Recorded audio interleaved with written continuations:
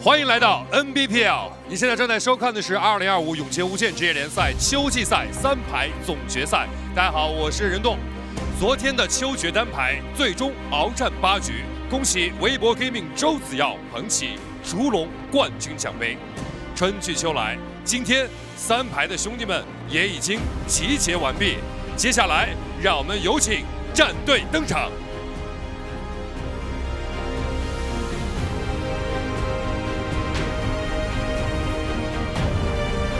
首先，请出 ASE 成都狼队 VN 521。VN 521。 一兵潘皮牛奶哥，成都狼队扎克奈何桥雨衣 ，ASE 米斯特小韩小温。接下来，让我们有请北京 DRG YZG。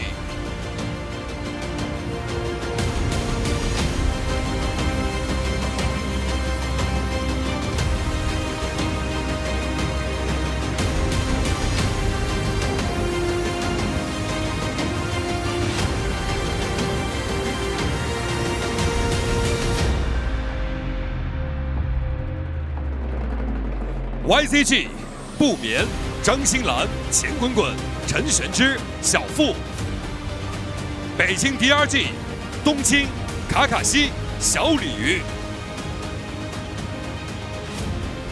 接下来，让我们有请 OA 暴打。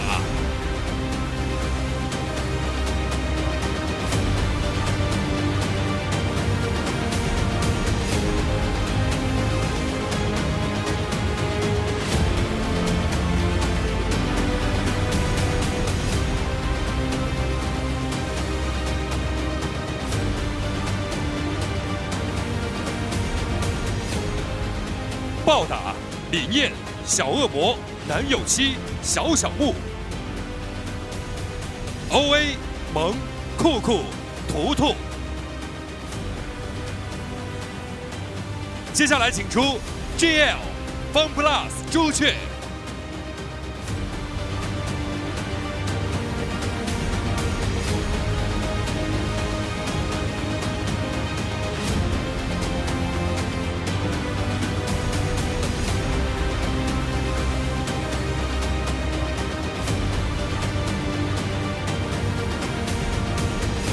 Fun Plus 朱雀、朱哥、科科、阿水 ，GL 战队晚风、谭许杰、俊贤。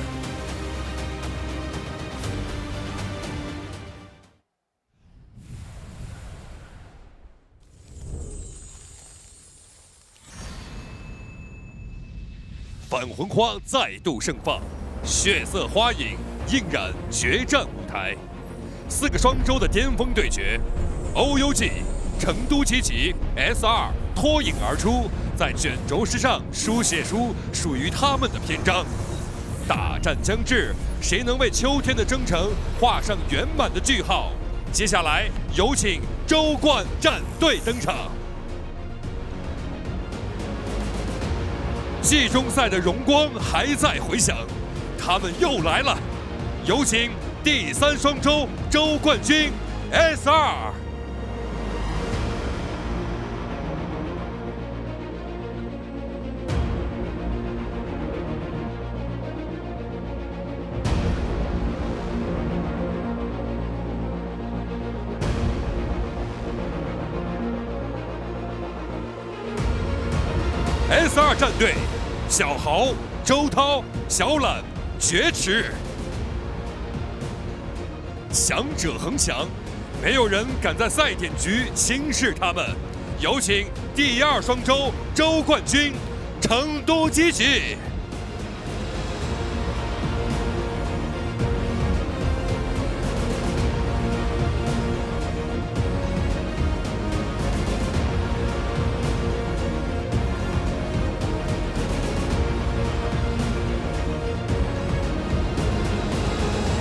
都七级330李新淼、陈江生。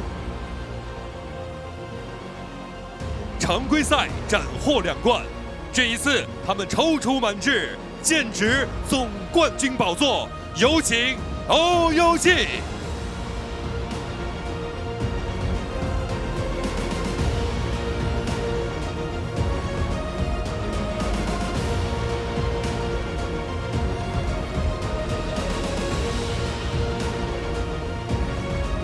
欧游记，小雨、苏苏、小玉宝、水星记。群雄毕至，荣耀集结，过往的征途皆是序章。此刻，他们将为总冠军的终极荣光奋力一战。2025 Nbpl 秋季赛3排总决赛正式开始。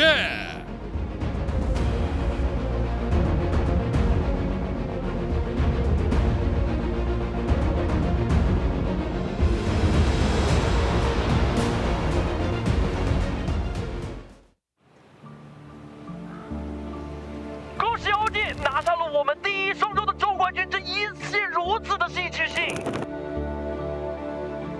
20个积分分数要清平了。欧游记这边的话，应该是要完成了清场3打1，现在只剩有马做无力的抵抗。恭喜欧记！让我们恭喜2025 Nbpl 第4双周3排周决冠军欧游记。冠军我们已经渴望了太久。今年我们不会重蹈覆辙，必将扫清所有障碍。今年春决和季中赛的失利并没有让我们失去信心，反而会激发我们的强大。这一次我们会夺回属于我们的一切。这波就是要你的命！飞剑直接飞过去，2个人全部被运动。但愿接任务，以丝线2打1，最后的胜利。那么应该是要恭喜成都弟弟，让成都再次骄傲。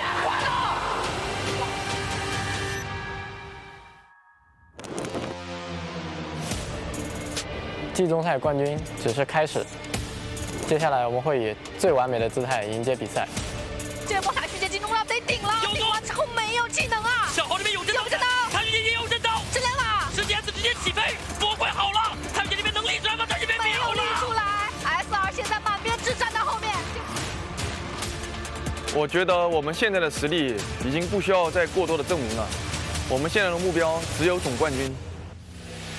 现在只要收割了，连续的劈砍，扎克有点顶不住了。这要3个人站在场上，已经来到了19个淘汰分数，是本场唯一的满编制。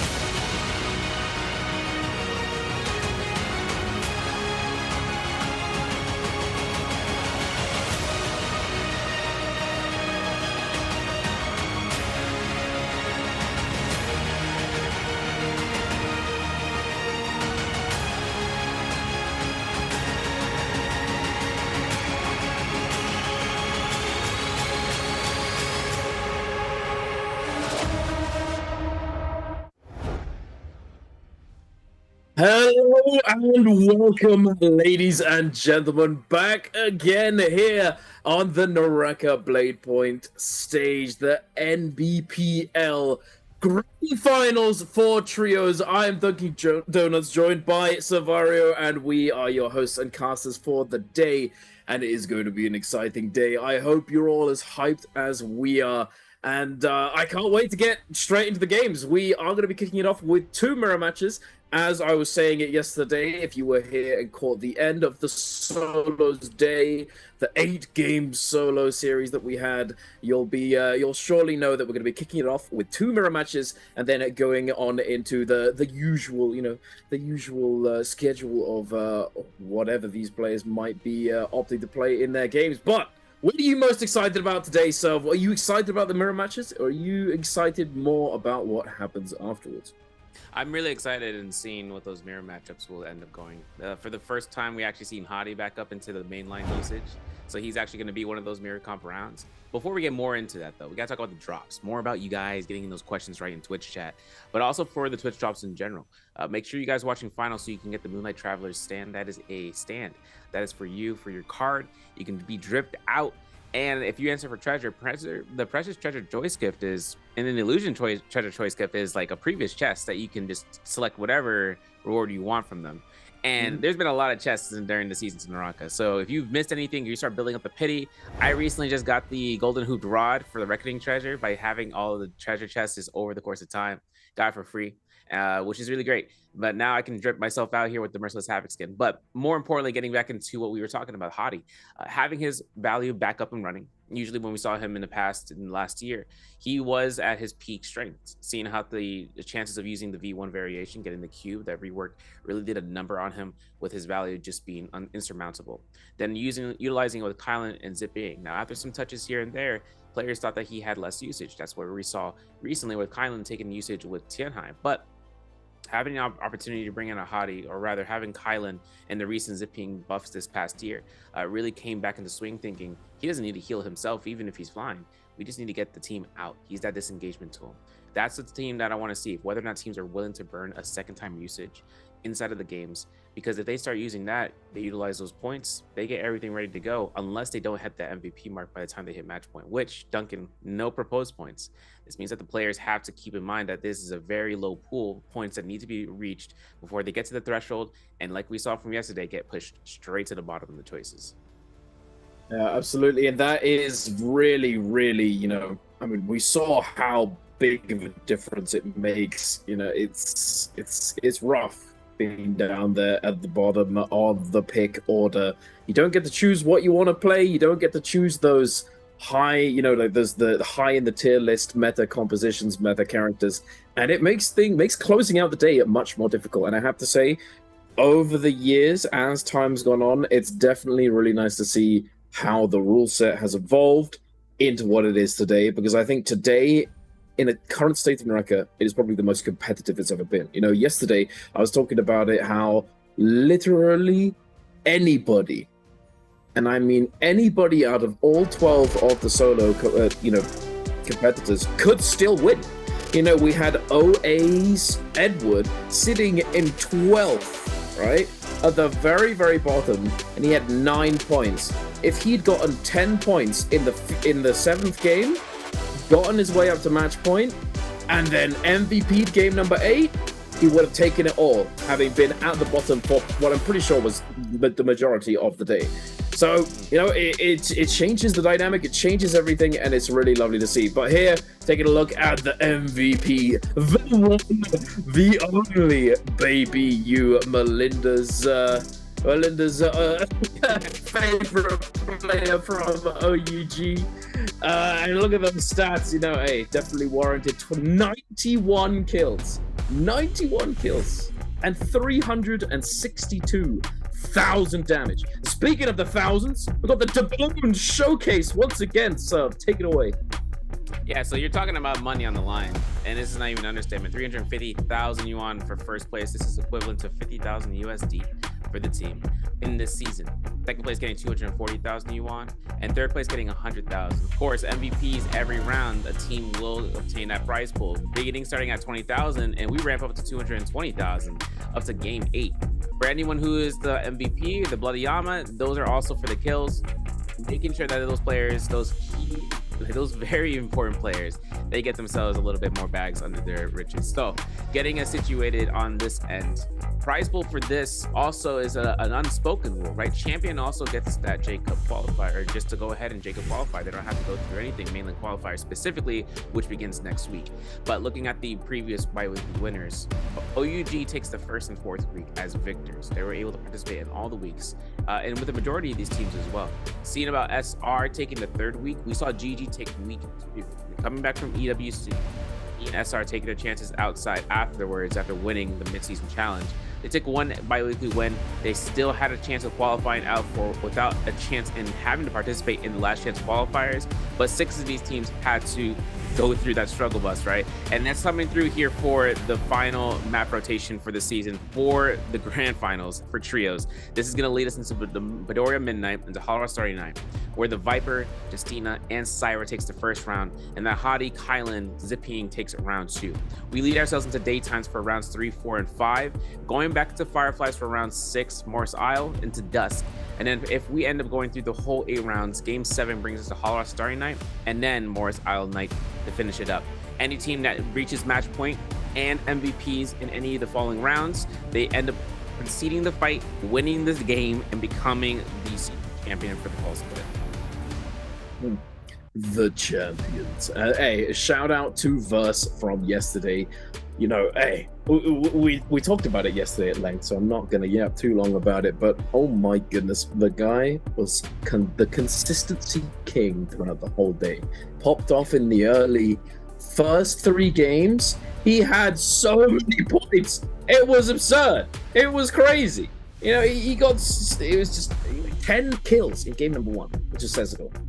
But wait, we'll have to see if one of these teams manages to do something similar going into today's Trios series. Now, taking a look at the qualifying overview, those teams that have qualified into this series, into this tournament, we have the 4 teams, no, not the 4 teams, sorry, the 6 teams, wait a second, that's only 5. Wait, I'm confused. Chinese mainland. I think there's. You want to run it down?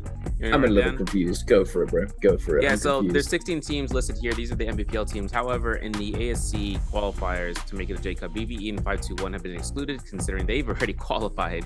They practically already have their spot to participate.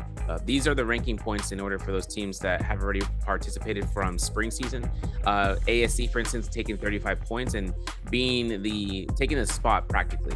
However, it depends. They went through last chance qualifiers this year, or for this season in Fall Split. They need to earn enough high rank enough points to get themselves at least to the top 2 spots. And now it's going to come down towards the other teams, right? Anyone who's trying to make it out here, GG. I'm looking at you, OUG, SR, as well as seeing if JL can make their impression today. Now, XJL, a key cornerstone in terms of what is valuable to take in consideration of, right? Taking lessons from your peers. Because TXJ is such a strong point to be in that, Team Bauda is also kind of taking their chances of participating here today. VVV, who was formerly teammates with TXJ, having this team off in this season, especially now that VVV is back in the ring, fighting it out, duking it out on the bi-weekly floor, still having a chance of showcasing what it's worth for his presence in this team. He's able to get that team forward into the bi-weekly finals, or grand finals. And now it really comes down towards this, Duncan. It comes down between the 2 teams to make themselves apparent on the top of the leading board, because if they don't make it enough, they have to go through the mainland qualifiers. And that right there, that is the last moment between the CN teams to make it out of the ring alive. Yeah, it's not really where you want to be. You'd rather not have to go through the trouble for sure. You'd much rather a team that is playing today is going to try their heart out for the series. And I'm excited to see what they brought out, because yesterday, of course, we found out, at the very beginning of the day in game 1, it's a new patch. Oh, we didn't realize. And then it just, it unfolded for the rest of the day. We've got the new patch, we've got the whipsaw, we've got all the new glyph system, we've got everything coming on through, and it's really exciting to get to witness what these players have cooked up for all of us. I know you said that you've been keeping an eye on the CN scrims and what they've been doing and what they've been cooking up. I think you mentioned, what was it? ACOS? Tessa Wuchen? Oh yeah, bro. You said that was a staple comp. Yeah, it's coming down to kind of be a replacement for Viper, right? For Akos to take that position.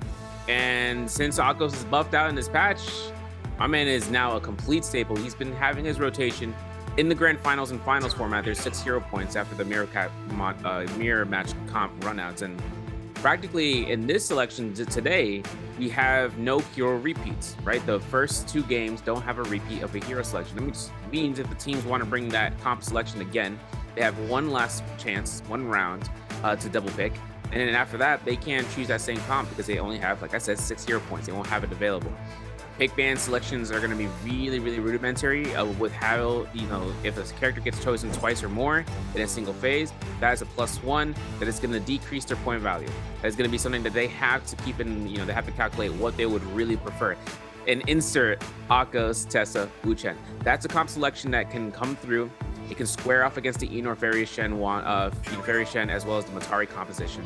So they have opportunities of aggressing outside of the Rami Yangs, and even inside, if they take any sort of aggression there, it's not really going to work in the benefit because of that Wu-Chen V1 variation. But then you're seeing these Akoses working into using the flagpole versus using the new V1 variation. Having a chance of getting those leaps in, getting those gold focus knockbacks, and then having Tessa with the new enhanced with Foxfire to be acquired when she's hitting a target. If she hits multiple targets, she gets an extended duration on top of that.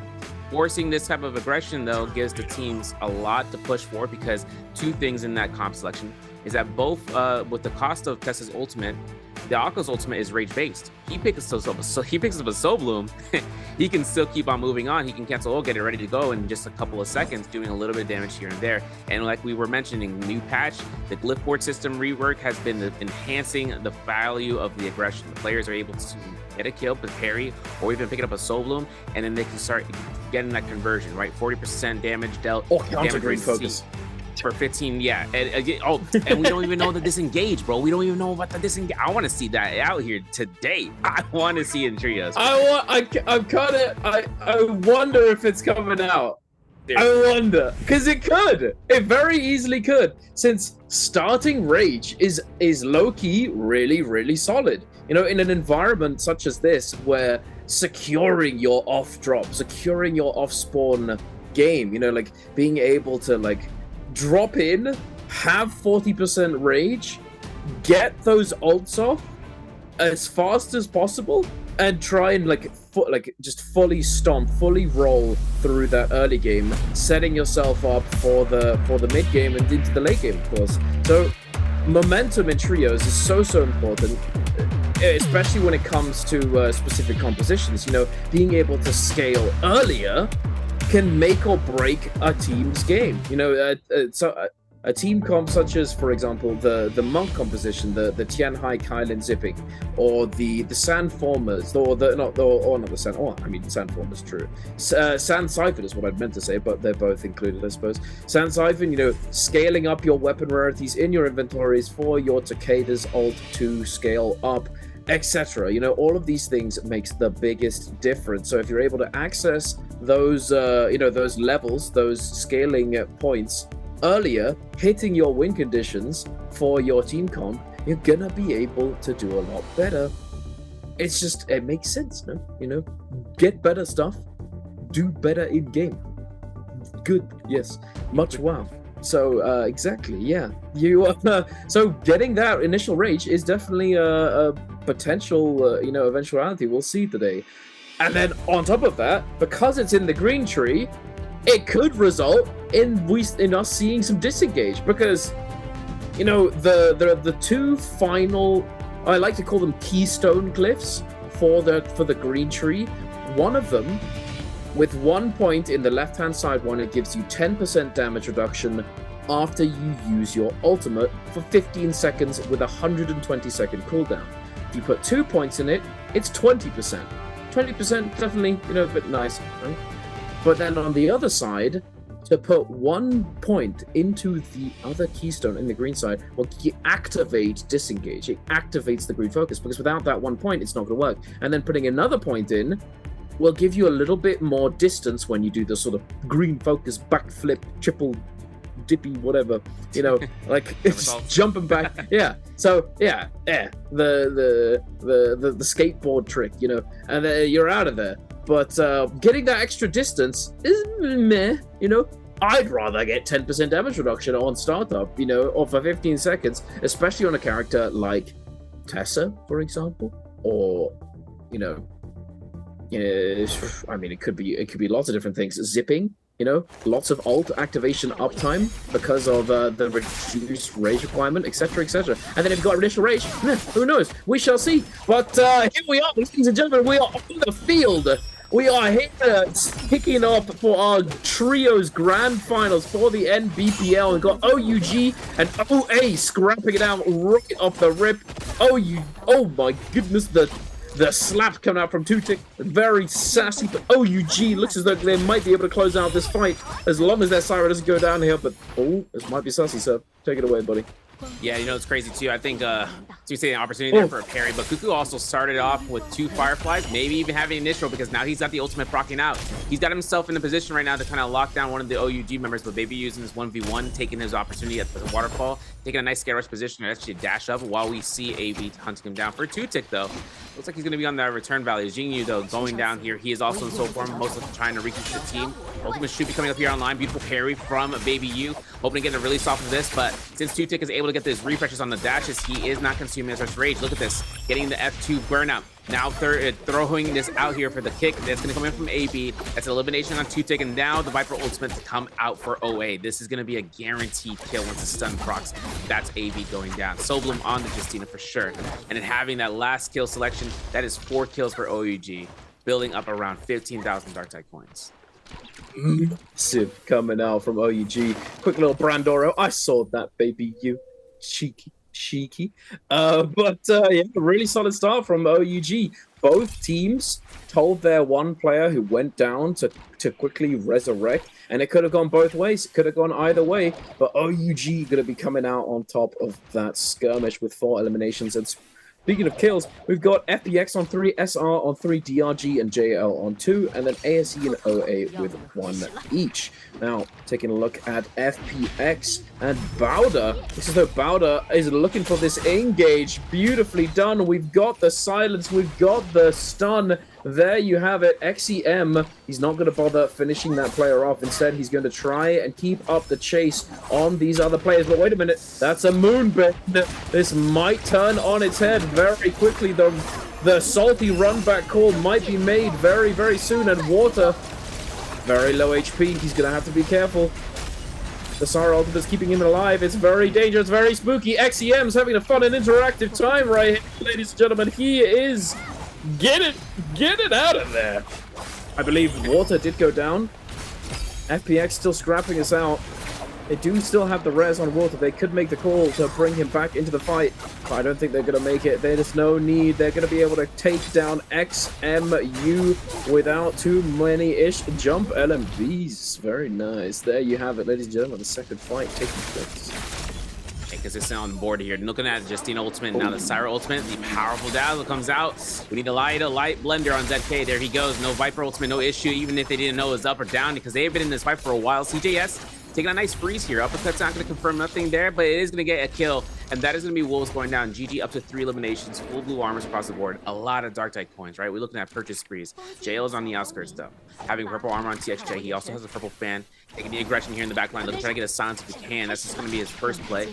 Hoping to get a 1 right here for our ultimate cast if he needs it. He gets the perfect target, the Syra. This is exactly the target you want to take out. And as much as they had that Syra ultimate up and going, they won't even have any dent in their health pool to go back up. CJS down to where the count, goes down as the second member, and JL getting these eliminations, counting up to 5. This is the leaderboard that's been averaging out here, Duncan. FPX and JL at 5 each, taken to the top. OUG have 4 eliminations, 3 for GG as well as for SR. So far before first round Yang, teams haven't get fully eliminated yet. We're still looking at ASC here, right? A team that has taken their spot as victors in the spring season. Today being their first day playing it out in the new patch, from what we saw, to kind of get themselves back up, right? If they confirm this, they are heavily confirmed for getting the J Cup. As for OUG right now, this is going to be where the 2 bi-weekly winners for this fall split. These guys are stacking up nicely. Volpines has been acquired. They got engraving. They're running the floating platform rotations, getting those Fireflies back and going. And looking at how the Jays are being set up here, we're going to see a group heal on Baby U, as well as getting a twin shot to make sure that cannon is staying healthy. Very nice indeed. Very solid loot that they've managed to accrue for themselves. TXJ also rocking up to that fight that we just saw beforehand, getting that purple armor, getting stacked up, ready to go. Another Brando. Cheeky. Moving over to DRG, who are giving chase to ASE. DRG with 2 purple armors, looking rather scary, rather spooky. ASE wants nothing to do with it. Wait a minute. I may have spoken too soon. It looks like we're going to be pulling the trigger. The was not able to escape the stun, slowing down the fight for them. ASE, let's try and disengage here if they can. Kakaishi and Xiao went both, and Justina, oh, beautiful parry coming through onto Kakashi, slowing them down, and here comes the Syra ultimate, not what DRG want. SE Han is gonna get healed up, gonna get topped up. Kakashi's gonna get dazzled, powerfully dazzled. The silence is gonna come through. No combo breaker, no nothing. He goes down, and Kakashi donating that purple armor over to ASE. Very nicely played by ASE, I have to say. DRG, they had a chance, but that rock is gonna haunt them in their dreams. So that's your range, you know. Street range yesterday from Mike, yep. or Spider to say, no, that was tough. Now we're going back to 5-2-1. So 5-2-1 playing it out today. Right, we know they qualified for Jacob because of ASC, but they still want to make their names, you know, broadband. And for them, they're also with, you know, seeing about it with you know, how 5-2-1 performing this past year versus their counterparts in the Vietnamese teams, just with BBE. It's kind of, you know, crazy seeing it, right? Jacob, they were one of the teams that really set up a you know, sediments inside into a concrete mixer to make it happen as one of the premier Southeast Asian teams, forcing out everyone else to keep in mind about them. They've been practicing off their own scrims. They're taking their own chances off with practicing in C teams of their own caliber, and then helping improve themselves, you know, with the teams, as well as any sort of companionship with the other teams to start collaborating, which is kind of a really strong sample. Now, having over here for Asian Stockade, FPX puts themselves at a spot right now for Firefly. If it's there, it's not. But then again, we are having the loot to be ignored for a second here, right? We know that this is going to be Romy Yang showing up in around 45 seconds. Teams are making their way towards them. You can see JL approaching out here as a valiant challenger, as well as GG. Teams are looking to try to keep that gold tidied up. And then once they get into the Romy Yang fight, so long as that player doesn't go down to getting eliminated, they'll still take that timer down. They'll get the gold, start building up for the shop. As much as I wish we could see the shop, we can't. We don't know what kind of purchases that we're going to see later on, at least for Jades or weapons, or even in terms of option selections. That Volpine is still in the hand, but we are going to see a Rupture Gale getting picked up here for SS, Summoning Shot as well. And then having a, I doubt we're going to see a Sign thing, but maybe we will. It's a good mix-up, and it comes down to him using the Spear, which is a great grouping tool. That engraving, though, is going to still be on SS hands, so having a long sword on the back end would be the greatest, moment for the Viper. That's going to be a huge burst potential off of the stun, or even off of the powerful dazzle, dazzle that comes out from the Syra ultimate. Your opponents, though, it's going to be FPX in this first Romy Yang fight for the grand finals. Ladies and gentlemen, are you ready? Here we go. Also, another thing I noted when Superman, he referred to SS as Su, which I think was very cool. Sounds much cooler than SS. But moving on, we're kicking off the fight, and OUG Su gets immediately frozen by the Justina. The Viper ultimate is going to be coming out, but it looks as though SS has still managed to hold on to his. Jinyu is going to be healing up his teammates still with that Syra ultimate, even though he got stunned, but no pot. Oh no, this is looking rather dire for OUG SS, but he has the Volpine. I forgot. He's coming back, and they weren't expecting that one. The Viper ultimate is going to be coming out. Can we secure a stun? No, we cannot. Not what you want to see. Oh, kill damage, the parry, the consolidation of the damage. SS going to try his best, but it's not enough. Too little, too late. The gambit did not pay off for them. His teammates, he's telling, why are you not looking down, bro? What are you doing? Bro, keep them held down. Just stun one.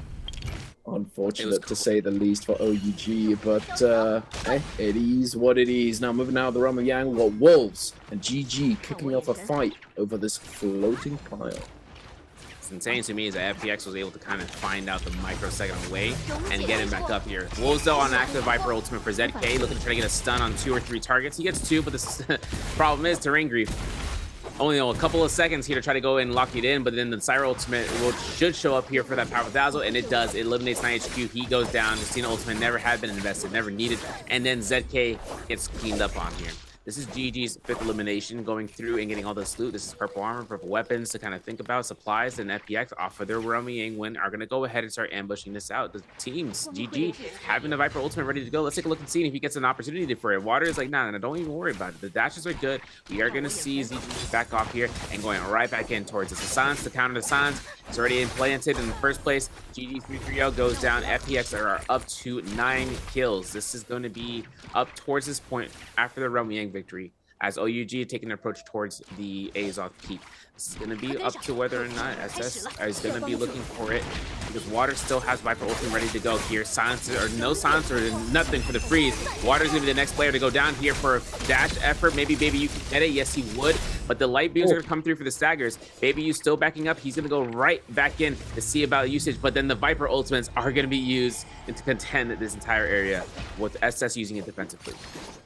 Oh my goodness, so much on the screen right there. That was a lot of shininess. Baby you jumping back in, managing to get both of those dashes out before his ultimate does expire. Trying to find a way back in here. OUG, they need some Soblins. They need to try and cleanse, or at the very least extend their Yang depletion timer, getting that reset. But wait a minute, it's getting turned around. Baby you, 1 HP, he's gonna get cooked. He's gonna get taken down. FPX is gonna be turning this one, or at least partially.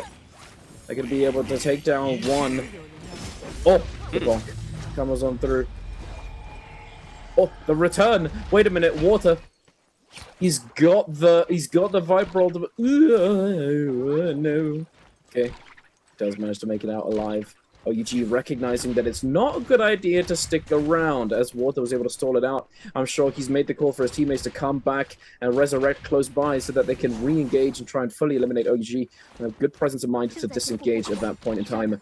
Heading on over to a bit of a scrap-off between the SR Balder and 5T1, VN5T1. I believe they probably encountered each other while looking to potentially pick up that floating pile. And this chaos has now ensued. 5T1 able to pick up a kill onto NY7. Oh! Big parry from XEM, but it's not gonna matter. They still go down. 5T1 managing to cleanse 1 Yang depletion. But they've got no ultimates. This might be cooked for himself. Oh no, wait a minute. That's their ult. That's their ult. My bad. I got confused. Me too. I was waiting. You got yeah. I'm not crazy. That didn't look like it was their ult for a sec, but no. It was. We're good. Gucci. JL, they're looking Gucci too. You see that gold Hong Sword, man? Out of 8 eliminations right now, all purple armor and JL are at this point at the Verdant Chasm to try to lock this in. Bowda's in the centermost area of it. Look at that TXJ, man. He's going to get the silence on 17S. That team doesn't even have anything left to go through. They just need to make sure to stagger Haven her out. There it is. Soldier's going to be picked up here from the tap doctor. Then the ambush comes through. I know that TXJ has his ultimate online, but this is a two-way street right now. And they get to go underground towards the alleyway and just break that line of sight. So TXJ is just going to go ahead and keep pushing here. Junks is the only person I see value in using that ultimate, which is good. Good thing that we didn't have to burn out the one Fong ultimate for the Syra, for the Serum. And then coming after TXJ, here's the plan. They had a replay on that Roman Yang. They took their fight up against DRG here. Finding a beautiful silence on Justina with probably the optimal option here. The parry, this is ice cream, that's sprinkles on the ice cream, bro. This is extra. And he's gonna go ahead and having this Viper ultimate after this Dazzle confirms. And that way, everyone in the vicinity is caught out. And then if anyone isn't, they're gonna be touched by this stun. And that is gonna be towards TXJ, right? Scarerush drop down RMBs. Classico looking at Baby U, trying to see, or rather towards XOYU, having that silence to mitigate the blue focus. He tried to look for a cross. He gets a blue focus horizontal. And in the isolated fight here, in the backline, you can see it. It's gonna be towards one Fong, but TXJ still taking himself out here with blue dual blades. It's gonna be a blue focus spam. One elimination against Kakashi. The second one towards Dongqing here, who is at a 1 HP situation again for the F1 play. Using the stagger here. But that's just because in the backline, Junks was taking care of one Fong. And you see what's crazy about it. One Fong getting a full reset on the armor for that fight. Second Romy Yang. Tune-up rocking out here. Palm Lightning in the hands, as well as a jabbing on TXJ. Juggernaut's also going to be picked up here. And as they go up against Bowda, this is the second Romy Yang in the first round. They have certainly set a tone for themselves. They're doing extremely well so far. 9 eliminations. Let's see if they're able to close out this fight against Bowda. They are in slight advantage having that 1 extra purple armor, but oh my goodness, it's coming online really fast. The Syra ultimate to respond. TXJ getting all of his armor stripped off right there. Thankfully, he does manage to survive. Bit of an early Viper ultimate, but they are going to manage to get that stun onto NY7. He does go down, and now they have the numbers advantage. They're surely soon to make it even bigger of an advantage. Get the lift. Bowder nowhere to go. Unfortunately, the parry does come through, but XXMU is going to be a tough. Yeah, no, I'm not gonna hold. That's just unwinnable. I was gonna be like, it's gonna be a tough 4 battle to try and whoop it. No, it's just not. He's just dead.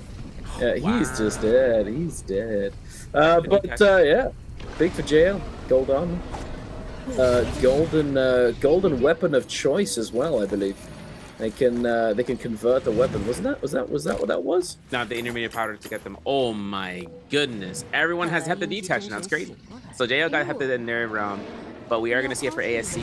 They got a Sap Jade, they got a Soul Slash, they got a Merciless Havoc just now. It's kind of crazy right now for ASC. Their scaling is quite monstrous. They're taking their Romyang fight here as a victory, by the way. This is a battle of the timing and the tap dodges, it seems, because ASC Han just got a massive stun and perfect against Cuckoo, who can't do anything about this meltage. That's going to be him going down, and that's just a 3v2 in this moment. It's up to whether or not Tutik had any sort of value here with no Casino Ultimate. There's nothing for him at the hand, and Han just there. Keep in mind, this Honks, or rather this Heavy Detach was before this Romyang fight, so they've had it the entire time. Like I said, ASC are kind of going crazy right now this round, at least gear-wise. 6 kills so far. Not as much as a kill leader, but they also have an advanced heal, so we have to keep that in mind. If they find that group heal, which we do know that is in the hands of OUG, if they take a fight against them and succeed, that is going to be a huge sustained lifeline. Absolutely, and it looks as though we have the 2 teams that show that one Yang choosing to pick up that Mystic Might, giving them the ability to stay aware of their surroundings and scout out any potential lurkers in their vicinity, and then YZG securing their Spirit Well. That'll be getting their hands on that White Tiger's prowess. And now we're kicking it off once again. OA diving in. They're looking to try and claim this fight and finish it off quickly so that they can cleanse that Yang depletion. But GG, they're putting up a fight. OAAB is going to be going down very sharpish. Nowhere to go. Wait a second. 3-3-0. In a little bit of danger. The powerful Dazzle, the Justina dashes to follow up. Oh my goodness, so many dashes. I'm not sure who's dashing who. What is going on? Cooper 2 goes down. GG just seemingly just don't care. SR is going to be diving in as well. 17S gets parried, immediately popping that combo breaker. JL looks as though they were chasing down DRG right here. Kakaishi goes down. Picking up yet another elimination, going up to 13, FPX on 10, OA on 8, Bowder on 7, GG on 7, OUG on 7, ASC 5-1, SR all on 6, and YZG on 2. Unfortunately, DRG and Wolves, they're on 2 and 1 kill respectively. They have been fully eliminated from the lobby. Now taking a look at the kill feed, we do see Mist eliminating OUG, or at least one of the members of OUG. Who are missing a member. They're missing their Syra and now going to be missing their Justina unless they manage to go for the Ninja Revive. Unfortunate for OUG. Decent start for them. Looks as though SR... The dream is alive! The dream is alive. You know, one thing I noticed? Where's a whip sword, bro? Now, some teams have Summon Cleaver, but I haven't seen a whip sword out here, bro. I haven't seen an R&B being spammed out. All I see is fans, flying knives, and that's it, or the halberds as well. Now, the Hong sword is the mix-up, but the whip sword, chain sword, however which way they call it out there, to kind of translate it out, they don't have, I haven't seen any. Now, that could change, right? It's always. I did see one of them. You see one, right? But like, do you see it twice? Yeah, it's not a lot. Yeah. Because fan is going to be always that option because of the double hit, and considering it receives huge value when someone does get caught by that for their teammate to get in the follow-up. And it's also really quick, right? So you don't have to wait the whole duration, and it's only two-way street. So seeing the longsword in the distance here, like we said, Hepa detaches in the hands. It's just a Jade type weapon at this point, right? For the longsword, at least. But of course, since ASC are kind of pushing themselves out here to the northeast, I should say, even though the Dark Tide coins have been expended, they made their purchases. They are the results of those early game kills, as well as that second round Yankee.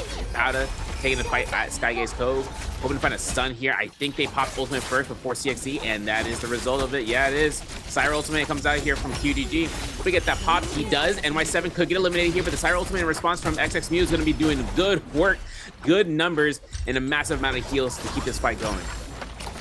Very nicely done. I thought that they may have lost out on the ability rotation there, but no, Bowder, XXMU able to come in, having a broken line of sight getting that Syra ultimate online, pulling the trigger, very nicely done indeed. Well spaced, well done indeed. It looks as though XXMU, unfortunately though, he still has Yang depletion, and he's in a bit of a tough spot right there. He might get chased down. His teammates, instead of looking to help him out, instead of looking to peel and just trying to distract and take down these other players. But oh, wait a second!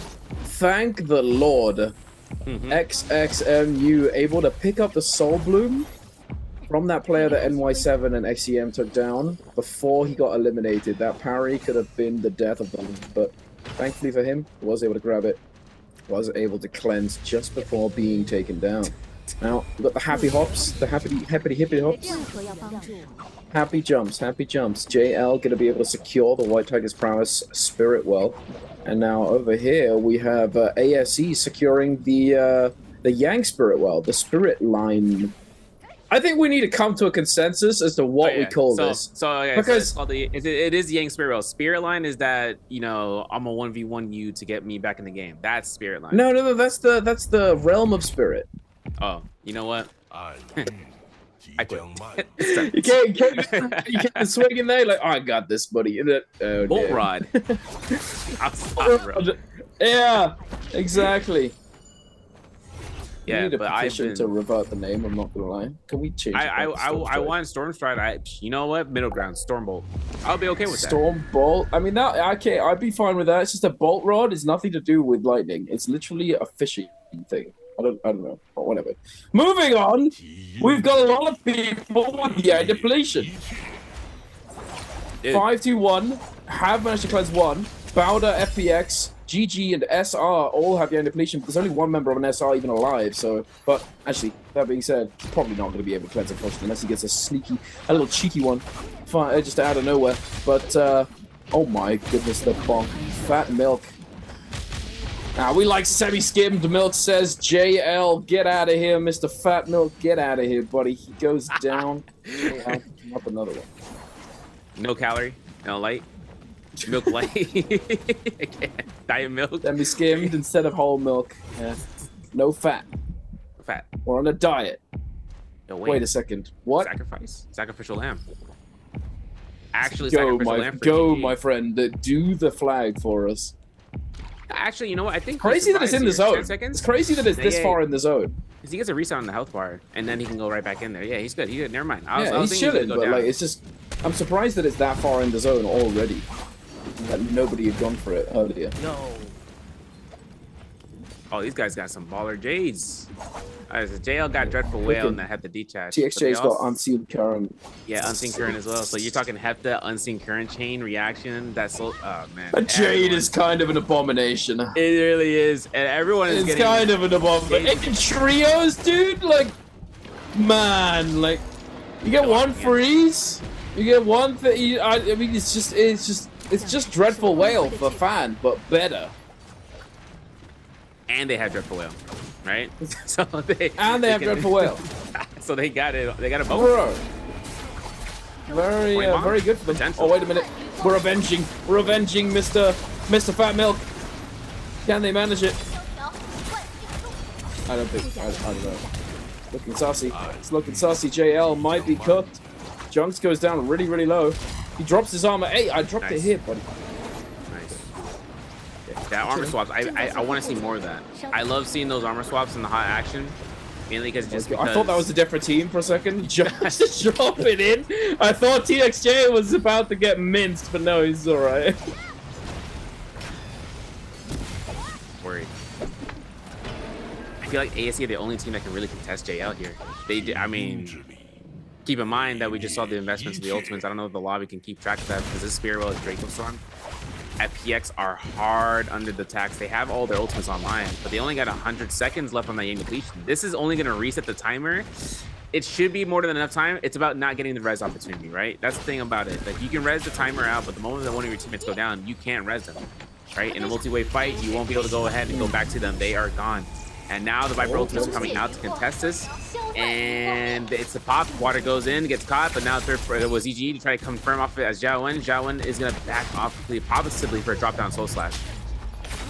Oh, big fights coming out here. Everybody's just popping their buttons, pressing those buttons, going up for those stuns, trying to get some cleanses, trying to secure the spirit well, but it's not being made easy. It's not an easy task at all. ASE trying their hand at making their way back into this one. Xiao Wen has managed to get on top of it. Wait a second. All the progression they'd managed to accrue beforehand might secure them this one. JL looking to drop in. TXJ is ready to go for the drop down with the Viper ultimate. He's looking for it. Grapple spam over and over. Junks with the Merciless trying to clear out the path, for his teammate. XEM does pick up a kill onto ASE Han. ASE loses another member. The Yang depletion's ticking down. It's not going to be active for much longer. They are going to get taken down. They need to make it happen, and that's why we're pulling the trigger. Oh my goodness, Yeah. dude! Oh my goodness. I love the Jade, man. Unseen Current comes out here for TXJ. They're great, so much value, but look at his grapple count, 0, not a nothing. But this Spirit Well might not even be confirmed for anybody here. The timer is going to be running out in about a minute or so. Hoping to see if there's any chance here. Bowda's in the distance getting a full reset, or attempting to. The Rupture Kill is it's going to deny them. I've been looking to try to loot up the body here, stay hidden. JL just got the Draco Storm. They are fully ready to go. They are at 60 eliminations right now.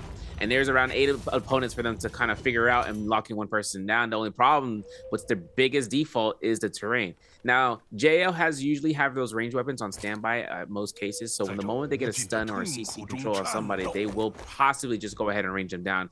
It's just a weird terrain here. And of course, the lava. Having the burn tick damages, the only way of being immune to that is with the conductor's protection, but that dial is way deep in the zone. We cannot go in that deep for it. For JL, it's only gonna be a matter of time for the lobby to feel that full pressure. I just, when you said, oh, it's so deep in the zone, we're not going for that. I remember distinctly when TXJ, funnily enough, actually did that once. He ran into the zone to get the fire proc and then died for it. Literally. I remember that distinctly happening. So yeah, I'm probably not going to be doing that again.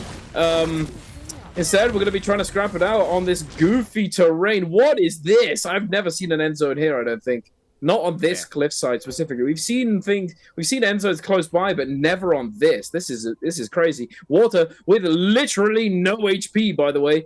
Just shield. Is going to get healed by his Syra, thankfully. Trying to look for a Viper drop down. Not really going to be able to find all that much, unfortunately. But JL going to be responding. The Syra ultimate is going to be dropping through. And the Viper too. Big bonks coming in. And JL going to be cleaning them up. Going up to how many kills? That's 19 limbs for JL. Very nice indeed. Very nice start for the fully eliminating FPX. One of those teams contesting them for that top spot in this game. We've got the Tome, the Greatsword Tome, making an appearance. Bowda, wait a minute, we've got the silence. The XJ might have been off more than they can chew, getting out of the line of sight. Can they make it? They can indeed. And now JL Jones going to be dropping in to try and take advantage of the Viper ultimate not being up and about. The Syra ultimate is going to be coming on through. XXMU going to be beaming, microwaving. Goodbye, Junks. Get out of here, buddy. XXMU now gonna be out of ultimate. The enemy Syra is gonna be coming on through. Can we get the dazzle? Can we get the powerful dazzle? No, we cannot. Unfortunately, max distance. Get out of there. JL may have blundered. Maybe. It's a difficult opportunity right now because they're going to be in that 2v3. Silence position right now for TXJ, going for the unseen if you can, but the Assassin's Lunge, everything melted down to her second place, denying the multiplier. But get this, Bowda, they just took that multiplier, man. They just took 19 kill eliminations and they fist bumping each other because they realized how much this game counted, man. This is up to the point where they get themselves under halfway for the multiplier to, or get to the match point as the first MVP team. Absolutely massive for Bowda. But still, a really solid game from those, I would even say, top 5 teams in that lobby. They managed to get quite a lot of kills, a lot of points to start off the day. Unfortunate, to say the least, for JL. They almost managed to clutch it up, but that wall dividing the zone was really, really impactful. It made the biggest differences in so many scenarios. You know, it allowed for TXJ to avoid dropping back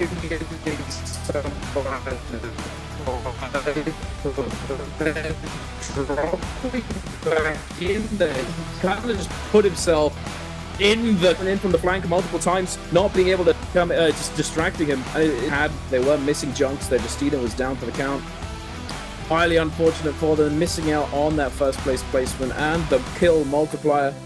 It is what it do be. So that's how it goes. About it really does. Excellent performance. Nice for them, to say the least. I was thinking about the fact that whole terrain was just going to be the end-all be-all, right? Even with the Draco Storm and getting staggers here and there with the Draco Storm, a lot of value came down towards those just last instances, right? We saw what happened off for ASCs, a team that was massively stacked out, right? Gear-wise, Jade-wise, practically had the whole game in their fingertips to be able to sustain out for endgame circle. The only difference was that spear well that they contested for. That spear well really set them up here for failure when they came down to multiple teams, but that's usually the natural flow. A lot of teams take their instances of waiting out ultimates, then come through here and combat themselves to clear the spear well or even just deny it. You saw what GG was able to do, right? They stayed at the top of the spear well, gave no claim to ASC, gave no claim to anyone, particularly eliminating the teams pocketed by one the Sire and the Viper ultimates. We're gonna get a quick question for you guys. Which hero will be the MVP of game 1? A, Viper Ning, B, Justina Q, C, Sierra. Now, Twitch chat, you guys can kind of guesstimate which one this could be, but it really depends. We'll get to that MVP sheet in just a moment. We just need to look at the standings overall. That's the first game. Now, Bauda, if I'm not mistaken, got 19 kills. Okay, taking that multiplier, just shy of that amount, which should be around 26.2 or 26 points or so. Taking it towards it, 26.8. That is going to be with that multiplier, and we only need a match point matchup of 47 points. And that's only right there, what, 20.2 points away to try to get themselves to the match point. JL's in second with that 21.5, 12.5 for FPX, 521 with 11, 9.5 for OA, GG 8.5, 8 for ASC, OUG at 7.5, 7 for SR, YGG with 2.5, 2 points for DRG, and Wolves going out in 12th with 1 point. Kind of going out here as a rough outing for these guys, but game 1's down. We still have potentially 7 more games to go. Yeah, potentially. We're gonna say it, and then it's gonna end in 4, isn't it? Because we were thinking, oh wait a minute, Verse, oh and Chen, yesterday, oh they could end it here in game 4, game 5, and then it went to game 8. And now we're going to say, oh, it could easily go the distance. It's going to end early, isn't it? It's just the way it goes. But here we are, ladies and gentlemen, with the stats for Bauda as a team. And if you're not perceptive enough, this is your first time here on the NARAKA BLADEPOINT channel, watching, spectating, enjoying the NBPL, the MVP of a lobby, of a game, is usually given to the player that got the most kills on the team that MVP'd, and that was the Cyrus, and that is going to be your answer to that question from beforehand for the answer treasures. But here we are, taking a look at some highlights off the back of game number 1, MVP'd by Bauda and sponsored by China Unicom here with GG. An excellent execution of the Wolves, the Wolf Pack, eliminated, dismantled, eviscerated. Beautifully done by GG. Unfortunately for GG, however, JL immediately turns up afterwards and takes them down. But we're jumping ahead quite a bit further from the beginning of that lobby to almost the end. 9 minutes and 30. We've got Bauda coming in with the optimal ability rotation. What you want. It's the name of the game in trios, ladies and gentlemen. Able to bait them into a false sense of security, come out with the Sire ultimate, take them down. This clutch kill onto Sutsu, onto SS, into the Soul Bloom pickup, boom. Means that when he gets parried here, he does not get taken down. And 2-tick. He did get that. Unfortunately, it's not enough though for him. It's crazy coming out here for NY7 was that the fact that the stun was avoided by JL, and then they ran back in. And they realized they had to take this fight. The opportunity needed to be taken here, right? Because once it came down to them, they would fall down. NY7 was able to loot the ref. Because so many bodies on that side. Avoiding it out, man. There's so much space in this terrain. It was so much space between those sides so you can avoid a Sire ultimate, right? 10 meters in a cylindrical form that you can avoid out the powerful dazzle. And then afterwards, you go right back in. DXJ, Assassin's Lunge, another weapon, another Jade they had in their pockets, earning out Bauda the first MVP for the day. XX Mew taking the Syra MVP most definitely on the far right side. That you can see him, and I believe possibly, if not the first, potentially the second MVP for him. But we'll have to see. This is going to be where he ends up getting that for the team, and that's I'm telling you, man, the V2 changes for Syra, like, or rather, it's funny how the V2 for Syra ends up being something that was always the way it was, and it ends up being just, you know, at a standard format. We used to have mitigation for anybody in the circle, but they took that out of the way for 50% damage less taken. And Ripple Phantom Step was a J that they had for quite a long time here. Rupture Gale was doing good work. Flying Knives being the primary, skill damage as well, doing mostly with the ultimate, and then Dual Halberds as a backup weapon. Juggernaut was being stacked out, which is an optimal option there. Just to make sure they get the light beams and doing as much damage in a short amount of time as possible. Massive game for XX MU, first MVP in fact. But yeah, Ripple Step and Phantom Step being a gold Jade. Finally! Hey, everybody wanted it. Everyone. And it finally happened. Sap, I have to say, I wasn't expecting it to be made into a gold Jade, but in retrospect, it definitely kind of needed to be one, to be honest with you, because Sap was just a Jade that at a certain point, everyone seemed to have. You know, everyone seemed to have it. Back in the day when it used to be weapon-specific saps, you know, you had your great sword sap, or your heavy sword sap, and then you had your long sword sap and all that. They were all split up. As soon as they combined the Jade, it then meant that you had sap for every single weapon. And so it kind of made sense that they eventually made it into a gold Jade, because sap is just so impactful. You know, it can turn a fight. You know, you happen to make you get cooked on entry into a fight, and you're just you're low HP enemy player. You know, it's one blunder or one mistake, and then the fight instantly flips. Your health bars just get swapped basically, because the sap healing is enormous. So it would have it definitely makes sense that it has now become a gold Jade, and I think a lot of players are. I mean, a lot are disappointed. It was probably my favorite Jade that existed. But now that it's gold, definitely makes sense. And you can still find it as well. But next on the docket, I reckon it might be time for Rupture Gale Flame Breath to change to gold, maybe. Yeah, because that one's definitely a big win condition, I'd say. And then maybe just make Meteor purple. You know, who knows, or whatever. You know, it might be the play. Or what about this, sir? So I have a proposition. I was thinking about this beforehand. I thought about this a bunch. You know, I talked about it on stream a lot. What if, because one of the ways to fix these issues would perhaps just be to create a new tier of Jades. Okay. And because, you know, with Rift Traversal now, we have that new rarity, the pink rarity.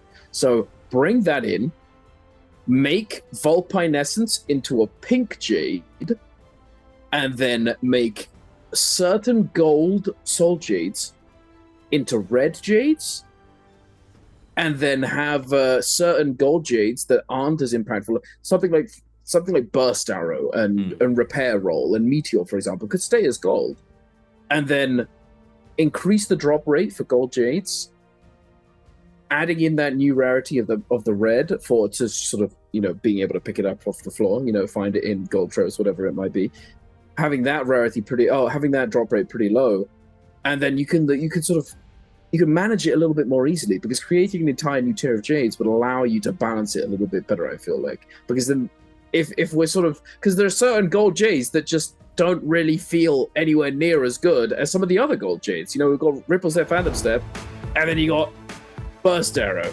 You know, those aren't equal. They're not equal. They're not the same, dude. Like, come on. So either we need to make a lot of gold Jades purple, or we need to add a new tier. What do you think? If we add, since Vulpines is already that red, like you mentioned, and then we end up, it couldn't be a red Jade. It would have to become pink, right? Yeah, it has a special requirement. If we end up having that system, that checks and balances system would be crazy rework too, because you have to think about like the stat lines too, right? Stats on the Soul Jades, because those will also have to be something to keep in mind in effect. But the red, but stats on Soul Jades have been equalized for a very long time. You know, a gold attack Jade gives you the same attack as a blue attack Jade. With purple, but or like with blue, the purple, blue, and gold have always been the same. Well, once you start adding these higher tier rarities, you'd probably see something about the stats to change up a little bit. Maybe you only need 2 Jades to get max stats, you know. Well, not necessarily. I feel like if you were to just keep the stat bonus equal throughout all Jades, it would still be fine. No, I don't. They wouldn't need to have it like that. I don't think. It just mean that because red Jades are like if we were to have them, right, you could probably put something like Phantom Step as a red Jade. You could put certain things like you put Merciless, Phoenix Blast, Dragon Roar, Unseen Current, Dreadful Whale, things like that into red, and then you'd have things like Repair Roll, Burst Arrow, Meteor,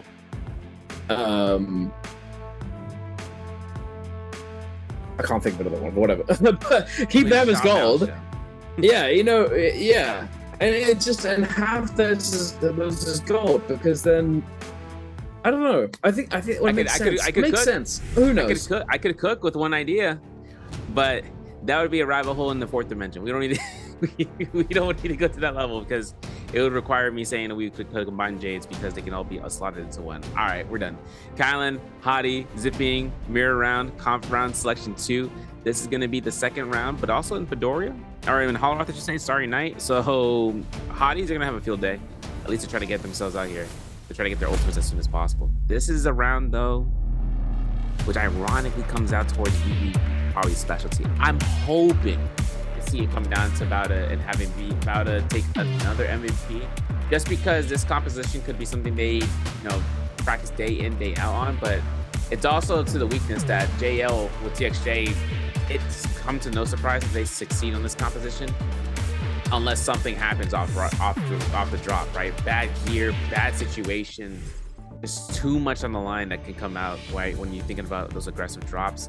For instance, right now, looking at these Kylans, I don't think we're going to see any ability changes, especially for the Hottie, right? V1 just too valuable. V2 is always going to be the case. But it's also a determination like we've been on this patch for a while now. No one has taken any chance of using F2 for the Kylan, which I'm glad about, because the parry mode is really strong in its essence. So taking that extra offensive pressure is definitely not outweighing the passive proc of the passive parry mode, where if anyone attacks, no matter what kind of attack, they'll push you back. This is going to be the last final round. For this mirror comp, afterwards we get to those pick bans. Map selections come through here. You can see the Hottie, as I was saying, TXJ is a monster on this composition pick ban. Like, he's got the Hottie down to a T. My man is literally, he's running around with the new skin, probably in the bandage skin. I'm saying it. He's gonna be probably building up though. That's not even out yet. What do you want about? No, he's not. It's not out. No, it's not. But he's probably running on the light patch right now as we speak. He's like, that's me. Oh God, this is gonna be where they come down to their spawn. The Fireflies in this Plume Castle. This is a spot that they've always taken, and no one seems to be contesting it. SR taking Salvation Podium as per usual, and then seeing about OUG on their anti-moonfall pass with AST, then DRG in the city of Tong. Bauda taking towards the trenches to try to get as much as they can before moving inland. YZG not opting in to kind of spawn where GG is, but because GG ain't spawning inside of Imperial Village, surprisingly enough, they're at the quarry. They're gonna get those Fireflies and then move directly on north, as well as Wolves for Fireflies. As for OA, they're just opting in for loot off rip. 521 isn't close enough to get those Fireflies to FPXs on, so those two are going to have it's going to be a lot of tension there, right? Because 521 won't have ultimates unless initial starting rage on the Zipping, right? Because like you said, she can start getting the uptime. She'll go ahead off rip in the early game fights, giving the team healing over time, and then allowing their Kylan to kind of go ahead and pop off. I mean, if 521 could be looking for that off drop fight, but I doubt it. Wait a second. Perhaps the map was slightly off. Could have been, regardless. The FPX. Oh wait, no, FPX are able to get there. They're able to get there for sure. But it looks as though we've got two Kylan ultimates out to play already. Plenty of Fireflies to be had. Apparently, I think there are 3 in this location, but I'm surprised that 2 of them starting rage. He had starting rage. Could have. He did. Okay. Well, then, Pork, man, starting rage, his first appearance, ladies and gentlemen. But looks as though not much is going to come of these ultimates, unfortunately. But it started off the fight regardless. Ibin is going to be popping ultimate. He has a purple bow, swapping to it before he pops that ultimate. Very nicely done. I like to see it. And ZGE, no weapons, just running around with slaps. Slap. Cha. He's trying. He gets a weapon. His teammate has gone down. Oh! Whoa. Nice little block there. Isn't going to be enough, though. Still looking pretty good. Nice little overhaul, but the combo breaker does get forced out. Wait a minute. OA coming out of nowhere. Coming out on the flank. Wait a second. This is not good for FPX, nor good is it good for 5T1, but 5T1 are managing to stabilize OA. Wait a second. Wait. 2-tick came in and insta-died. Yeah, he did. I was waiting, I was looking at it. I was like, wait a second. This man just got melted. Yo, you know. Okay, OA. What is that? That is a silly goose right there. 5-1, just reaping the benefits. Very nice for them. SR taking that salvation point and getting a gold rarity weapon. Playing out the JBL speakers. Mike Kylan is out of there, bro. He said, no, he don't like loud music. We're out. This is going to be a level 2 swipe that has to be had against JL. At least TXJ, because that's Hottie. They got the team out. They know he has nothing to kind of work into his kit except for a combo breaker. Junk still gets caught out. R&B combo breaker. Oh, it's going to push him back here. I know 17. That's a beautiful parry because I sensed he had that third eye. He was looking at the top down. He's like, no, he's going to throw with blue focus. And this is where it's going to be interesting. Only 3 grapples to their name. A lot of flat terrain for them to scale rush off of. 17 still has the highest rarity weapon right now in the game. This is going to be a huge scale up though if they can get this kill off because they can upgrade their weapon and their armor. One pawn goes down. Looking at 17 for a drop down, it's 2 down for JL. And looking at Junks here, getting caught by the stone form. We're not going to release. The combo breaker still coming back up on time, but not enough when that R&B pulse sword strikes. We are at 3 kills so far for SR, not the first kills in the game. However, at the end of the dunes, we got OA up against ASC. It's either OUG versus ASC. Very nice for SR managing to secure that golden pulse. And then not only that, but they also got a purple katana. Massive, enormous, majestic, beautiful for SR getting 3 kills, but still not as good as 5T1 right now. They are still kill leaders with 5 eliminations, but now heading over to City of Tang. City of Tang. Just looking at the outskirts. DRG and Bowder fighting it out. N17's already gone down. XXMU blood up figuring out. We've got the double charge coming on through. That healing is constantly ticking away. They might be able to sort of salvage this fight. Not sure if they've made the call to resurrect themselves close by just yet. No, if they haven't, hopefully they hadn't. Because, yeah, no, you don't want to do that at this point. As Valda has now lost their second member. Actually, trying to disengage. Looking pretty good for him, unfortunately. It is going to be onto Valda. And one over got Wolves and FPX. XQ. Wait a minute. We've got 2 purple armors and a purple weapon. They are stacked to the moon right now. NHQ, beautiful parry. Wait a second. That was the that was the new glyph. That was the new glyph. You spotted it right, ladies and gentlemen. I hope you did. NHQ got the parry and then dodged forwards into the parry attack. Very nice indeed. We see that. We see you, NHQ. We see you cooking with it. Playing on the outside. Come on, the ultimate. It's really pop. Again. There you have it. Too clean. Way too clean indeed. That's crazy though. These guys, they get skill. You get the purple armor too. Yes. Unfortunately, no. You know, seeing IHQ out here with this glyph board, I appreciate it. Check the bush. I appreciate him building this up here. I don't think they're gonna get the kill on Zed. Water, he's gonna be crossing in through Metob, so maybe he just goes up, down, left, and right like a cheat code. But he ain't gonna be getting much too far. There's a lot of those up there. I know the OEG taking their fights cautiously here with Zodi ultimate preempted because they know that it's going to be up to the Kylan having ultimate, or for the zipping and forcing her to hold.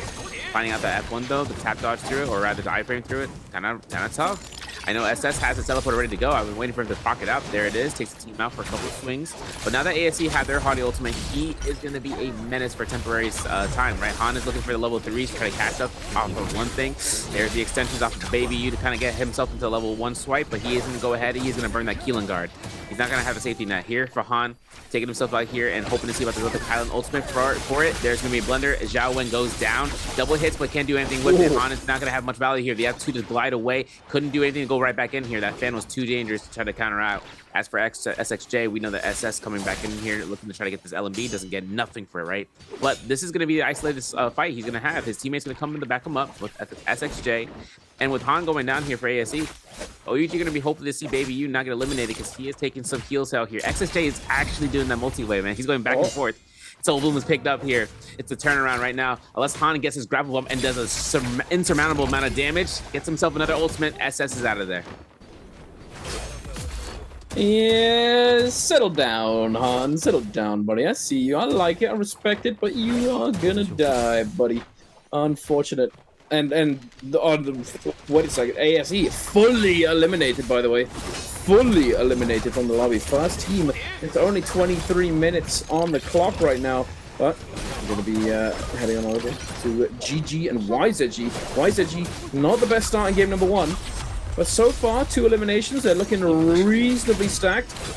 2 purple armors. CXZ with the drop down onto CJS is going to get healed back on up by the zipping. Wait a minute. Let's get that ult. Pull the trigger. Go for the slashes. The slash and dash. Crash through the windshield. Can we find it? CXZ looking for it. Gets the lift. Not much damage, unfortunately. Goes for another one. Well, kind of now back to a bit of a stalemate. Unfortunately, YZG and GG using literally everything they had. And now it's back to neutral. Now we're having reset. We're going back on in. CXS is getting cooked in the Kylan div. Oh, Kylan div to the moon! Get absolutely cooked, buddy. Get oh yeah. The switch doesn't start him. Hit with it. Oh. Yeah, I'm gonna fire it again. Watch. Oh no need. Got the teammate backup flag coming through. CJS just absolutely cooking him. But it's a 2v2. Wait a second. 3-3-0's gone down. Nice little jump parry attempt. Okay, stop parrying, buddy. He settle down, dude. Oh my goodness. Oh my goodness. Okay. I respect it so much. I respect the CJS, but there's a time and a place. Gotta just send some focus attacks at some point. I'm gonna say I'm here with the mix-up, no mix-up, man. I'm throwing nothing. 2.0 here for TGG. DXZ's just here. Like, oh, my bad, boys. My bad, guys. That's Sorry, guys. I got diff. Sorry, guys. I got the wrong mouse button. I forgot to release. Sorry about it. This is gonna be the 3 teams already gone, by the way. And now 5-2-1 in their Roman Yang fight. They're up against OA. Now, this is funny because we saw the fight coming out here from 5-2-1 off rip in terms of the game for round 2. Combo Breaker is going to be invested here for Pampy. Having his kind of ultimate on standby, the teleporter will be utilized first, so he's going to go ahead, back it off. The zipping heals are going to be massive for a couple of seconds here, right? We're looking to get our armor back up. For Pampy, though, the timing on the ultimate couldn't be better here. It has to be after once the Kylan ultimates, and he is waiting for Tutek to do so. Parries are strong.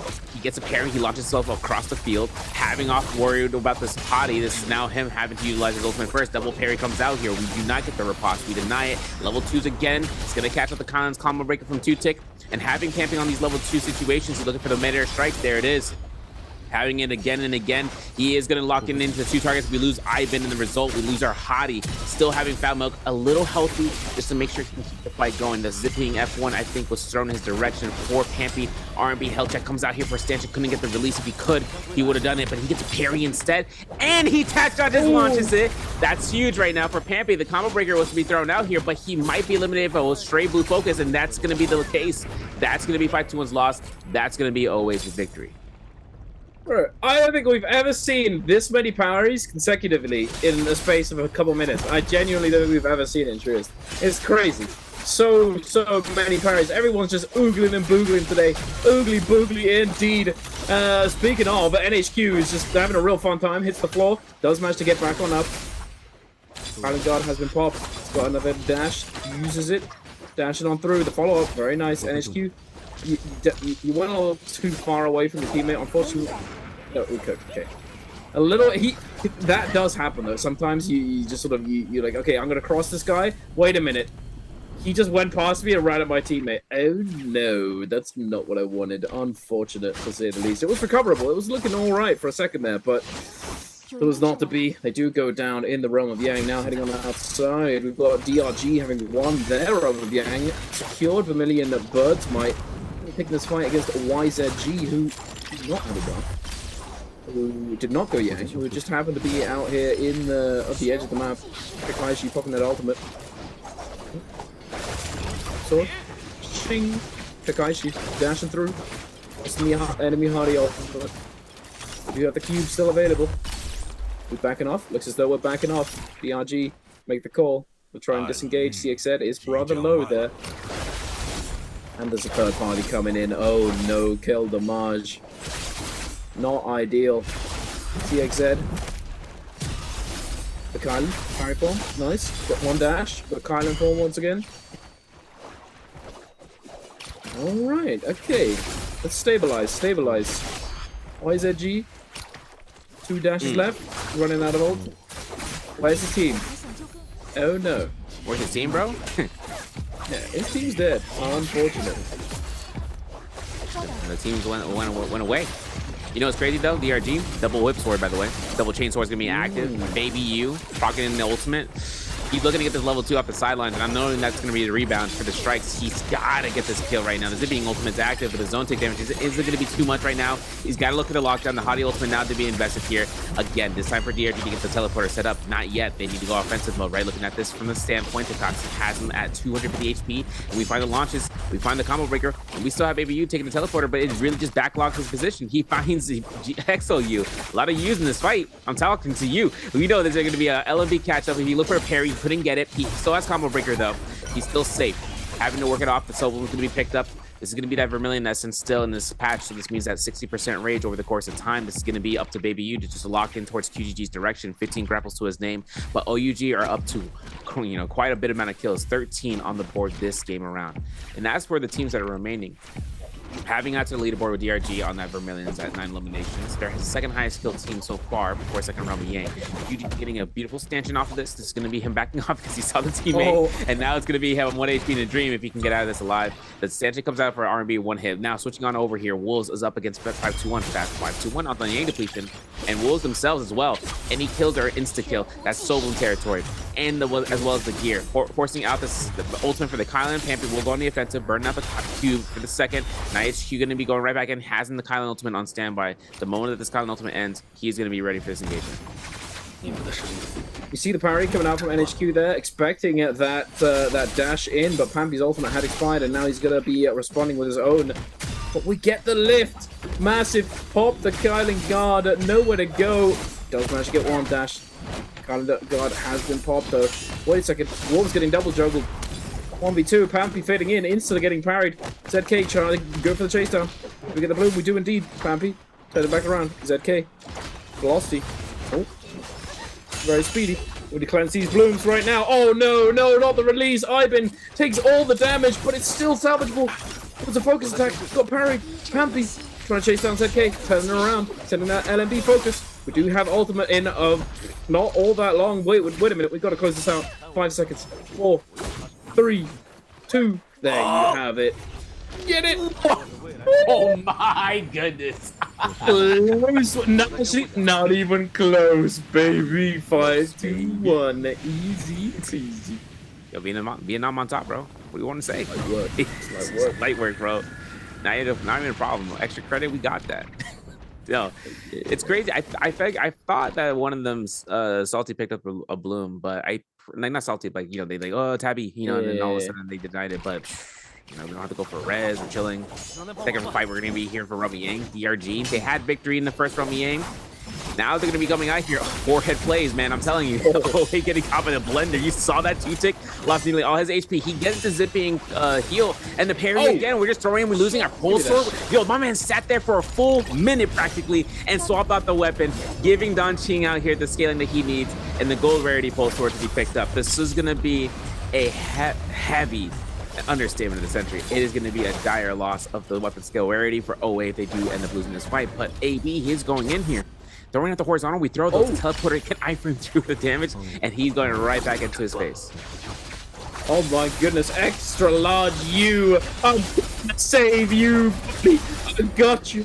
Get down, Mr. President. He was 1 HP, 3 people chasing him. Instantly knocked up by Dong Ching. Beautifully done, having held this ultimate for so long. But the enemy Kylan does have his up and available as well. Extra large you is in extra large danger, but no longer. Dong Ching coming in. Goes to the parry. Assassin's lunge to the back. Gets Peel, Kuga 2. Trying to make something happen here. Nice parry coming out from Kakaishi. But it might be a formality. Don't lose that pulse sword. Oh, he got it. Okay, he's alright. Alright, let's come on. Vanishing ceiling. 30 seconds to the clock. It's alright. It's alright. We got the car. Hey, we got that. We got the hardy ult just for good measure. Okay, guys. Okay, there we go. Settle down, mister. Settle down, Cuckoo 2. Get out of here. Now it looks as though JL in the opposing realm of Yang is going head-to-head with OUG, and I believe they may have just won. TXJ finding that those eliminations. That's definitely more than 2. Wait a minute. Wait, no, they're not outside. In Yang. Yeah, they're outside. They're taking down OUG in the background. Out in the boonies. On the spirit well. Wait a minute. Oh no, it could have been. It could have been. You know, I'm looking at this from the spirit well angle from SR's point of view because they were. No, right SR there, has Yang depletion. So yeah, no, JL would have taken out OUG naturally. Oh, natural. No, they took him out from the realm Yang. Wait, what? You know, SR, There's 3 SR Yangs. I'm confused. SR took the spirit well, right? They took the spirit well, and they're on the salvation shot. Yes. I want to look at the gear. I want to see the soul jades because I see a lot of golds. Let me see what's in their pockets. Yo, referee, press T. Oh, I want to see the soul jades. So we got a sap jade on Junk. Got him out here. He's got himself a repair roll and as well as an armor pierce on one Fong with a sunwing slow shot. By the way, it's blazing cyclone and a sin cleaver. Finally, we're getting the whip sword jades. For now, we have to see if the Sun Cleaver even gets utilized. You know, that Crouch LMB spam can be really strong. What I want to kind of think about is the Sap Jade. That's going to be huge strength in the numbers. It's a Dreadful Whale and XOU, I heard it, but it's also Desperation. He's going to see a Mortal Defiance. They gave it. I was wondering about that. I was like, give it to the Kylan because Desperation on him means that he's going to scale up tremendously if he's under half HP. And the Keelan Guard is also going to be a reason for that. It's going to have 4 seconds. True. He just goes crazy. But SR still. For sure, I feel like we give the Mortal Defiance to the Zipping, no? Because Zipping, you know, even though there's somewhat protected, got the Q, got the Nbpl. That Zipping goes down. That's not ideal. Yeah, she's plus they have, and then it sort of doubles up on the Mortal Defiance proc if they happen to get exploded with their ultimate after available. You know, not too bad. I don't know. I mean, it definitely helps with Kylan, but Kylan's already got immortality for a long time. You know, if Zipping's able to ult. If Zippy's able to survive, then she's going to be able to heal him back on up anyway. But regardless, we're going to take a look at the realm of Yang. It was inside the realm of Yang. JL up against OUG. SR did have Yang depletion still. I got really confused, but it's because they extended that Yang depletion timer by getting that getting that Mystic Might. Baby U junks back and forth. One Fang going down very, very low. Getting focused down by the enemy team. Baby U, it locked horns with junks right now. Going head to head. Boom. Slash. Dash. Crashing through Baby U with that Scale Rush going for the clank. Junks. Clank once again. Junks. Overhaul. Very nice. Face the parry. Nice little light pack. Get the half charge on the Junks. No combo break. They're dumping up. Oh! Big from Junks. Oh, big from Baby U, rather. I'm looking at this one Fong. Carrying the game. You think so? He hits it. Oh my goodness. Okay. Too clean.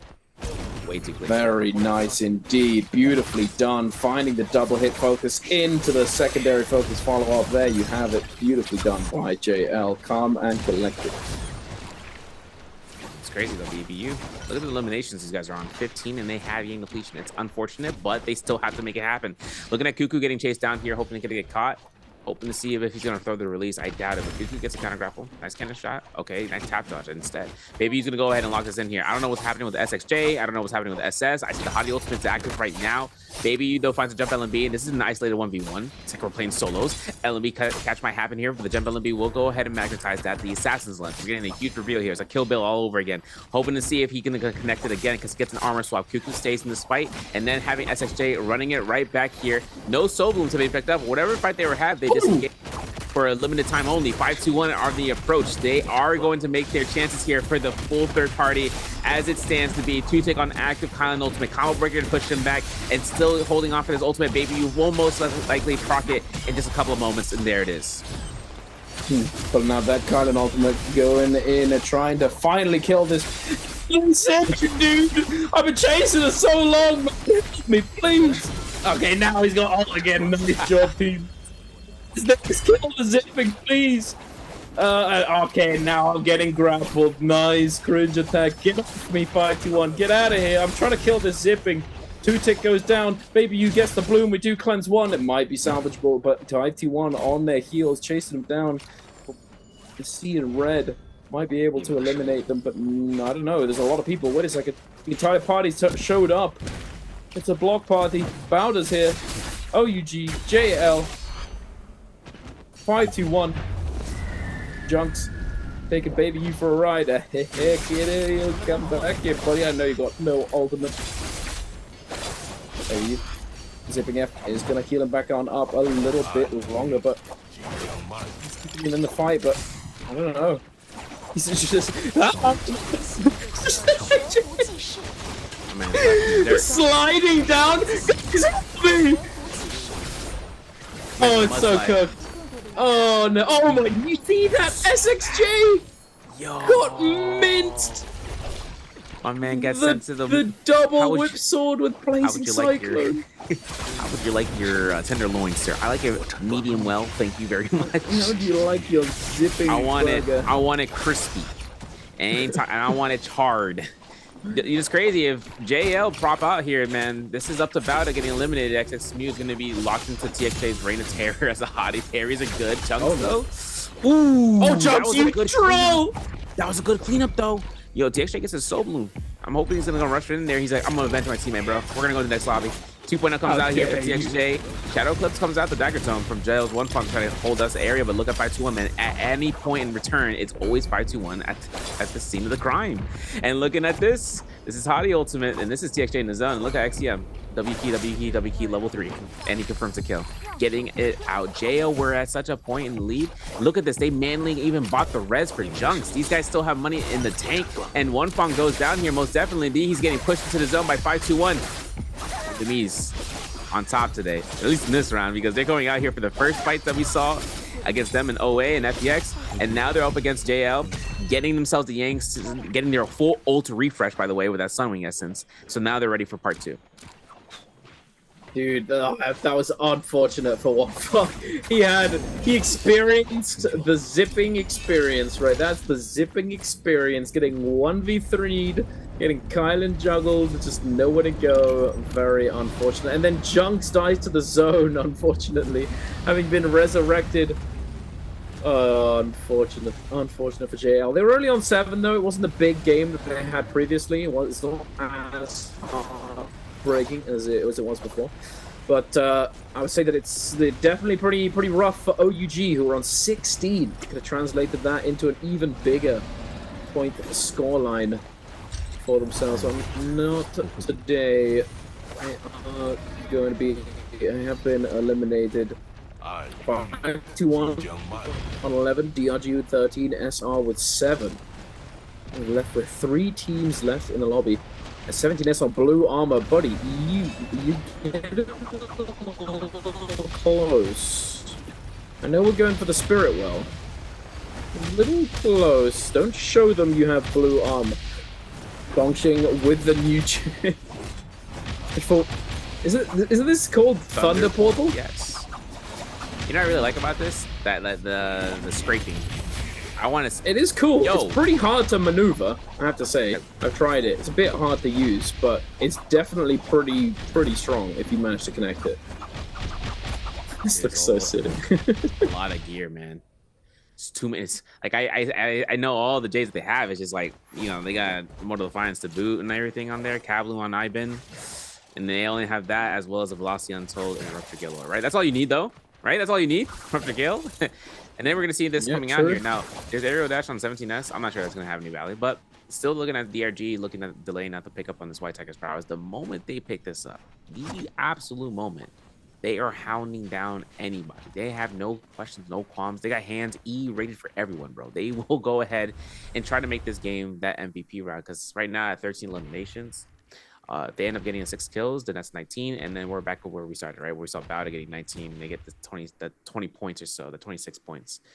So coming through in this area for the Yanks or for the Spirit Well in the last 4 minutes or so, once they go ahead and have this pick up here, 5-1, the only other stacked out of the team in this mix-up, at least for right now, Pampy having gold fist blades on that Kylan, as well as seeing it on to 17S, who on SR's end, they put on the Hottie.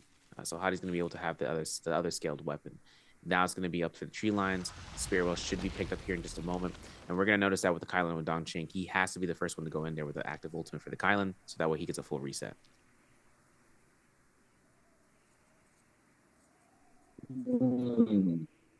Well, we definitely can tell that 521 and SR have become rather friendly with each other. Each team sort of wandering over, they're recognizing that DRG is essentially uncontestable on the Spirit Well, and knowing that if we run at each other, DRG is just going to take that Spirit Well, pop Kylan out before they do so, and run over here and just eviscerate all of us. So let's not run at each other, so that we can actually give each other the chance of winning the game and doing better. Big brain. Very nice. This is target selection, ladies and gentlemen. This is how it's done. Now, wait a second. Looks as though SR might be looking to try and encroach upon this territory. DRG does pop the cube, pops that ultimate, drops the cube down. Dongqing going to be pulling the trigger on that Kylan ultimate as well. It looks as though Zipping is the target. There you have it. Rico immediately running for the hills, trying his very best to disengage. Dongqing is going to try and chase down these players. He's looking for a target acquisition. Find the Zipping. Find the Zipping. There she is. The ult expires. Cube does get utilized by SR. DRG looking to reset. They have another set of ults to send out at a moment's notice. Having forced out the enemy Kylan ultimate is definitely a solid achievement. But wait a second, Kakaishi taking a lot of damage. Forced to use that ultimate 17S to chip him down a little bit more. The scale rushes into the sky. I can see it. I can see the dream. DRG Kakaishi is about to get knocked out of that Cardi ultimate. He does indeed. Dongqing getting a lot of damage sent his way.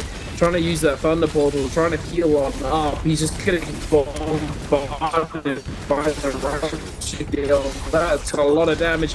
Big parry coming out from Kakaishi to knock away SR right there. Now Shay, he does so, knocking him into the zone, dashing through the little gondola right there. Beautifully done. Just weaving it, bending the bullet. Oh my goodness, Rico. Target acquired. Kill the Zipping. Scare rush in the top down, maybe coming out for Pampy. He could go for the last hits here if he can. That's going to be zone take damage. That's going to eliminate Dongqing. Due to 7 SR, they are going to pick up the kill. And as for Pampy right now, he's on level 2. He still has another couple seconds here. He goes upbound. He has the healing guard still available, so he can infinite slash here in a moment. See an XLU in the zone right there. He's probably going to go right back in there. As for SR, getting a reset tool. 3v2v2, if I'm not mistaken. This is down to the wire, hoping to see if whether or not Kakashi decides to drop down. That's why it is a 2v2. For him, though, it is going to be basically waiting this out as long as he can. Teleporters are taken. 9 seconds left to go on the clock here. Yeah, looking for the 1.0 off of that RMB for the pull, for the flip store, I should say. And then Combo Breaker invested pretty early on, but no ultimate on standby. Paul Money is going to be shredding his HP bar, sent to the zone. We see XOU getting Dreadful Whale here and hoping to see about this F1 for the Zipping to be thrown in the right position. There it is. Eliminations on the Y. Tiger's prowess. And there's another kill. That's Ivan. And that should be the remainder of the lobby here. Fatmail going to be going out here. Dreadful Whale gets parried. XOU getting away from that and even having the time to go ahead and stepping up into the cube. And this V1 Zipping could be the survival rate. And that is going to be why Tiger's potentially even expiring right at the moment. 5-2-1 go down. Multiplier acquired. And DRG almost knocked out. Comes back up as MVP. Beautifully done. I mean, it was definitely looking... It was a little sussy for a minute there. We saw one of them go down, a lot of them losing a lot of that effective health, all of those armors just getting shredded down. The sort of temporary alliance between 521 and SR right there, not to focus each other and to try and focus out DRG to give themselves the best chance of coming away with the victory, with the MVP. Almost took down DRG, but it was not enough. It was not enough to fell the titans of the lobby, and there you have it, DRG with the MVP skyrocketing up the leaderboard, contesting Bowder and JL at the tippy top of the mountain, looking to try and close the distance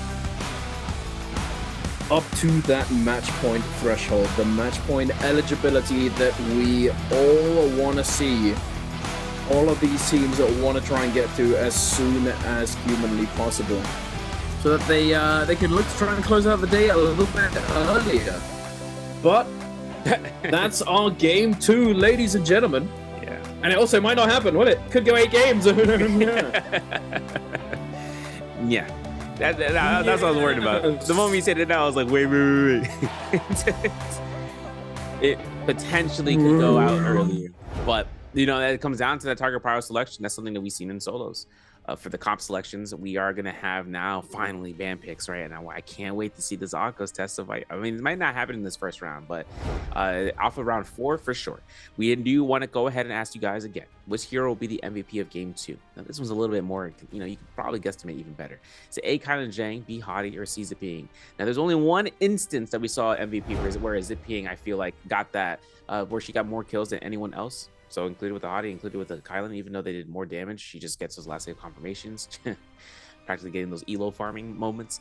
Now, the problem that comes out next is the 6 points, they're going to be activated. The players are now going to have points on their hero pick bans, which means that you're ending up going to see them choosing out a character that they've already played here today for the first 2 rounds. The moment that they bring them out there a 3rd time after round 3, that means they'd end up having to burn 3 points, and that's already half that. That's already half the value of what they have in the bank. So hoping to see what would end up going through. Some teams would end up utilizing a hero picks of a comp selection, such as the Viper, Syra, and the Justina. We've seen JL try to do that twice, and they don't get succeeded off of that. And that was mainly because they were in MVP status, and they knew they were going to get a lot of value off of that comp selection. But it's also going to be coming down towards the scoreboard, right? So who's at the top right now? Well, DRG is literally did what Bowda did last game with 19 kills with first place and taking 26.8 points. 17 points for OUG in second, 13.5 for 521.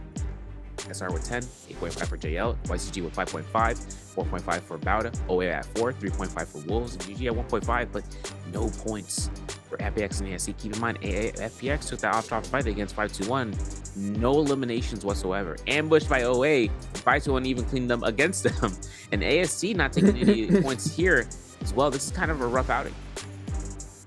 Yeah, absolutely. You know, we saw ASC pop off early on in the year. They've been, you know, across the board, trios and solos, they've been heavy hitters time and time again.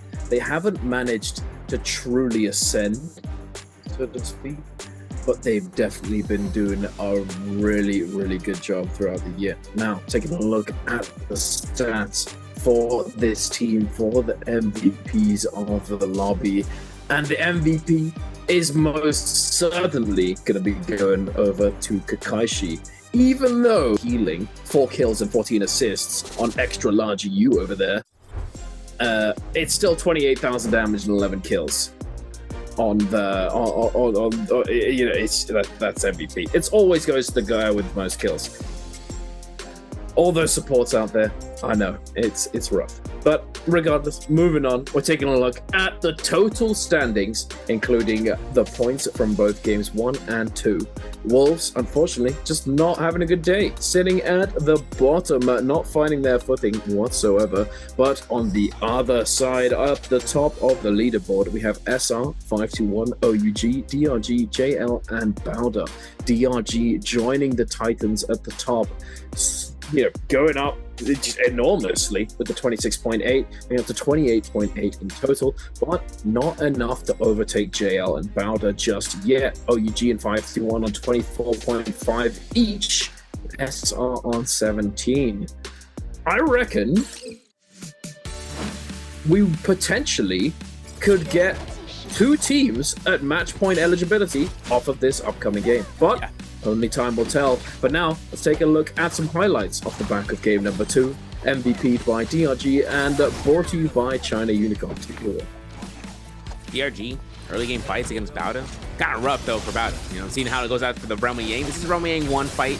Having these level 2s against SR though really put Don Chain in a great position. Seeing how the swipes got multi hits, right? Those multiple targets that he's able to get them lifted up, giving his team an opportunity to just turn out that damage, and you can see the result. Kakashi goes down, but we've already seen their opponents go down piece by piece, layer by layer, and Rico goes into second one eliminated. 17S, the final one to be out. Gold Pole Sword still in 17S's hands, though, from those earlier on the fights, what we saw at Salvation Podium. But in this next replay, these off-the-field fights, though, between them and YZG almost came to a position where DRG were a little bit in a weird spot, but the chase down was going to be had by OUG as well there. As for Bauda, and looking at DRG here for this with a Gold Pole Sword scaling, they were waiting out this White Tiger's prowess to Spearwell later on, but beforehand, they took the spot by their own, and then ending this out for XLU. There's Zippy having Dreadful Wailing, even having the ambition of Dreadful Wailing inside of the zone to guarantee denial of the zone. It just really put down to the works that they knew there was only one play they can go, and that's going to be up. And then especially since DRG won this, that's all they're heading up towards, the top of the leaderboard, and making it towards this as MVP this game with these final eliminations. The White Tiger's power is expiring here. They still had a time to go ahead with the match in the next 10 seconds to guarantee these last eliminations against 5-2-1. And of course, putting themselves out with a +1 and that multiplier. Beautifully done. That dreadful whale spam was definitely... I mean, to be honest with you, I feel like Zipping kind of might deserve MVP, to be honest with you. That was a lot that they managed to achieve with Dagger on that Zipping. A mountain of healing, but it is what it is. As per usual, we are going to see the player with the most eliminations getting that MVP. The Hardy in this case, Kakaishi with 11 kills, 28,000 damage, and surprisingly, actually the most damage, the majority of his damage, by a small margin, I may add, but still, coming out from his ultimate. Plume Blade doing 9,043 damage, and then Flying Knives being the second most with 8,646. He's got the Sap, he got the Blazing Cyclone, Palm Line. He's got max attack, by the way. 4 attack Jades, 2 damage reduction Jades with the Sap and the Venom Tip right there. That's a lot of damage. It's a lot of damage coming out from the Hardy right there. Very nicely done indeed. Able to clutch it up, securing that Spirit Well. And even though they were essentially, 3v6 towards the end there, they do manage to close it out in the end. But, ladies and gentlemen, before our third game of the day, we're going to be thrown over to a quick break before we continue. So don't go anywhere. We'll be right back.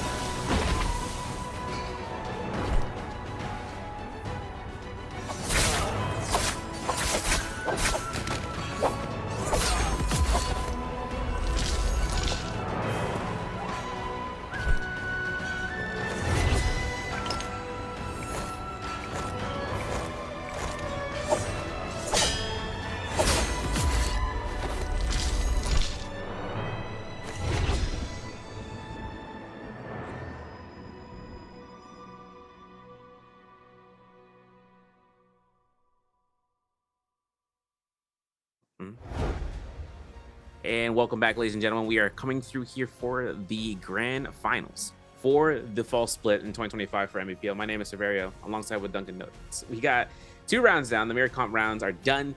The mirror pick rounds of the Kylan, the Zipping, and the Hottie just concluded. The first round being the Viper, the Syra, and the Justina for round 1. Where Bowder took MVP for round 1, DRG took Bowder MVP for round 2. Both teams ending up with the same MVP cost value of 26.8 points, a lot to get to that match point threshold of 47 points. They're going to get ever so much closer. And this next round is now where we're going to start the ban picks. The selections are going to be coming through here soon.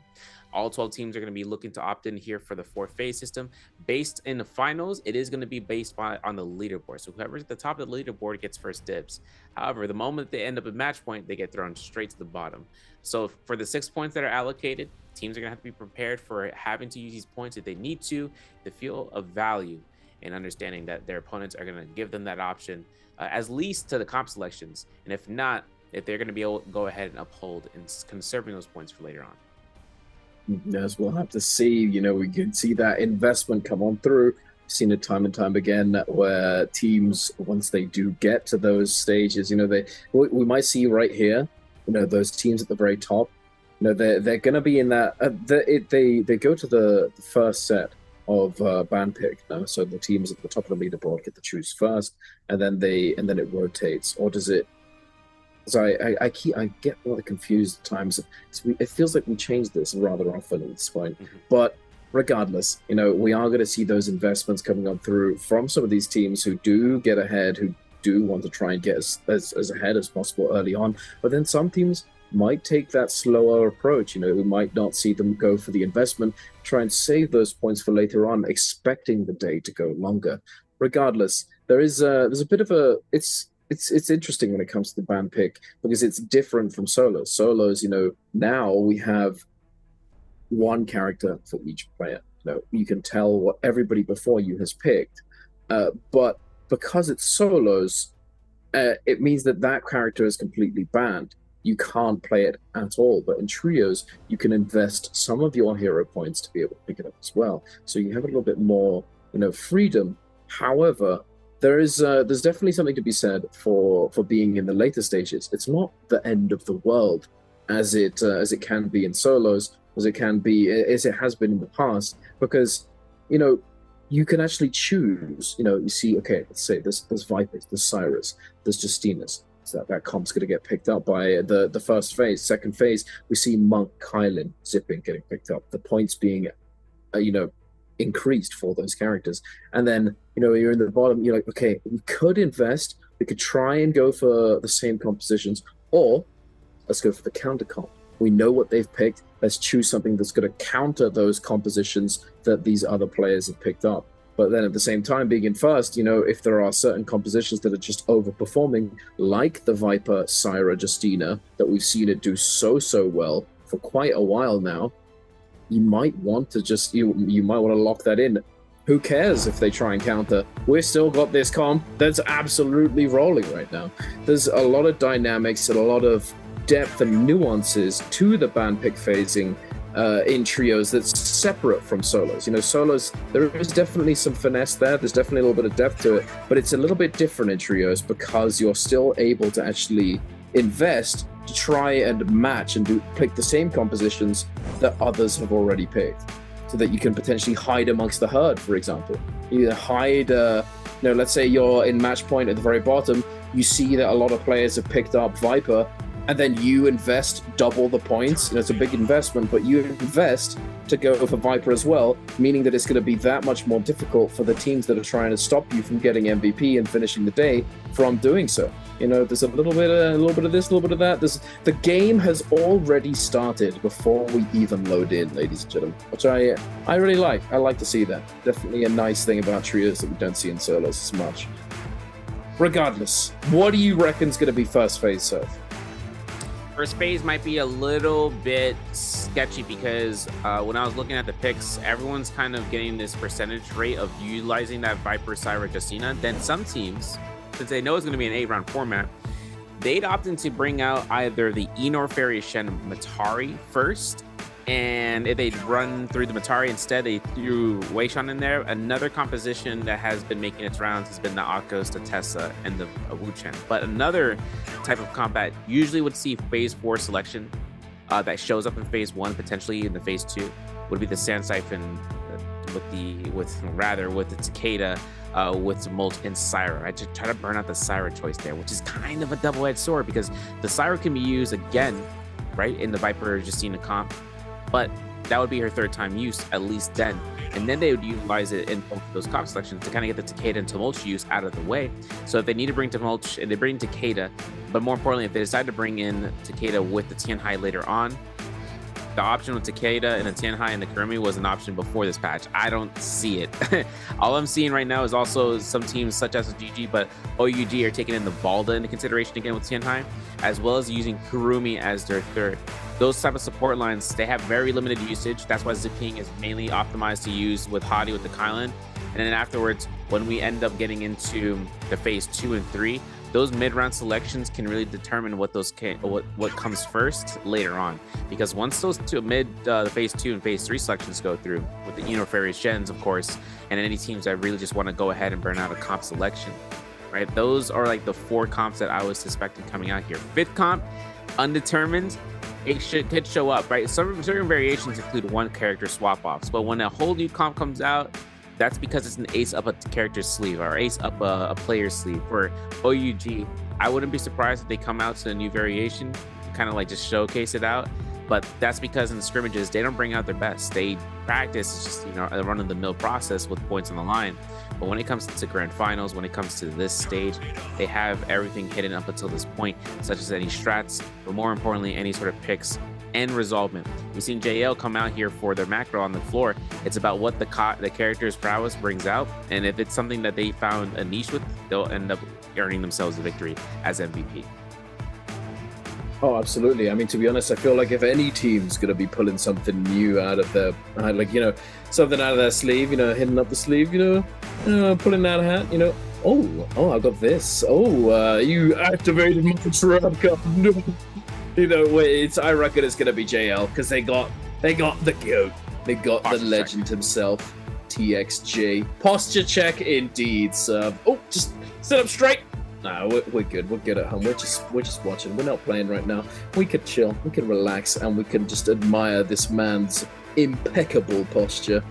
He is, he's just the pinnacle of NARAKA right there. That man, he's just the legend. But I reckon if it's going to be someone, it'll be Jaya. Also, one thing I wanted to talk about, it's going to be like, oh, here he goes again. But no. Reason now, Taka might make an appearance today. Now, the reason why is with the glyph changes, right? One of the really good things about Trios Taka is that V2 is definitely the way to go, right? V2 Taka is the way to go, meaning that you can get F1. F1's really good in Trios for sure, especially with all the stuff that's flying around. Makes it a lot easier to just not die and actually be useful. Fireball's nice, but it's like infinitely more difficult. And on a stage like this, you don't want to leave room for error. F1's going to be the way. We've seen it. We saw SR pull it out. We've seen a couple teams use it.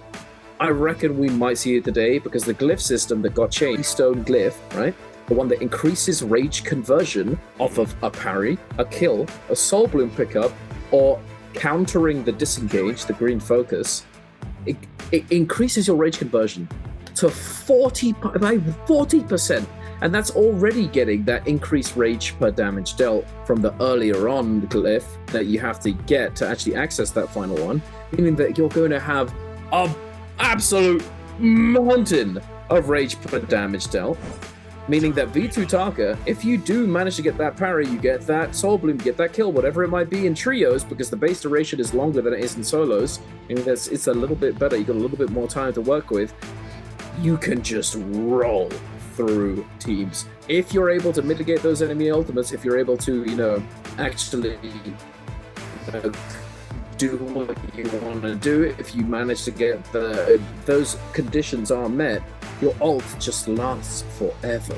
It just lasts so long, which is insanely useful for sure if you're able to actually keep it going. You know, the enemy ult rotation is down, Tarka's still an ult, we're kind of screwed, we need to run, but with two teammates by his side locking you down, it's pretty hard to move.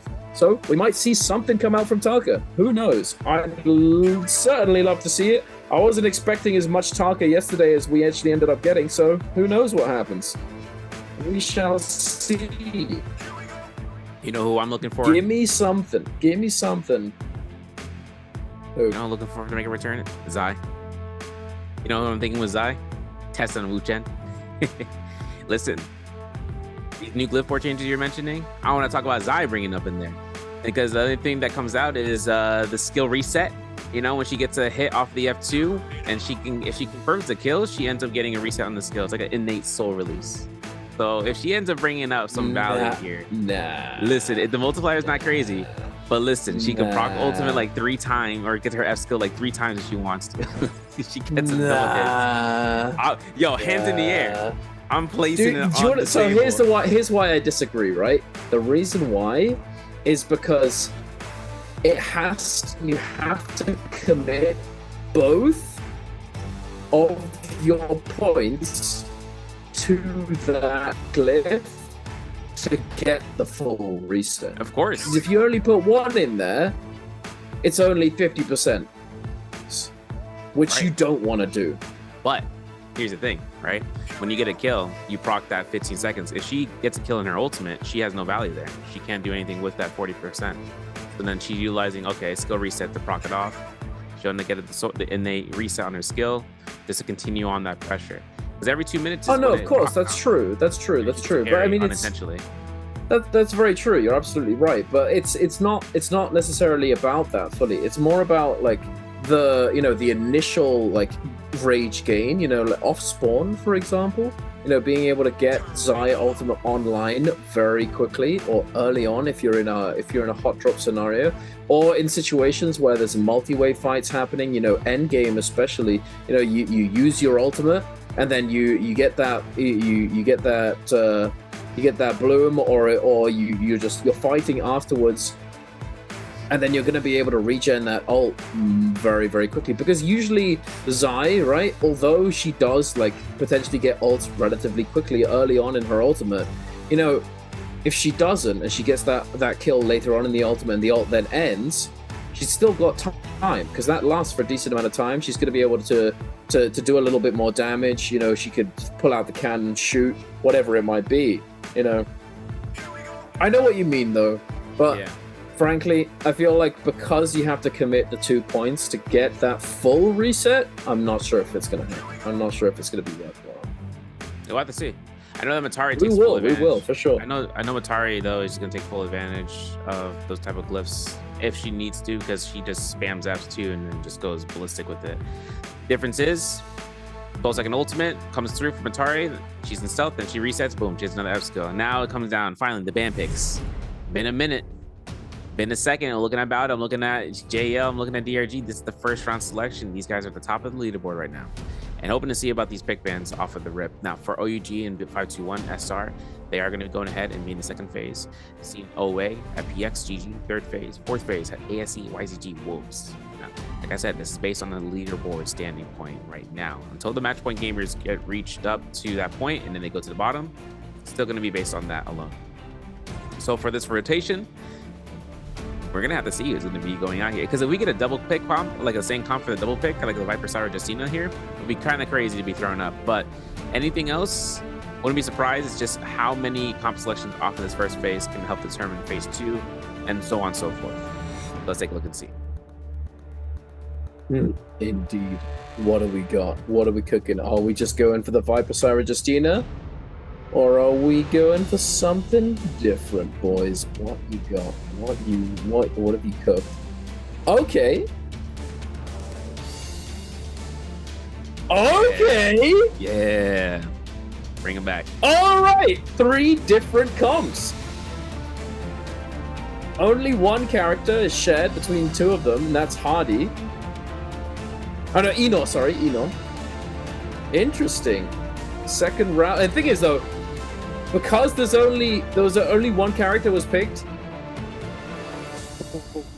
twice out of those 3, no character point increase has occurred, meaning that 1, second phase don't have to invest anything if they had wanted to, and 2, they have no idea what was picked in first phase. Yeah, that part. Yo, you see 5-1 though? Cooking, bro. DRG. You can imagine at this comp, they're gonna see the Akos and see the Viper and see the Tesla and see the Wu Chen band. You're like, wait a second. So now it comes down to it. Kind of gonna be coming down to FPX if they want to run this comp. This is a composition that they run. They also ran another variation, but they don't want to burn points, at least right now. The only option is gonna be Takeda's to mulch as an option. And even having that for GG, that's going to be the way for it. Justina hadn't been banned, as well as for the Syra, as well as the Viper. So OA takes the advantage there. And FPX, they can bring this up as well. So that'll be a point bans on each of those characters. Bringing us into the final phase. Seeing how the Takeda is banned on a +1, and as well as for the most Karumi is available, which means that Valda opportunity could be made with Tianhai. This is going to be where the Tianhai option selection, it can come out in this last phase. Transformers can just start to come through here as the Enor Wands and maybe some of the Fairy Shens, but at this point right now, all it's going to be coming down to is the Vajra state. And unless they want to burn points like XYZG do for the Enor Wand pick, they still have the Fairy Shen, they still have Matari as an available no point ban. The only 1 point invested so far. And honestly, I think Wolves and ASC should take the same route. If they go Tianhai, they're getting focus fired by the whole lobby. And then somehow ASC and Wolves decide to pick up the Tianhai. There will be something left for them if they end up going against each other in the Romiang, though. That's going to be an unfortunate circumstance. They're not going to be the only one. They're going to be going against toe-to-toe against one another. And if they don't get rid of that Yang depletion before that second Romiang, then that comp selection is going to get focus fired out. Kylan Zipping form is going to come out, and then seeing Enor Fairy Shen, that's going to be the mix-up for ASC. That's going to be the final round selection.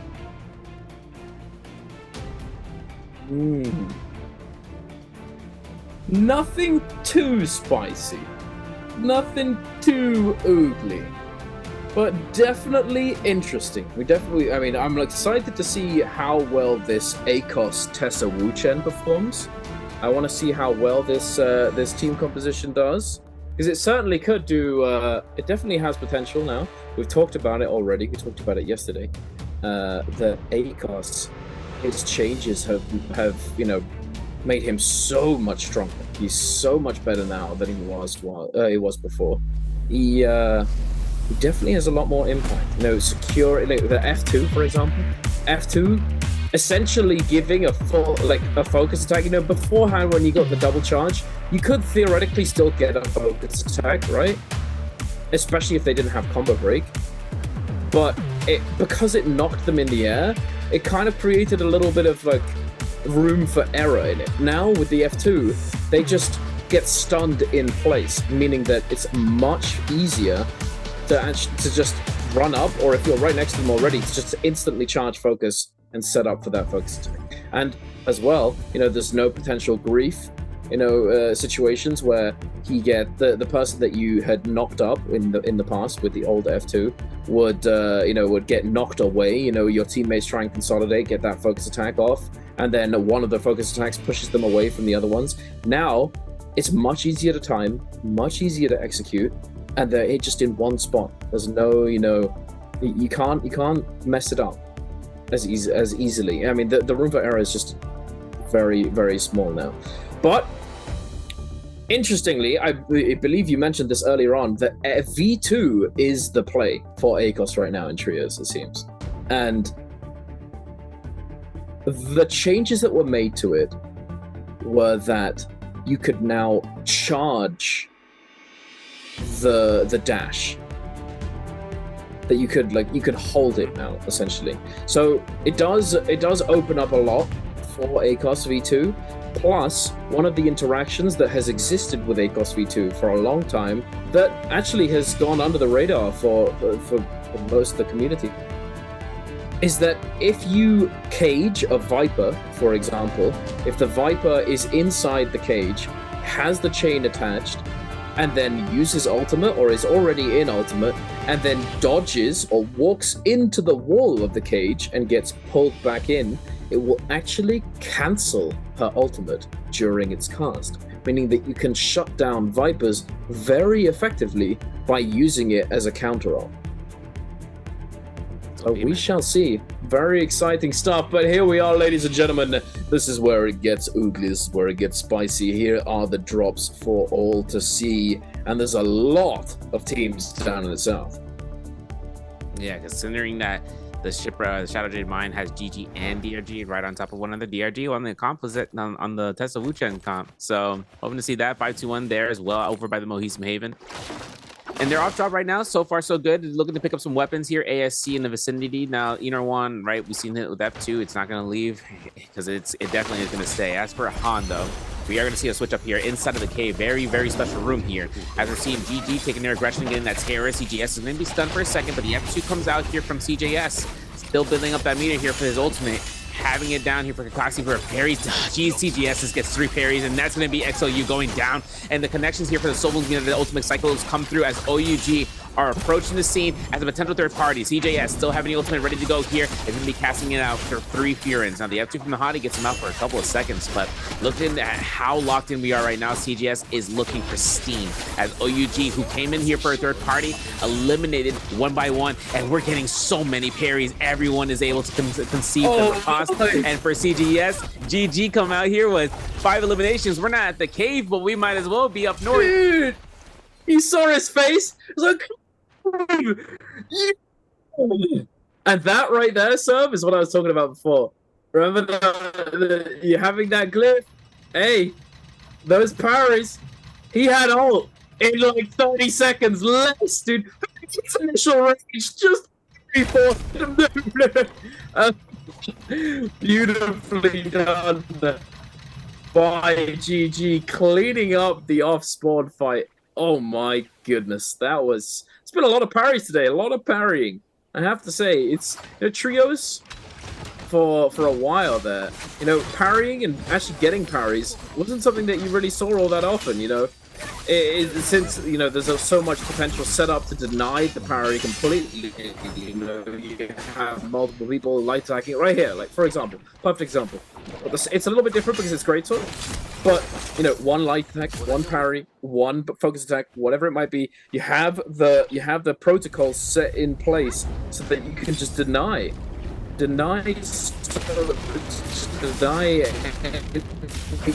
any possible counter. And but more and more parries today than we've ever really seen before. Fortune for DXJ though. Moonbane, YZG.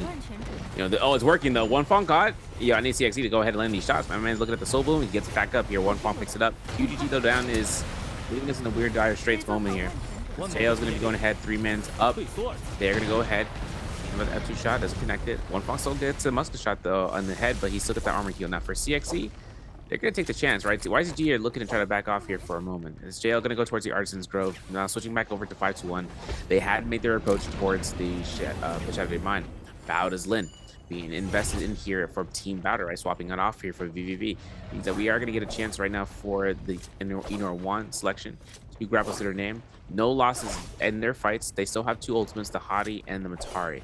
But as for the stand, they were trying to chase down 5-2-1, it seems, but that Wuchen port got them out of there. I'm not sure how many ultimates have been invested. I'm looking at Pampy at 0 age, but XCN gets shot by that one ballista shot, and Ivan gets the elimination as a result. Fat Milk going ahead with a great grapple into this R&B. No, he goes for the horizontal. Great, because that's a double elimination. 5-2-1 turning this up here, but for Ivan going ahead and getting eliminated, we are not far away from the other teams, right? ASC in the outskirts here, and using Ballista here to protect. It's got to be mindful. Getting a connection off that hit would be kind of surprising from this range, but as it stands, 5-2-1 getting the back up as ASC make their approach. What I'm curious about right now, whether or not GG had lost their fights up against inside of the ship, Shadow Jade Mine, because ASC are coming out of here with no eliminations. Out of this entire area to conceive over by the Sigma mine, the double ballista shot. ASC Shaolin just hits those, and Pampy in the back line is gonna go ahead and back off for his teammate as he goes into Soul Form. Yeah, I'm not touching that, buddy. I told you there's a ballista. That's your fault. Oh, but a double tap, the 2 tap. Just double tap. Kablam. Beautiful. Quick kill. Quick and clean. Very nice indeed. But speaking of kills, let's take a look at the scoreboard. 3 kills for Wolves, 1 for ASE, 5 for GG. I mean, off that drop, they just went crazy. OUG with 1, 521 with 3, JL with 1, and Barber with 2. I feel like this is definitely fewer kills than we've been getting early on in the previous games. But yeah, we'll have to see. The chaos might ensue very soon. We'll have to see. But one thing that's for sure is that SR is absurdly stacked. Triple purple armor. And again, look, GG. I mean, GG, they got the most monstrous off spawn ever. You're kind of expected to have the crazy loot. They got the loot, the entirety of Shattered Minds to themselves. Actually insane how well they managed to play it out there early on. I got this. Let me go. I can't. Okay, I got off. I'm off it. My bad. Let me pull that ultimate for you, buddy. CJS getting knocked about. The Matari ult, the Enoch ult, the Ferry ultimate. So much triple ult dump, but it's not enough to take down GG. Zhao Wen is going to be eliminated right there. He goes down. The Matari, no combo break, no nothing. He goes down. But DRG coming in from the sidelines, dropping in, getting on that ballista, being disruptive. The disruptive force that is going to ruin ASE right here. And they were already in a dire spot, having lost one of their players. But they lose yet another. ASE do still have 1 player alive, and I believe there is a res for one of them, at the very least. They can go into soul form, I believe. YZG also, I believe, in the kill feed, we saw one of them go down to JL. I'm not sure where that fight is taking place, but right now we've got DRG going. OUGs come to join the party. DRG, they've got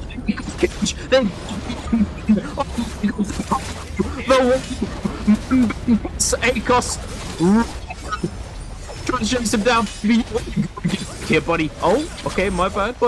Okay, I see you. Cube out of here. Alright, fair enough. Valid. He's out. Oh, no, maybe not. Got the Kylie dashes coming on through. Extra large U forced to back off. We've got the Wu Chen ult ready to go at a moment's notice. Alright, we calmed down a little bit now. We were stressing. It's all good now. We are fine. Calm and collected. Wait a second. As I say it.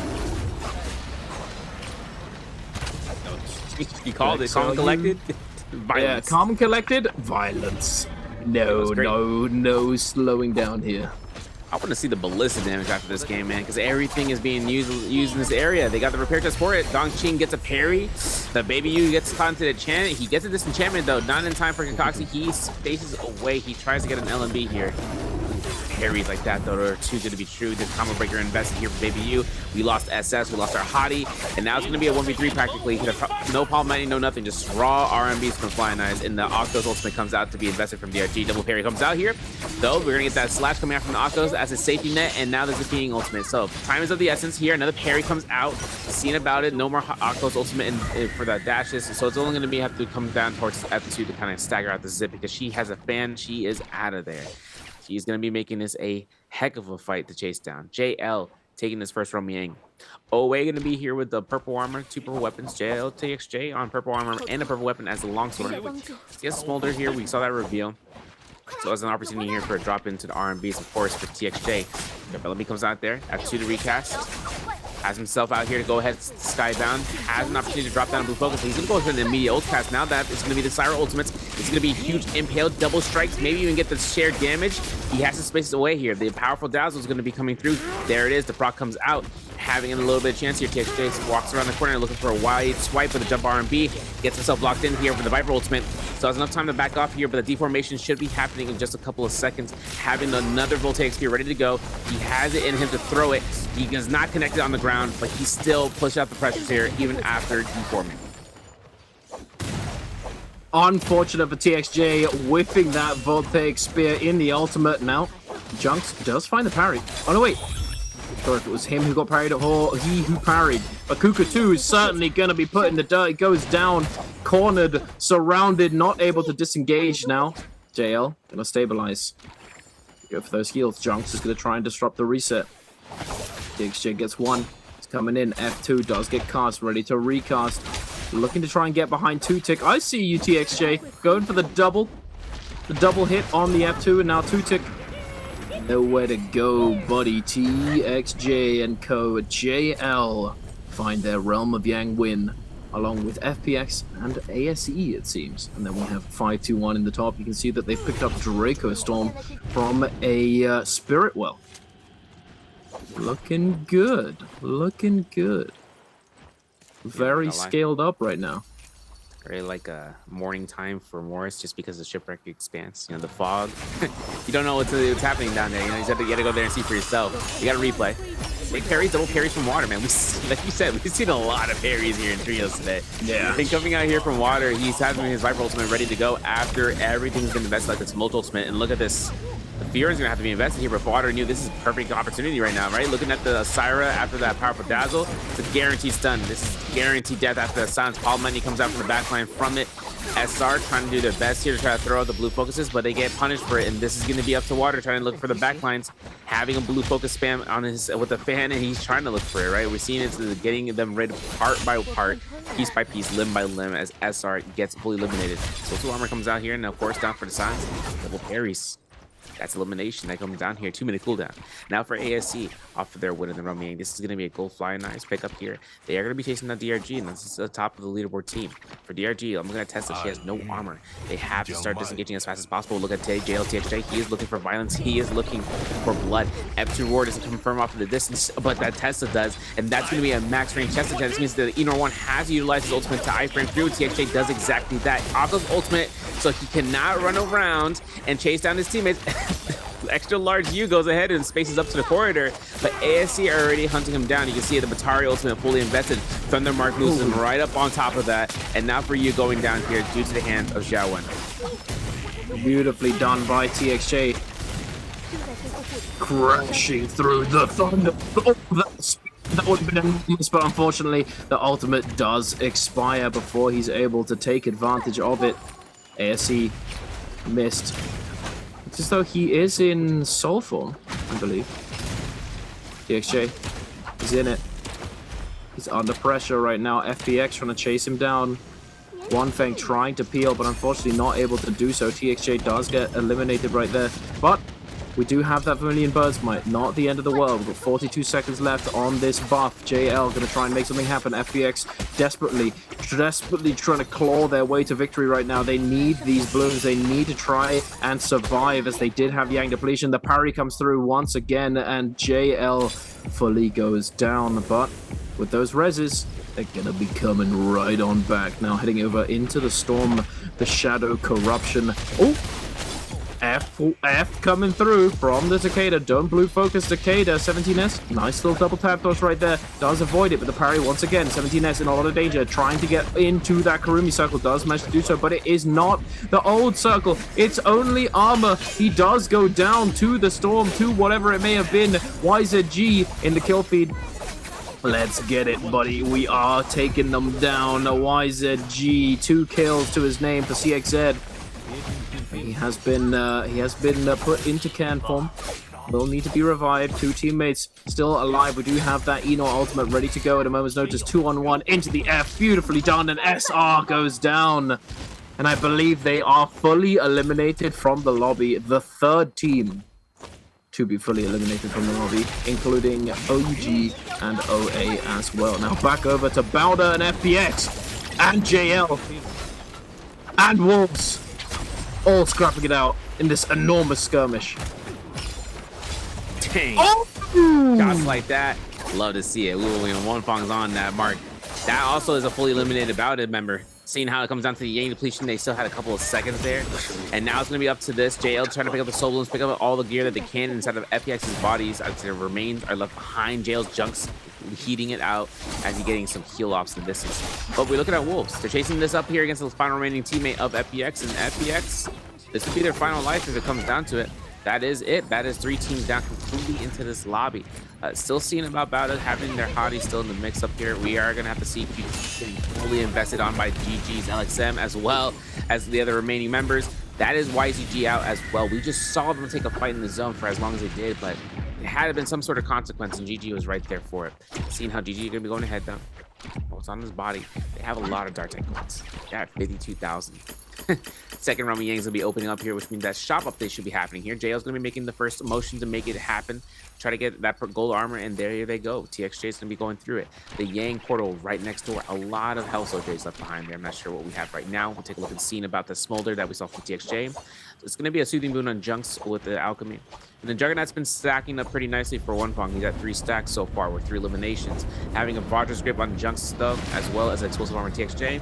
If this next round fight is really going to be determined by the victory if it comes down to gear difference, at least to see if the other team that they end up going up against, like Team Wolves, they have enough in the kit to kind of settle this out. It's a mirror comp matchup. And man, let me tell you something. Group kill on you, it's going to be something that's going to be out-sustaining, but 9 HQ on that pole sword will mean that if he ends up pulling it out, it's having a blistering edge attached to it. JL taking their approach up here to the sky. Hoping to see about drop that R&B. You know, TXJ is clean for it. But it's also by the times the Inner One ultimates. He catches the F2. He gets the Thunderblade. He goes ahead and recatches it. Beautifully, nicely done. And Proxy ultimate as a result, and as well as a Hottie to go ahead and invest this down. Oh, big. Almost got the combo right there, but the cube is going to save him. TXJ does find it. Big damage. NHQ forced to pop that ultimate. Needs to get out of there. Needs to get that immortality going. The zipping ultimate has been popped to try and keep him alive as well. Junks holding onto that Syra ultimate just for a little bit longer, and there you have it. It does come on out, but interestingly, it is the V1. It's the old Syra. The Syra that we have, that we only really see in solos right now. In trios, we've been seeing V2 become much more prevalent, become the ultimate on the block. But V1, finding the dazzles. Get a little bit of follow-up. NHQ goes for the combo break. TXJ hitting the back right there. I see a gold nannies. I'm not sure who picked it up. But regardless, U is going to be going down. The zipping target has been acquired. Another beautiful parry coming out. TXJ. Oh! We're getting all the gold weapons right here, buddy. Delicious. Very nice. Is that... Okay, no. I thought it was a double chainsword, but no. It's one chainsword and one longsword. And a hang sword now. Triple gold weapon. Let's get it. Perfect. Can't wait. And they also got themselves a Sap Jade, by the way. So this is going to be a pickup. It's legendary. And now up towards ASC, KRG. They're fighting at Shipwreck Expanse, and it's looking like an angle where I think that Tessa missed the ultimate. Not too sure. We are going to see a chance right now for the Inner One ultimates to come through as Han goes out, having that voltaic, throws it up. Doesn't get a Thunder Mark yet. He's making sure he can get Kakashi as a result in this corner. He's not getting anything, though. No Thunder Marks, but the Thunder Mark applies. Kakashi should get ported out here, thankfully, from their Wu Chen. It's a matter of locating them, and I don't even see what light direction they came from, so it is an actually perfect disengagement for that Wu Chen to get that team out. So hoping to see about those ultimates invested. We still have one, right? Utari has been saved. Xiao Wen not having an issue here. DRG actually pushing all the way towards Council Courtyard with that disengagement. And then giving themselves one more ultimate cast for Kakashi for good measure as a Tessa. But since we invested the Wu Chen and the Hottie ultimate, or the Octopus side, this is going to be a pace right now for them to slowly get that rate per second. As it's also up to 5-2-1 at Artisan's Grove. Hopefully not get, you know, they kept out of the zone here with Team Bowda's XCM, who has been trying to survive for as long as he can. But since Bowda got eliminated pretty early on with Lin as well as NY7, with only 5 eliminations, just 10 points shy of that match point. JL right now are at 42 points, 5 points away from reaching match point after the next round, if they can reach into that mark. Yeah, they could certainly manage it. DRG also up there, but still a little ways to go. Now that we've gotten to this, we're in the eye of the storm right now, ladies and gentlemen. It's about to be very chaotic once again, I believe. JL going through the rotations. They've got the Mystic Might. They've got the Jade set up. Double golden armor, golden nunchucks. Oh my goodness. They are cooking. Right now, yeah. You know, it's crazy too that they got themselves out here blazing the Cyclone, so they do have that wait a sword second. out there for that. XCM.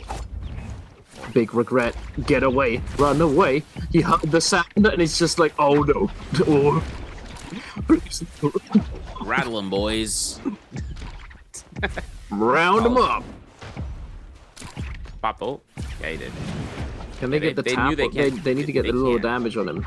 They tried, but they have single hit projectile weapons, right? Musket and bow. Yeah, it's not going to be easy. That a pistol would have been able to like hopefully confirm it. The tree line though says otherwise. Still though, for XCM, he doesn't know how deep they'd really want to take this investment for the chase down. It's just that he doesn't even have a chance of finding any Reaper charms. And now that risk, the weakness escalation kicks in, I mean, it's only going to be a matter of time. He can get back in the zone, but I just don't think it's going to be valuable. I think he ends up going back in the zone. He might give a +1 for a team that doesn't deserve it. It's more about a team that if he gives a +1, that's them 1 point closer to that match point. In that case, it was the worst possible team. That was JL. But as the opportunity arises later on for the next round for Bauda, 5-2-1 taking their chances right now. It's getting pelted out here by JL's Johnson. Just a little club tap here. Seeing how Bauda is going to go ahead, apparently getting a Reaper charm. So we're not out of the fight. He just res one of his teammates. We'll have to see how that comes out here. To be continued. At the Gamma Mine, though, DRG and ASC are out for hunts on each other. The Spirit Well should be showing up here. There it is, Draco Storm. So for right now, the Yang Spirit line to be announced, named, finalized, Part 2, Electric Boogaloo. This is going to be the next position right now where we see Wolves going to be contesting out with that Yang depletion. And unfortunately for them, this isn't going to cleanse them of their Yang depletion, but it will extend the duration. It'll give them more time to play with. But that being said, are they going to be able to actually secure it? Because we've got JL encroaching on this spot, trying to assert dominance, jumping in. Got that Farrier ultimate unlocked. Junks also with that golden armor, blistering edge, just sending them like hotcakes. Boom. NHQ. He's very happy to send them right on out there. TXJ looking for the angle. He's trying to find a way in. One Feng's ultimate is about to expire. Does get bursted down. No health left on that mech. We do have ZK in that ultimate now as well. Wolves taking One Feng very, very low. The silence does come through. The F2 from the Farrier. TXJ dropping his armor to try and keep his teammate alive. Popping that ultimate now. Going to be in the Thunder Lord form. Going to try and find something. NHQ gonna get hit by the combo. Shut that Kylan down. Beam him into the floor. But the F is going to come on through. I believe that may have also been group heal coming out from Wolves U. Another Impale. Electric Kebab. Extra spicy, but Wolves, unfortunately, they have been stalled out long enough, and there you have it. They do go down to the Yang depletion, giving kill credit, or at least for one or two of them, over to JL. And unfortunately, while this was all occurring, JL did receive the Yang depletion affliction, as ASE were able to secure that Yang Spirit Well. And it looks like they're going to try. I think they might... No, they're not going to bother, I think, right? I was thinking maybe they try and get that Spirit Well over there, but the zone pushing them out, they're not going to be able to stay there. The zone's going to do way too much damage, and with Corruption 4, no healing in the zone, in that Corruption. It's not going to happen. It's not going to work. Yeah, and the flag's there, but the thing is that Yang Spirit Well is kind of in a rough spot. They can't really contest it out. They have no ultimates online either. So it comes down to this. The next Spirit Well will reset a timer. It's just a matter of what they're going to be doing next. You can see the Yang Spirit Well right north of that in the zone, right? And that's really out there. So you really don't want to see that 10 seconds in there. And then, yeah, sure, they get a health reset. It's just that the other teams are peering into the void. You know, they can see them, you know, with two eyes, you know, pointing towards it, and then that's going to be a lockdown. But for right now, right, that's only a what-if situation in their eyes, their minds. As for ASC right now, this Yang Spirit Well buff that they have, put a you know, a lock in the lobby for them. 3 kills that they earned this round, this game, and they still have around. I mean, if they decide to get the, you know, if it comes down to getting eliminations, they may or may not even get just themselves to the halfway point on the leaderboard. I mean, that's just coming down to passing out FPX, because their game 1 and 2 wasn't so, you know, it wasn't incredible for what you would hope to see. But then again, this game could be that turnaround game. We've always mentioned about it. Any round happens. DRG, for instance, for an extra large U, having the Yako's ultimate on standby. And as for 5-2-1, they are stacked out on their minds as well. Dragon-like might is something that we've seen them have on their build. So for Pampe, if he gets a launch up there, that is also free real estate for a Tesla to get that enchant to come through. Draco Storm Spirit Well is going to be spawning in here. The time is of 9. It is up to JL for them in the next 2 minutes to start building this up. It looks like they're going to take their attempt here, if they can, to just go straight towards his Spirit Well. And since rage per second is clicking over time, it is also going to be up to the benefit of giving that beacon from One Fong to TXJ. leaving him in the field, and then having Junks having that ultimate on the Syra. Thunderstorm has been something that we've seen TXJ have. He hasn't utilized it, but the Smolder, the Assassin's Lunge, for sure, and that's going to be those weapon selections. And that group heal you're mentioning that is on one Fong, he is the wielder of it, as the Fairy is Shen. And now it's time for the Spirit Well. 5-2-1 taking their approach, dropping their beacons here. JL will go ahead with the preemptive notion of getting right into the mix. They will indeed. One Feng committing that Farrier ultimate right here. Junks. He does have the flag, interestingly. I'm not sure what he's really doing with it at the moment, but regardless, it looks as though the trigger has been pulled. No patience here. We're sending it. The ACOS ultimate, the Tessa ultimate is going to be coming out to play. One Feng eating a lot of damage coming through. The ACOS cage keeping him down. Stay, buddy. You ain't going nowhere. But it's only the one chain pullback. Junks still in that Syra ultimate, looking to potentially peel. Try and find something. Trying to create a little bit of space for a teammates. ASE going to be trying their hand at getting getting themselves onto the Spirit Well. But oh my goodness, Pampy taking so much damage. Forced to pop that ACOS ultimate. He's not a combo breaker, but he's going to be locking down all these players. TXJ is going to be using that ultimate as well. The Thunderlord is coming out to play. He's going to try and find that swipe, try and find that jump RMB, but can he manage it? Jumps up to the sky as high as he can. Does manage to mitigate that charm, avoiding a lot of potential damage that could have come his way, but it's not going to matter for him. Jumping all the way up there, very nice indeed. Jump down, up and around. Frog, the frog kebab man. Oh my goodness, TXJ. 15 seconds on the clock. He needs to try and stay inside that Spirit Well. They need to make it happen, but I'm not sure if they're going to be able to do so. Junks does get knocked out. 5, 4, 3, 2, 1. It's not gonna happen. And JL have 2 players fully eliminated right there, and the third follows suit. Bowder, JL both eliminated, and now we're down to 3 teams left in the lobby. Seeing how DRG needing only a couple points here or there, they need to start going ahead and start going mad aggro, but there's going to be Ibang getting caught by the Tessin Chant. Double tap dodge is going to be good. The Wu Chen Force is going to get him out for a temporary moment. Now, Pampy has the ACOS ultimate ready to go here. If anyone wants to push him up, they'll go through it, but look at DRG, man. This is Spirit Well buff. This is Draco Storm. They have full value. 5-2-1 new. They can't give this to them, so there's going to be Pampy's ultimate on the ACOS. He's just going to pop him out here, the Palm Lightning, having the longsword come out here. XL is going to go ahead, get caught by the Merciless Havoc, and launch again to it, and that's a turnaround. That's exactly what 5-2-1 needs to go through, and they melt out DRG as a result. 5-2-1 going for that one Wu Chen port might have concealed the deal. This is up to them to get these next couple of kills, and of course the Dragon-like Might comes in clutch because it's going to knock him into the zone, and the Feather Descent injury to boot. 5-2-1 coming through as MVP into game 3. Absolutely huge. That time, the Merciless.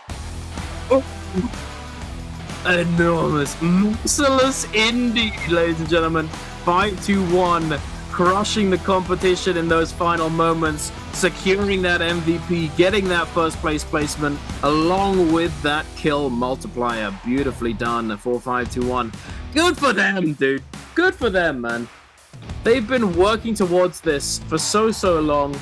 They've when they first joined Nbpl, when they first made their appearance, their debut, you know, they did all right the first week, and then everybody figured them out, and they instantly did not have fun anymore.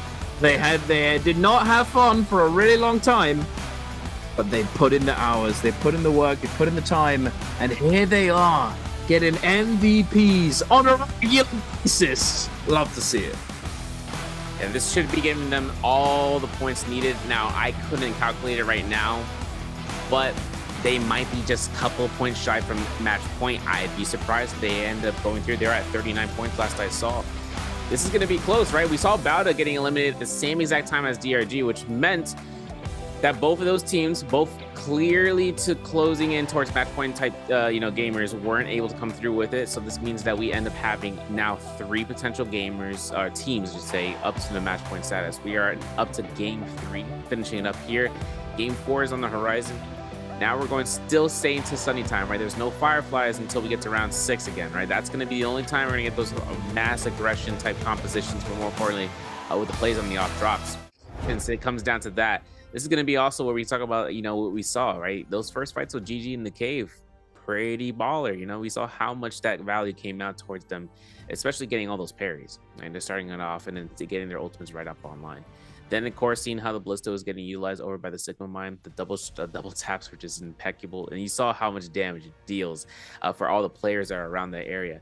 Now, keep in mind, 521 was nearby in that vicinity. We saw them getting chased down a little bit from the Inner Ones and kind of getting a chance on eliminating their foes. Coming back into this final round, getting as much gear as they were able to get off the second Roman Yang meant that they were able to concede that whole entire round to their own. So, having this to 521's benefit, this is going to be giving them a little bit good oomph. This also guarantees them to be in the first phase if they haven't reached match point yet. So for next round, they can just start selecting a comp that best works for them. They don't have to burn any points for it.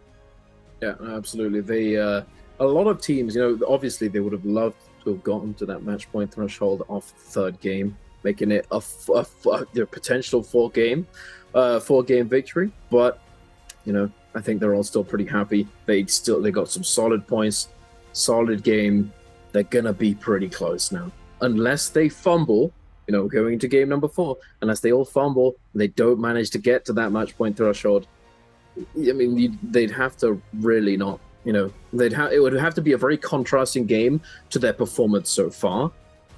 So they could definitely manage it, and we could see multiple teams. I thought we might see 2 going into a match point threshold off the back of game number 3, but no. JL got shut down. They were in the lead. They had 13 kills. They were looking good, but they just couldn't hold down the Spirit Well right there. They didn't make the decision to go for the flag early enough. They got caught up fighting wolves. They did get a kill out of it, and they cleansed 1, but it just wasn't enough to keep them in it. Regardless, 5-1, enormous game, 14 kills, first place finish, 20.8 in total. And then JL, even though they got knocked out a little bit earlier, still securing second right there. Now, the stats. Healing, 15,000 for Fat Milk, 4 kills, 7 assists, 7 kills for Pampy, 4 assists, 3 kills for Ibin, 9 assists. That Tessa setting up for Pampy, for Fat Milk to come in, do the damage, get those eliminations. Mainly Pampy on the ACOS with the V2 F2. I'm not gonna lie, didn't expect. I have to say, if you told me a month or 2 ago we're gonna see ACOS V2 come in and just dominate and cook, I wouldn't have. I think you were a bit mad. You know, it gets played in the global, but you know, it's a little goofy, a little funny, a little hee hee ha ha. You know, aha, we got the wombo, but I didn't expect it here. Regardless, 5-1, number 1 right now. Oh yeah, overtaking JL. Solid performance. Hey, 5-1. Let them cook. Am I right, sir? Let them cook. Yo, you know what's crazy too is that their game 2, that off drop, it was make or break. I feel like at that point in Holoroth, and they did good work that round too. 13.5 was their nearest highest game, but now at 20.8 points. 5-1, the closest team towards match point, 2 kills practically to get them to that stage. And then 2.5 for JL. We'll have to see, please. Got some clips on highlights brought to you by China Unicom. The first fight, you know how violent it was. Inciting behavior here from GG's. We saw CJS getting as much pressure as much as possible, getting caught by the Terror. It wasn't enough for him to say otherwise. His F1 was able to go through it for the tackle, for the somersault. He's still getting Kakaxi out here and finding parries on his own. That's when he started building up the damage and the rage damage dealt, and then starting getting that ultimate online. Soulboom pick up there meant that he got that tick per second, giving a little bit more blue focuses to Warrior for the other opponents, and still having a chance of burning their combo breakers after he can more parries. My man just goes in. He's like, yo, how about a couple more? Bing! And then he goes ahead and throws it out here for the jump, and then the Fury Blast is ready to go. His teammates are ready to go ahead and finish up the job, and he just keeps cycling it out here over and over. These fights led out here where OUG spawned. They were a little bit up higher, but they went straight to this cave, not realizing the violence that they're about to inhibit from GG.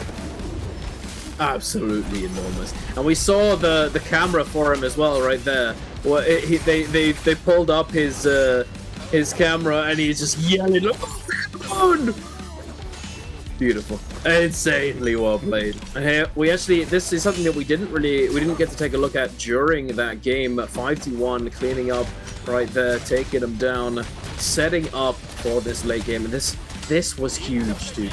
Ibin getting that merciless, knocking them into the wall, and then it gets followed up by the palm lightning. Oh my goodness, they had nowhere to go. You know, ACOS doesn't have ACOS V2 isn't a combo break like it is for V1. It's another like a variation setup where you just don't have a combo breaker at all and able to take full advantage of it. Really, really nice. 5-2-1. I love these little highlight reel thingies now that we've introduced as of yesterday. It's cool. Hey, look at yeah, it's me. Yeah, number 1. Love it. But hey, here we go. We got the ACOS MVP as expected.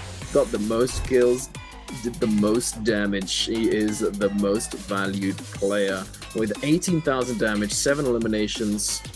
The majority of which coming out from the cannon. Funnily enough, 8.8 thousand damage from the cannon. And guess what? Rupture Gale Flame Breath, ladies and gentlemen. Who could have guessed it? Dragon-like Might, Soothing Boon, Benthic Descent, Phantom Step, and Overlord. His 4th MVP. Big game from Mr. Pampy over here. Nah, man, I'm telling you. You know, it's crazy. Getting that Dragon-like Might also did some good work there. I know that for a fact that we saw how that Dragon-like Might came through with the Benthic Descent. So any sort of conversion that he was able to come through, Pampy was able to lock down for the team. And you saw what he did when he got to the uppercut range, right? This would be free reign control for the Terror, getting massive effect on the area of control on the ground. So that way he is safe from any sort of blue focus spam, anything like that. As well as any sort of ult cast would have to be invested towards him in the sky, right? Something that would be something that Tessas wouldn't really want to find in usage. They want to make sure they get as many targets that they can get in their line of sight. And him as a threat in the sky is one thing, but one threat that we have to go through here is talking to the players. One of the few last ones before we end out for the season. Let's take a look and see what they have to say, and we'll see you guys afterwards for round 4. Ladies and gentlemen, welcome to post-game interview. This is Jaeger, and now I'm standing here with our player. Like to say hello to our audience. 来吧，唐小姐先跟观众朋友们打招呼吧。大家好，我是 JR 的 T 加勾。欢迎 T 加勾来到我们的赛后采访，欢迎欢迎 ，Welcome to our post-game interview. And first, I would like to know because you guys a little bit like pity and you can pass the line, and I would like to know what happened and like how your communication in your team. 那我特别想知道，其实刚才这把真的非常可惜，差一点点就可以打开赛点了。当时就是在赛场上的时候，知道自己没开赛点吗？其实是知道的，当时很遗憾的被其他队伍给击败之后，大家有没有去聊什么，或者对于之后的几把比赛有做什么战术上的安排吗？当时主要是因为常人确实有点多吧，这个地脉虽然知道我们上上去，但是也不太会给我们踩车吧，因为确实两队伍成轮着来卡的话会比较消耗时间，然后我们也没这么多时间跟他耗了。如果是一队的话，可能才能说下次可能遇到这种情况的话，优先以击杀无尘为主吧。其实也是在这一次小小的失误和失败当中，也是总结出了经验。So to be honest, we want to have the better equipment, but it's really hard because you know in the Trials game, like two teams, they are like circleization, they are fighting on us and focus on us. That's really hard for us to like have the better equipment at the time. And for us, maybe next time, and then we will put more focus on like how to kill like their Wu Chen in their team, and instead of like just want to have the better equipment and stand in the position in the final circle. 其实也是很不错，马上就可以总结出一些经验来，也期待你们接下来的表现。好的，我们来看一下今天的我们的这个赛后采访给我们带来的题目是什么。Okay, let's move on to next part. Answer for treasure.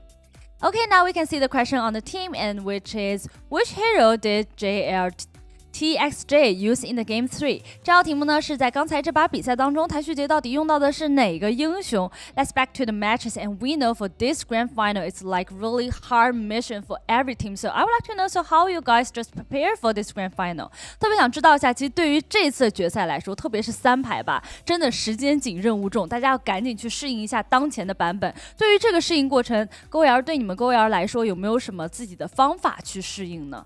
练呗，就是主要是加长训练时间吧，因为确实要练的新东西比较多吧。那这一次在决赛准备之前，每天大概会练多少时间？每天就10个小时左右吧。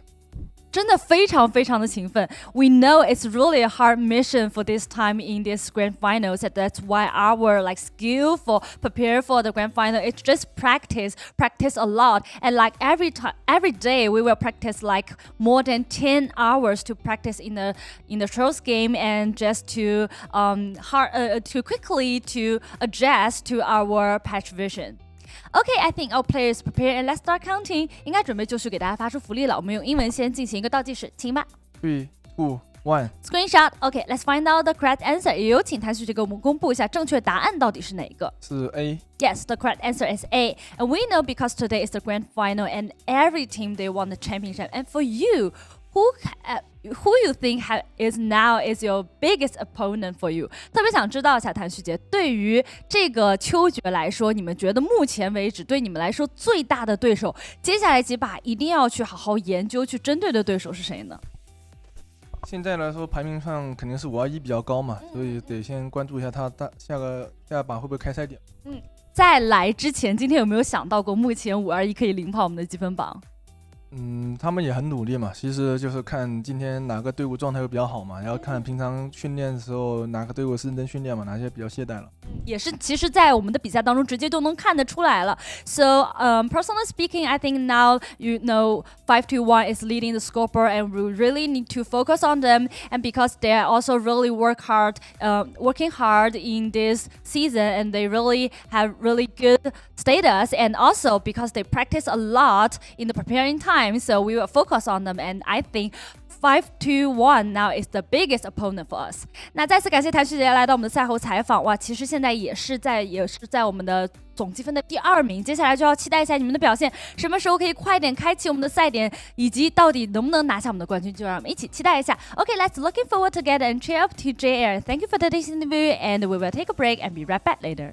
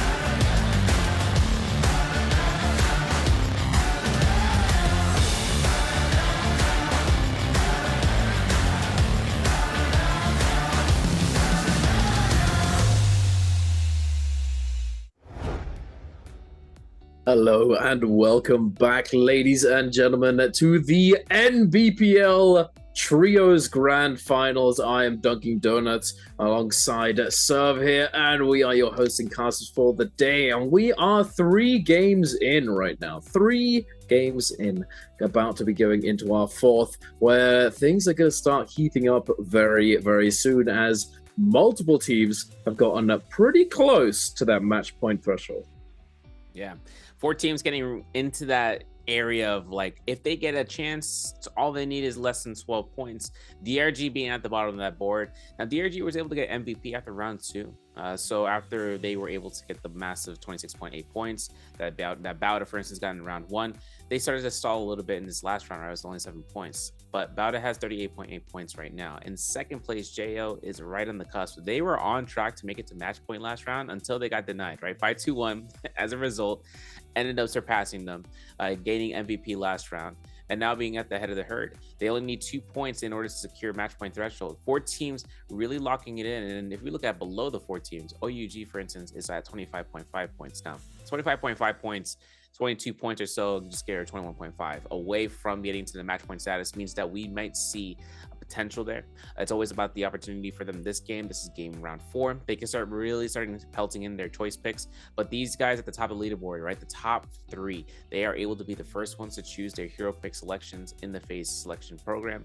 After this game, if any of them enter that match point, they go to the very bottom while still keeping the top of the leaderboard at the helm of the pick order. So for right now, having to worry about that, it's going to be up to whether or not they can utilize their strongest comp, or rather a throwaway comp, to try to earn up a little bit of points, something that way they can kind of get a used to, and having the usage there, having it to be hidden within the masses, and then showing up with a couple points here or there. So that way, when they get to round 4, or rather to get us to round 5, that way we can see about those match point gamers to then start pelting out with their premier picks, something that if they really do want to invest their points into using, they'll do so without a blink of an eye. Absolutely, they could certainly go for that one. You know, going for a more of a consistency game. I mean, JL is definitely in. I would say the one team that's sort of most comfortably in that position, where they can opt to go for a not so strong composition. You know, I mean, any comp they'll be picking here will still be good, right? But still not the highest priority, not their composition that perhaps they'd want to save for that game that they need to get MVP, or they need to give themselves the best possible chance at getting that MVP to secure the series and secure the day for themselves. So, you know, who knows? They might be pulling out something a little bit funky, perhaps something that doesn't cost them any points. Ideally, who knows? Who knows what we will be seeing? I have to say, ACOS, Tessa, Wu-Chen seems as though it works quite well. The ACOS providing the lockdown, it functions similarly to how Viper would function. You know, we've seen Viper, Tessa, Wu-Chen be one of the most, you know, long-standing compositions within NBPL trios for a very, very long time, up until, you know, early on this year. So, but it functioned well for a reason, right? And ACOS V2 provides a similar, yet sort of, it's sort of like a parallel utility, if you will. You know, it gives you that lockdown potential. The Tessa can combo off of the ACOS, or the ACOS can put those, you know, put those players in the cage once they've already been hit by the Tessa ultimate. Ideally, having the lantern, the whatever you'd like to call it, that you would claim your soul back if you have been Tessa ulted, being on the outside, meaning that they literally can't get to it, you know? So, and then Wu-Chen, of course, doing Wu-Chen things, being able to provide that escape utility, the ability to just fully dip out, fully disengage, or to momentarily leave the fray, leave the fight, and then come back with that Tessa ultimate ready to go with the ACOS potential, you know, all of that good stuff. So we'll see if this composition continues to get played and continues to do well moving forward today.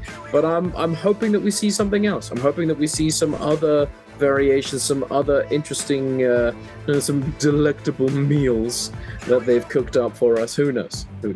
But we're going to be going into game number 4. What do you reckon we're going to be seeing in the initial phasing, Mr. Serve? I feel like we can see some of that Sand Siphon a little bit more. I feel like seeing the Sand Siphon would be an option to kind of show up there for the teams and then end up getting a showcase. You know, like if they go into the last phase, that they end up showing up as such. Meaning like if they think they can hide within the masses, right? And if they go into the first phase with that, that means they build up more confidence of for the phase 4 teams, thinking that they're going to be with the match point or the near match point teams to then, you know, choose a selection. It's always going to come down to those phase 2 and phase 3 selections, right? Seeing that that some teams know that they can't get rid of that usage of the aim variation in Atari. That comp alone isn't something that you don't want to give up, at least a usage of when you're in that right position to do it. And then on top of that, you end up pulling up into the Kylan with the Hottie and the Zipping, but that's more of it's more of a luxury pick, right? Because that's, like I said, it's one of the top choice pick comps. You don't really want to use it unless you're really earning yourself to do it. Viper Star, Justina in the same boat. But if we see any sort of outskirt comps, right, Tian Hai operations might be at hold or at bay. We haven't seen a single one yet. Though it is not outside of the realm of possibility, that is something that shows up with Takeda as well. Instead of Sand Siphon with the Mulch and Takeda with like Kurumi, for instance, it ended up bringing out Takeda with Kurumi as well as Tian Hai, as the operation has been done in the past as in most choice pick comp. That's how we were able to get into a week 4, where there was 2 monk choices on the mirror comps. It's just that today, grand finals, no monks have been chosen in a primary basis this entire time for the first 2 rounds. So this is an open opportunity for 2 rounds where he could be showing up with Takeda, or rather Takeda with his Hemulch, just to try to control out and utilizing that Kurumi pick outside of the regular choice pick pools. Yeah, certainly we could for sure see those characters come out to play. I don't know. I wonder if we'll see a little bit more of ACOS, but a little bit of ACOS V1 perhaps, because ACOS V1, that empowered pounce now that you can get, you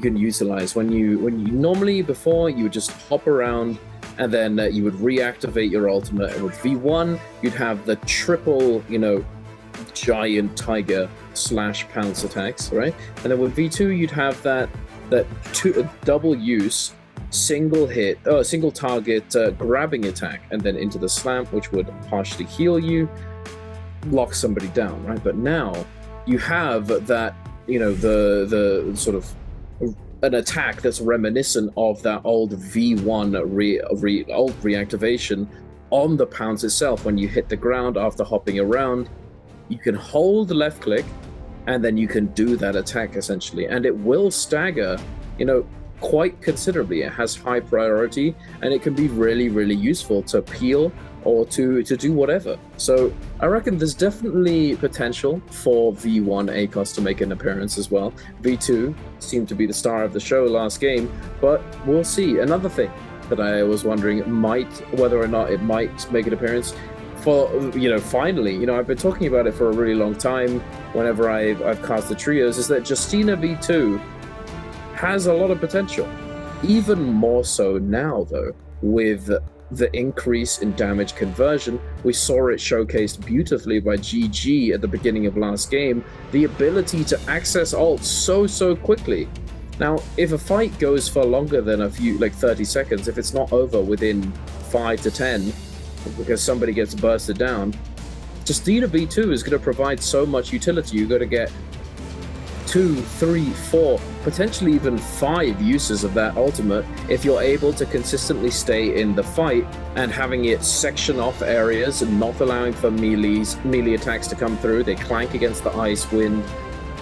It creates a lot of opportunity. But V1, I mean, it's still very popular with the Syra and the Viper. You know, you might want to save it for that. You don't want to be wasting your Justina picks for a Justina V2, which is not, you know, tested, not a tried and true composition that you've worked on for a while, because they've certainly been working on this one.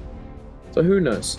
But there are those who are very willing to rock the boat and think outside of the box and try things that are new, that have potential. So we shall see. But for the moment, it looks as though Tessa, ACOS, Wuchen is the priority, as all 3 teams in first phase pick it up for themselves, and phase 2 is when the Viper comes out to play. We already got like so many pick bans right now that comes out for the +1s. I'm curious what third phase selection is going to do. Because it's like, now you can bring out the Sandsight. Now you can bring out Takeda or the Kylan form. You want to bring, or the Kylan form. You can bring out the Kylan, the Tati. You can bring out the Zipping. But for SRN and Owain, if they decided on doing that, right, this is the only option, the only opportunity they can. Because now for phase 4 teams, they got slim pickings at this point. It literally is going to be slim pickings. 3, the same comp wiped out in the 3rd phase right then and there. And so for phase 4, their top of the line selections would include at least 1 minimum +1 here, right? So I'm looking at the variations where the Tessa can't be really necessarily used without having that Wu-Chen. That's usually like the bread and butter. You know, they go back and forth between one another. So forcing out this choice picks of all these bands, the only options I would say is having the Takeda, having the Mulch, and having the Kurumi as it stands to be. So having that to be there for YZG, Wolves, and ASC, the only 2 other teams that they really start to have to think about this, because we still have potentially 4 rounds. I mean, coming out here, right? We still have 4 rounds to go through, potentially. So you got to be very smart about conserving out those points. There it goes for the 2nd pick for Wolves. They're going to match up to what we see for YZG. And that's where ASC, still bottom of the leaderboard team, but still having a couple rounds to kind of catch up back to that threshold, right? To get to that 47 points. They have to make this decision now because it's not something they want to make. You know, don't invest 3 points is what I'm trying to say. Because if we invest 3 points, that'll be scary. There's going to be that Tianhai with its Takeda as that variation outstanding dimension will show up here, but rather not in the earlier phases or even the 2nd or 3rd, but in the final phase in phase 4 for round 4. Indeed, I have to say, not the biggest fan of the Takeda Tianhai Kurumi. It gets played, you know, in the Western regions for sure. We've seen it get played. No, I don't know. I'm not the biggest fan.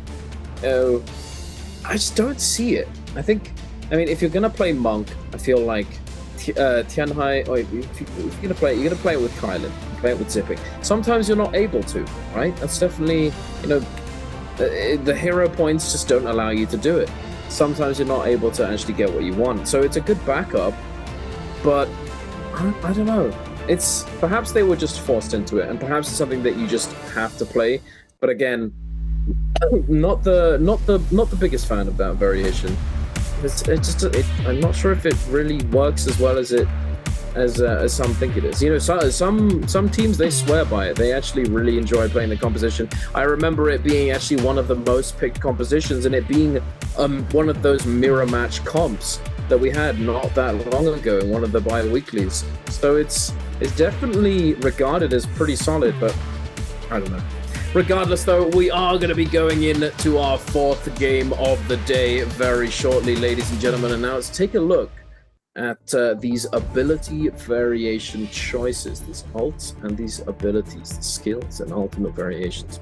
What are we going for? Are there any, are there any discrepancies? Are there any players choosing to go for something a little bit out of the box? Well, actually, for one thing, straight away that I see the Tumulk on NHQ, he's going to be running the V1, interestingly. I saw that V1 immediately too. I was like, okay, that's good. I'm looking across our board here though. No one else has anything different. I was expecting Perryville for some reason, but we do see F2 for ASCs is missed. As Takeda, it's still looking across the board here. V1 to multi for ZXL for YZG. So that'll be coming out from that. As 4-5-2-1, I'm not sure if I saw that correctly for their Cyber pick, but I'm pretty sure I saw that V1 variation. We'll have to double check and see, because their spawn is on Azov Peak. They're going to have FPX, they're going to have Bauda. They're going to have a chance right now to kind of work towards this with it. If they end up putting themselves in the spotlight, right, the spawn rates has us inside of Arcadia as well. OUG, OA, JL, all taking their opportunity to try to get that Bullpine's essence. Now for SR and ASC, taking Sky's Cove is a trove frequency location drop, because once they hit those conductor podium spots, they will end up getting more troves, i.e. more loot, and also being in close proximity to those floating platforms. DRG taking Imperium to their own standpoint, looting and probably even heading up north, if not northwest, towards using the pendulums. Now YZG and Wolves and GG, Twilight's Pass is pretty heavy because it is also a gold trove, but it's a gold area, meaning that it's more troves, but still having that risk, having to worry about those solar jellyfish, right? Or the jellyfish that comes through with the poison.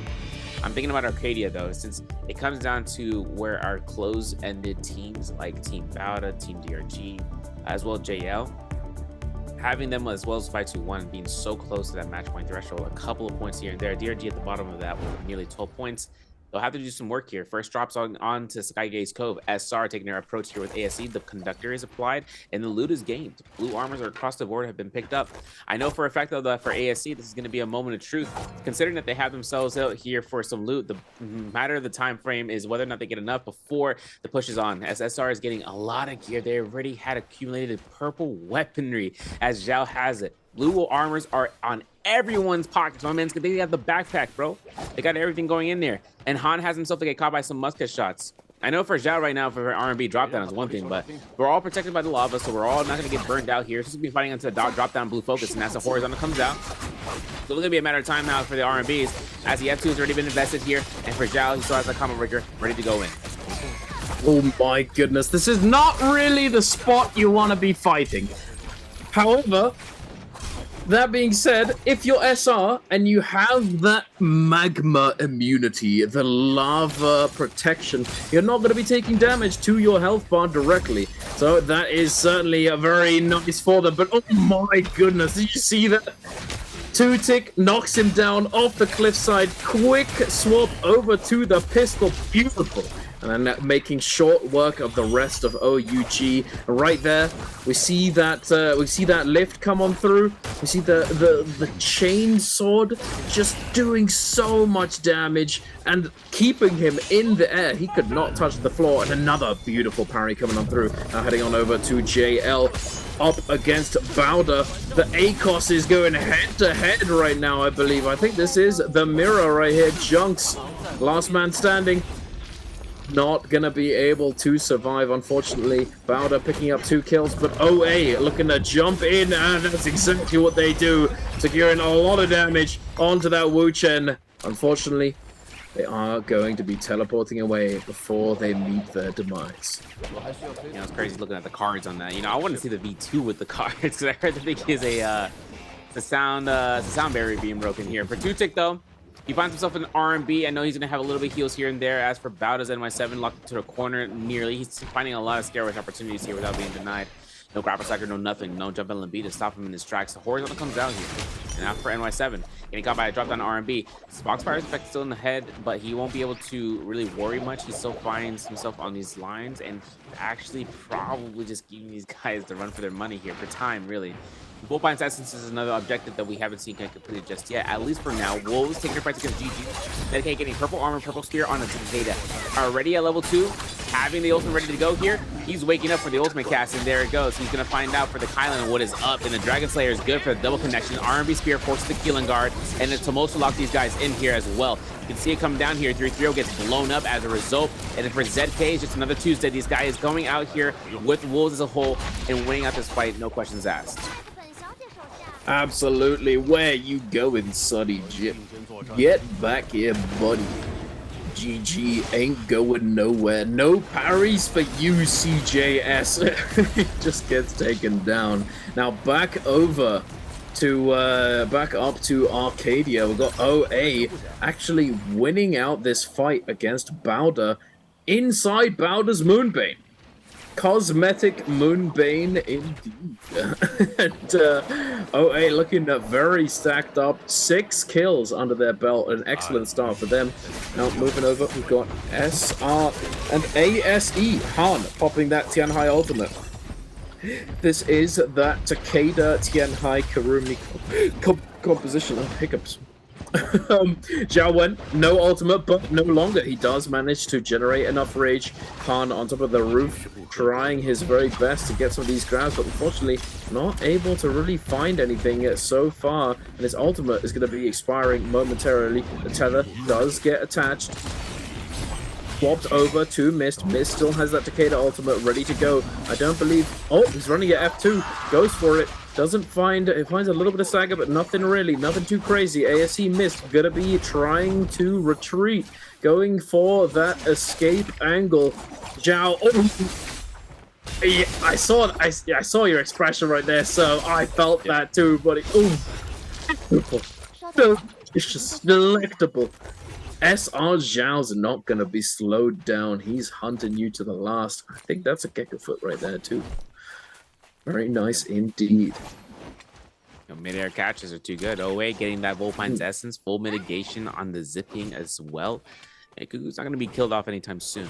As for the Romy Yangs, they should be spawning here in a moment. They still have a lot of loot here after the Spring Enclave, so having a lot of these troves to kind of be available to them if it has been done in the reset rally. But you can see the trails of, you know, rock and roll, dude. This is going to be a lot of chances right now for everybody inside of the Spring Enclave. If they see the traces of nearby looting, they end up going west, Heaven's Watch or Heaven's Well. That's going to be where we see Money Town for Predoria. As for JL, they're at Tranquil Courtyard in the northeast side of the map. And as for 521 on the southwestern end of Imperium, the very center.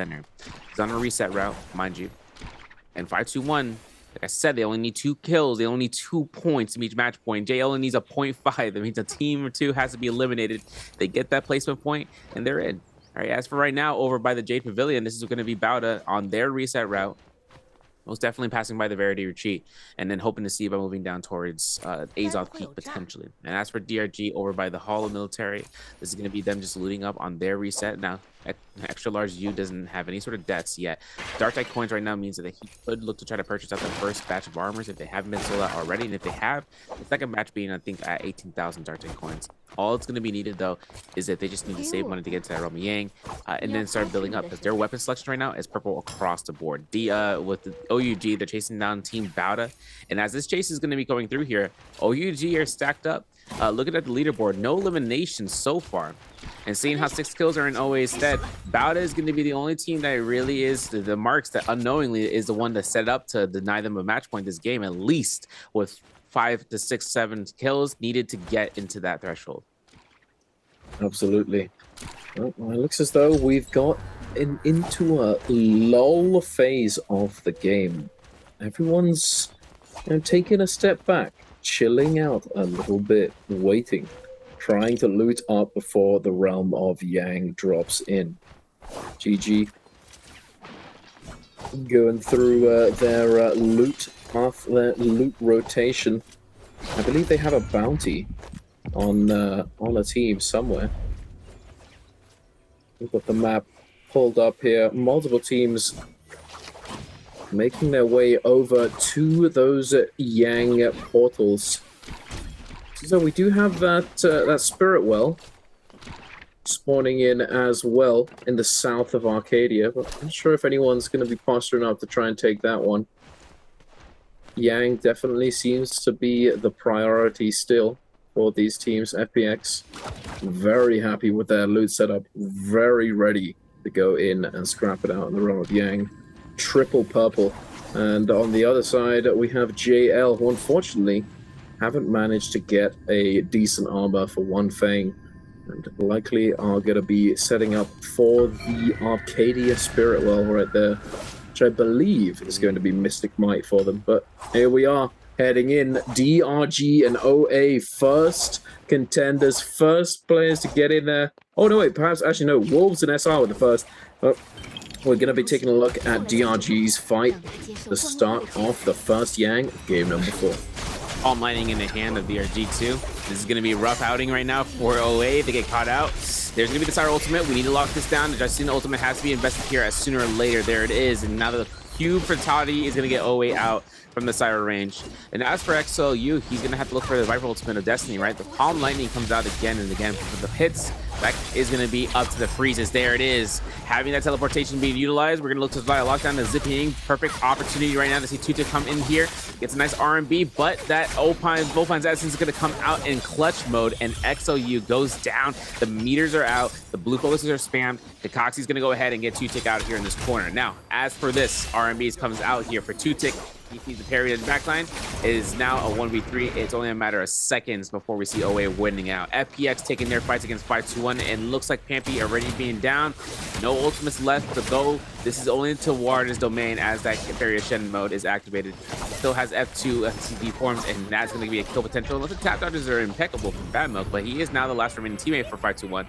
Confirm that bow shot, confirm the kill. 5PX takes their victory. This is a fully stacked out team already, and they're getting another era. They're getting a near addition in this build, and now it's going to be up to them with the Gold Fan, to Lure Crystal, the Modified Spear. They are looking to go ahead and upgrade that later on, though. We are on our third Realm Yang finally to get into a fight between GG and YG. Oh, and we're kicking off our expectation, is that a word? I don't know. Regardless, CJS, he's addicted. He's a parry fiend right here, jumping in, getting that back hitbox on the parry. Beautifully done. Shutting down one of those players and creating the numbers advantage for his team, setting up for that win. Taking the victory there in the realm of Yang. Very nicely done. Now on the outside, once again, got JL, who unfortunately weren't able to go into the realm of Yang. Perhaps they didn't want to in the first place, who knows. But they are being chased by a team that was in there. OA, having come out of the realm of Yang. Oh, the slow 1, 2, 3 ain't gonna catch TXJ. It's the trip zone. Oh my goodness. One of them does cleanse. Wait a second. Where you going, Cuckoo? Get back here, Buster. Oh, 2T trying to get out of the ankles cage. No, NB. Oh, the grapple. Grapples him just before the cube. Manages to take him all the way to the sky, exactly where he came out of that cube. JL gonna give chase, but only for a moment. They realize that DRG is waiting there. DRG being a team who lost the realm of Yang, they have Yang depletion there, looking for some blooms. Fortunately for JL, they are right next to this Forbidden Seal. The no ult zone is going to get popped. OA is still in there, still looking. He recognizes that he might as well jump back in. I've got red buff. If I die, no big whoop. And DRG is going to be able to claim that elimination as well and extend one of their Yang depletion times. Crazy too, the Test Enchant from Max Rank. He can get another one right here, why not? And this is going to be a hit. It's going to kill off Dongqing. It's going to be a chance right now for the Test Enchant not to come through. The Aqua's ultimate is an insult to injury there. XOU is going to have a pop for this Viper ultimate. DXJ just has a lot of terrain he can work in his favor. That's another kill for them after this Soul Bloom gets picked up. XOU will go ahead and go down. We are now up to 6 eliminations. To hopefully see about 2 tick. Now, OA has made their approach here. One Fong still has that Wuchen ultimate. We saw Junk's already invested the Octo Ult, and TXJ is already back up to another cast, but over towards Imperium. Apparently, there's been a whole fight, a whole slew of action. 4 different teams are taking ambush against one another. 100 seconds for 5-2-1. Like I said, 2 kills to get to match point. And then next round is coming down. The stun is good though. A multi-drop zone. Drop down. The QGG deletion tech comes out. And he is done for the team. Soul picked up here for SR.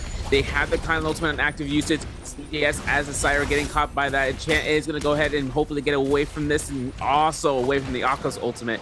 In this case, he is going to go ahead and be free for it. Level 2s comes out. He still has it over to the healing guard if he needs to invest all those dashes to get some hits off for the white HP, and then he has the ultimate to run out at the nick of time.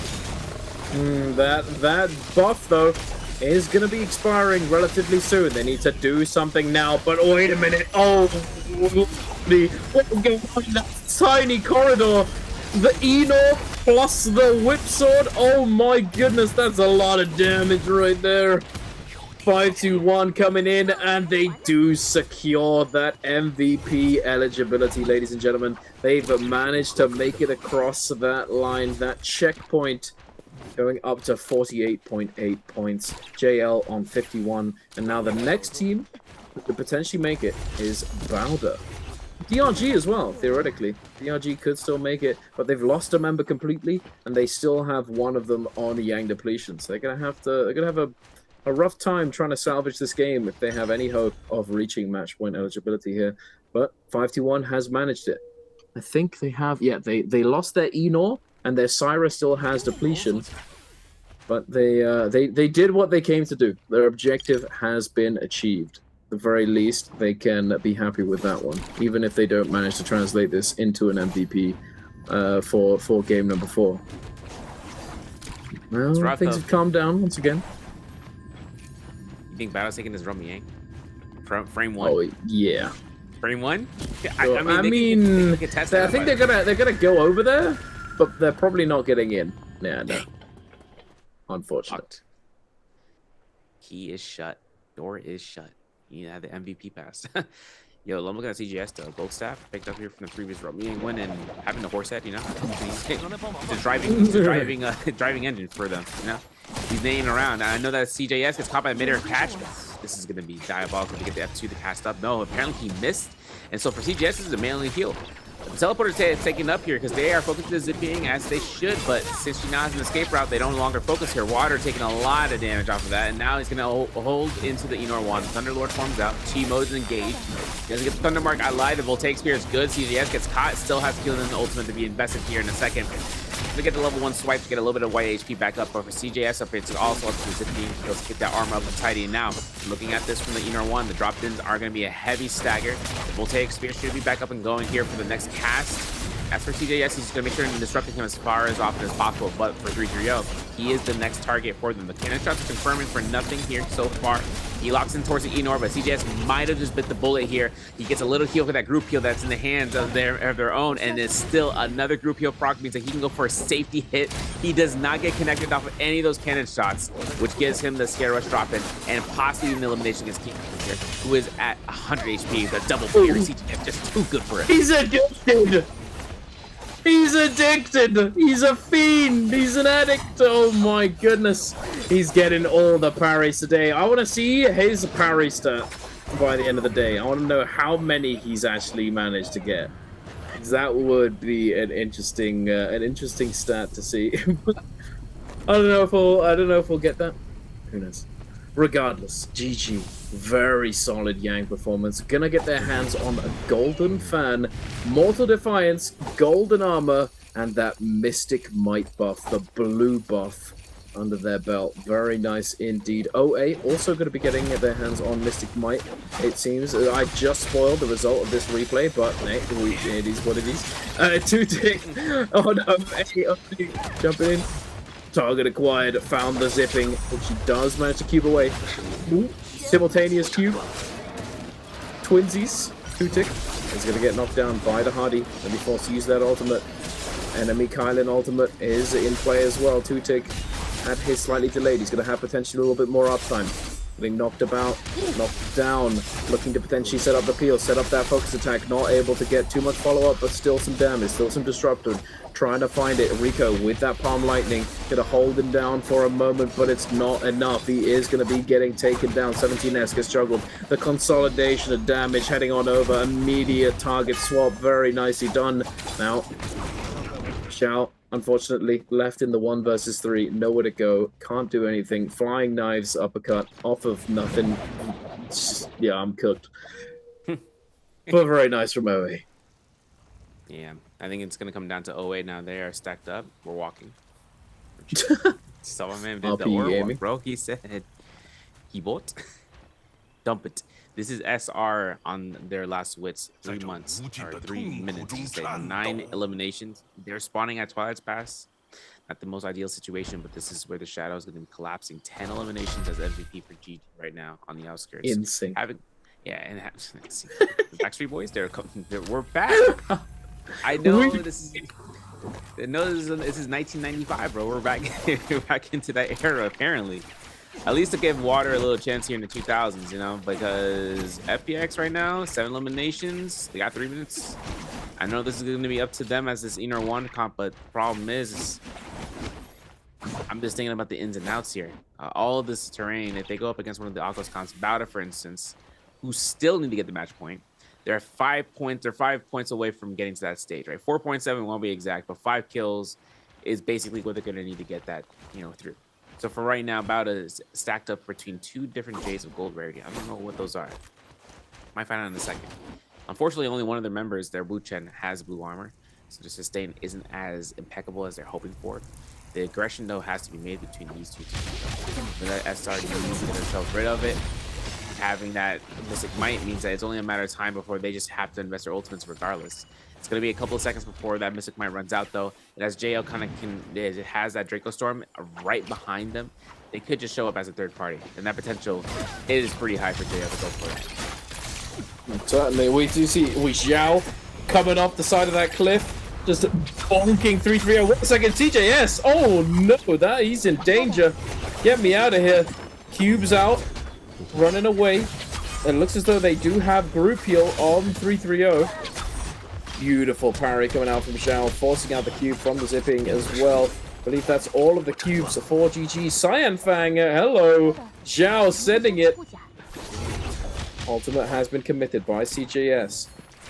Trying to kite this one out, trying to get some kiteable terrain. The grapple counter. They deny the escape. CJS forced to turn around. JL waiting in the wings. They see them. They see the Draco Storm.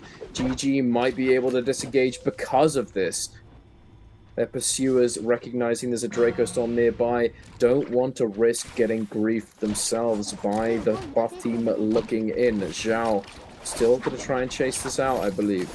Slowly does it. Slow and steady wins the race. Jump RMB gonna knock him down. Not far enough. This space is so difficult to chase people down because there's so many nooks and crannies, so many avenues of escape, but it's not gonna be enough for LXM. He does go down. SR claim one bloom, get one cleanse. Zhao, you see him? We saw him, I think. Yeah, get back here. Where did he go? I can't see him. Okay, found him. Can they close this out? They need to make it happen soon. It's not gonna happen. It's not gonna happen soon. I don't think. Tough. Too tough. Unfortunate. It really is. And it's all three of them are going to be knocked out here in 3, 2, 1, boing. All of them gone. And guess what? About to get to the eliminations. Wait a second. Last hit confirmations. And now we're looking at the 20-second mark right now for FPX. And all three of them haven't gotten a soul bloom for their lifespan. 15 seconds left. Hoping to see what the Thunder mark, if it comes out to value. And then for Water, it's going to be dropped into RMB. This is last hit confirmations in the last 10 seconds here. They need to get one player to get rid of that soul. It ain't going to happen here. DRG right in the outskirts here. Remember how we were saying they could get potentially the match point. These last hits, they have to come out towards it. Wolves gets all 3 of them. And that's going to be the Moon Shard Storm revealed out. The level 2s comes out from OA. They have that Longsword Tome. That's going to be a full stun, but we're still an active Kyle Ultimate. We got to make it count. As for this Spirit Well, this is going to be that Mystic Might. This is going to be going down here for that Yang Spirit Well being completed from OA and then going in here full into the paint. Open to the level 2. Seeing the Syra means that Tutic now has the ability to go ahead, swatch out, and then back off. That he can't stay here for too long. He's going to go right back in after that Syra Ultimate Fox right then and there. And the Viper Ultimate means that he goes ahead for a stun because he confirms this. He stops the Ultimate, and he goes right ahead and burns her entire Ultimate for no value. That's rough. Unlucky. Tomes exist. No. Happy with that one. Shutting down the Viper. Shh, Viper. It's time for you to get silenced. Get out of here. You ain't using that ultimate, buddy. Now, Bowder. Unfortunately, although they've managed to they've managed to get to this point, haven't been taken down, still alive, still kicking. They still haven't managed to get all that many kills, the kills that they need. Jones, 1 second, double parry into the F2, into the Tessa ultimate. GG, just explode. CJS, where you going? Get out of here. Junks, looking to follow it up. The Benthic then is in LXM follows suit. JL just eviscerate them. GG. They were very happy. They're up 10 kills. Let's get it. We just gotta survive, boys. Nope. Absolutely dissected by JL. There's a reason why they're sitting at the top right now. 9 kills as well this game. They're looking to get another MVP, ladies and gentlemen. But they're gonna have to overtake OA. Currently on 14. Seriously, yeah, SR is still going to be working around this, having only one of the players on that game completion for it. 10 eliminations so far. I'm not sure what's going to happen with Bowder right now, man, but having that 4 points, it feels like it's a mile away. But then it can happen in one fell swoop here. 5-2-1 taking some engagements against Wolves. That Ruptured Gale Burn is coming into play. JL going to be pocketing the Wu Chen shield walls. You can see it in the right side. As for Toxic, he gets out. Oh my goodness. And he actually utilizes it with XLU to try to get out of there. But that 1-2-3 gets parried. And we come back with all that damage and burning it up.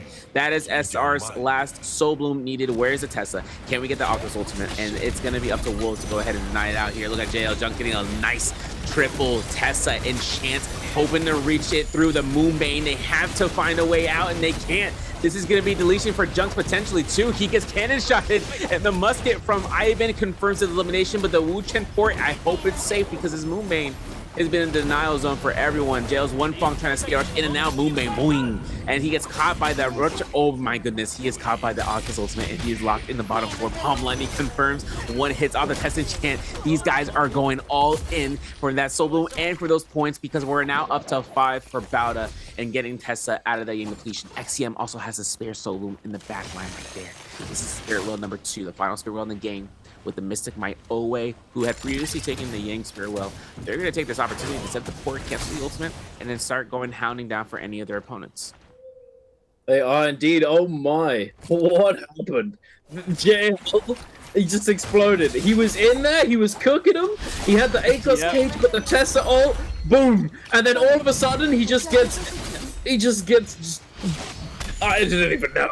I'm trying to find a word. I've said them all today. I feel like just gets exploded by those cannon shots. Kaboom. And he's just out of there. Kablam. And the Wuchen is getting hit by the Aegis ult. He scale rushes out straight into the Moonbane. And then the Palm Lightning in the back just didn't have a good time, unfortunately. Thankfully, they do still have their Tessa still alive, and it's TXJ of all of them. The man of the hour, the man you want to see living on, but is he going to get found out? It's a question. There are a lot of, spots to hide, but with so many teams around looking for places to call home, he could bump into someone. Yeah, he moves away from Wolves, bumps into Bauda. He's kind of stuck now. Where do I go? 5-2-1 and OA holding on to the high ground. TXJ stuck in the middle, desperately trying to find a spot to call home, but it's not looking good. Like, is this okay? Am I far away enough now? Oh, no. Kukatu doesn't like him. Get out of here. Spin to win. A bush. The bush. And he hits a bell too. The Mystic Might. OA has vision on him. Oh, he got spotted. You saw that? Guys are hitting. Oh, yeah. Yo, he's hitting those shots too. You see this armor pierce that's hitting him? Yeah. Hide behind the bell. Oh, rupture gear. Feels bad. He's got nowhere to go, man. He's just constantly moving around. He still can't find a spot to just sit still and just have them forget about him. No object impermanence here, ladies and gentlemen. They are locked in. It's coming out here. The last 2.5 minutes. There's 2 match point teams already so far to reach to that threshold. It's up to Bauda as the next team. Unless OA says otherwise, right? They are going to be the most stacked out squad in this game. And this is going to be the engagement era. This is going to be up to them to catch a Moonstrike Storm on XCM. No catches on the last end of the animation. I know that XCM is trying to rush up here, but he's getting denied every single step of the way. Scare Rush comes up here. We are in. Having the Alchemist ultimate ready to go here. We still don't have any Tessa ultimate ready to see. That Tumult ultimate, a little spooky here. We are going to knock this back over here in this other side as we get knocked up. He goes straight to the sky. This is great for him too. The Wuchen port comes out. He's going to get the attack buff as a result. Hope to see about this from Fat Milk's side. Having this with the Enor Wand, he's going to throw out the Voltaic, get himself to the zone, getting Bauda's Lin out of the game. That Wuchen is no longer in use. Also, where we also see the Tesla getting eliminated. They'll leave only 1 member alive here. Fat Milk is going to be really low HP. They'll hopefully not get it caught out here, but if a single blue focus lands when he hits the ground, he is donezo. This is going to be him deforming here, getting a heal off that end. Out to Tutik, having the level 2s, launching it out here if he could. ZK finds a parry, and he is going to go ahead and launch it in the other direction towards the Kurumi. Very nice choices. It comes out to the mid-air catches. Tutik gets caught out to try to find out for that Takeda, who does find a nice mythic grab, which knocks him back into Dazzle Orb, and that's ZK going down. That is going to be away. Up this lobby, and as it stands right now for Tutik, the ultimate done, but he already did the damage. He did indeed. Wait a second. The jellyfish grief. It keeps respawning, and they keep hitting it by accident. Thankfully for Bauda, their XEM has managed to hold on for dear life, but now down at the bottom, it looks as though Pampy's putting the trigger on that ultimate. The beam is out to play. The microwave about to be sizzling these players. V1, he's trying to find them out of the sky, trying to knock them down, knock them into the zone. 5-2-1 though. Ivan getting taken down very low. Fat Milk's not up and running. He has been taken down. OA pick up yet another elimination onto Ivan. XEM still alive. TXJ still alive. He's up in the sky, grapple spamming over and over again. He's going to look for the ult drop down. I'm not sure if he caught anyone, actually. Oh, no, he did. He caught 2. XEM gets 1. XEM gets 2. Wait. Wait. Yeah, buddy, that rupture kill. XJ, ladies and gentlemen. Can't believe it. Bowda XEM able to get the secure for the MVP, for not the MVP, but able to get secure for the match point for his team by staying alive. That is going to be OA's victory, though, as MVP. They are going to be going ahead and being on top of the kills. I mean, that was a stupendous game for them, right? Again, we've seen OA getting themselves out towards the Spirit Well as well as the Yang Spirit Well into then the final buff and able to head around that. And for this round, XGM had to make a break for, they lost their Tessa the immediate. The moment they went into that outside of their room in their threshold, we saw XCM proc out the ultimate, got spaced away, the Tessa losing the weekend, still staving himself up to die. For that, though, that means that there's now officially 3 match point teams coming out here for the scoreboard, which absolutely throws them at the bottom. All 3 teams at the bottom of the face pick. Now, prime selection voice for everyone to start thinking about what are these players going to be choosing and what can we help deny them of? What can we force them to use? Absolutely. We are going to be locking in for sure. Question is, are these teams at the bottom going to be going for some counter comp ideas?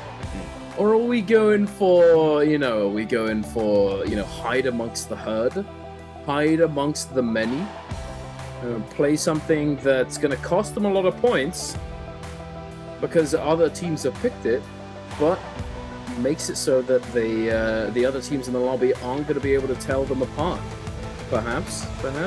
Or perhaps we're just going to see just full investment into something else. Who knows what we're going to see right here? Because, we might even see a little bit of, we could potentially see, a deliberate consistency game. In trios, it's very, very rare that a team, as soon as they get to match point, that they're able to actually close it out. It's not happened that often. That's why when OUG did it in Bi-Weekly 1 and when SR did it at MSE EWC Festival, it was very surprising. It was a huge thing that happened. So maybe we go for a consistency game. If you manage it, great. If you get the MVP, great. If not the end of the world. You still have another chance next game. But maybe they're not going to look for this because it's not just them. There's multiple teams now at match point eligibility off the back of that game. Going into game 5 with what you said, 3? I think you're right. I think it is 3 because we have JL for sure. And then we have Bowda, who managed to make it in the last few moments. It's crazy to me that TXJ lived that long, though. The amount of chaos that was ensuing towards those last few moments. The Syra ult, the poison jellyfish as well, just griefing everyone. Dude, this is like finding out that poison jellyfish is there in the first place for all the players. It's kind of a rough outing when you start seeing those intended shots in its direction when it respawns, because they can't even reset in that direction. Everything leads them to get caught by the poison, take damage, they get denied. And not only that, there's a lot of burn jades to be applied for the rupture gale from what we saw from Bowda, as well as for 521 having it, and then having the opportunity of just trying to go for a heal. It's a death sentence potentially, because then you automatically get focus fired on. For what we saw for JL, I mean, yeah, my man stayed way alive for way too long, but then again, he was a Tessa. He can do that. He's allowed to. He's able to kind of run around throughout the entire duration of that whole entire final circle, kind of giving him an opportunity to kind of be that one outlier. But the teams can't realize that when they see multiple of the same character. And in that case, that's what would happen here for the OA leaderboard check. 21.5 points, first place.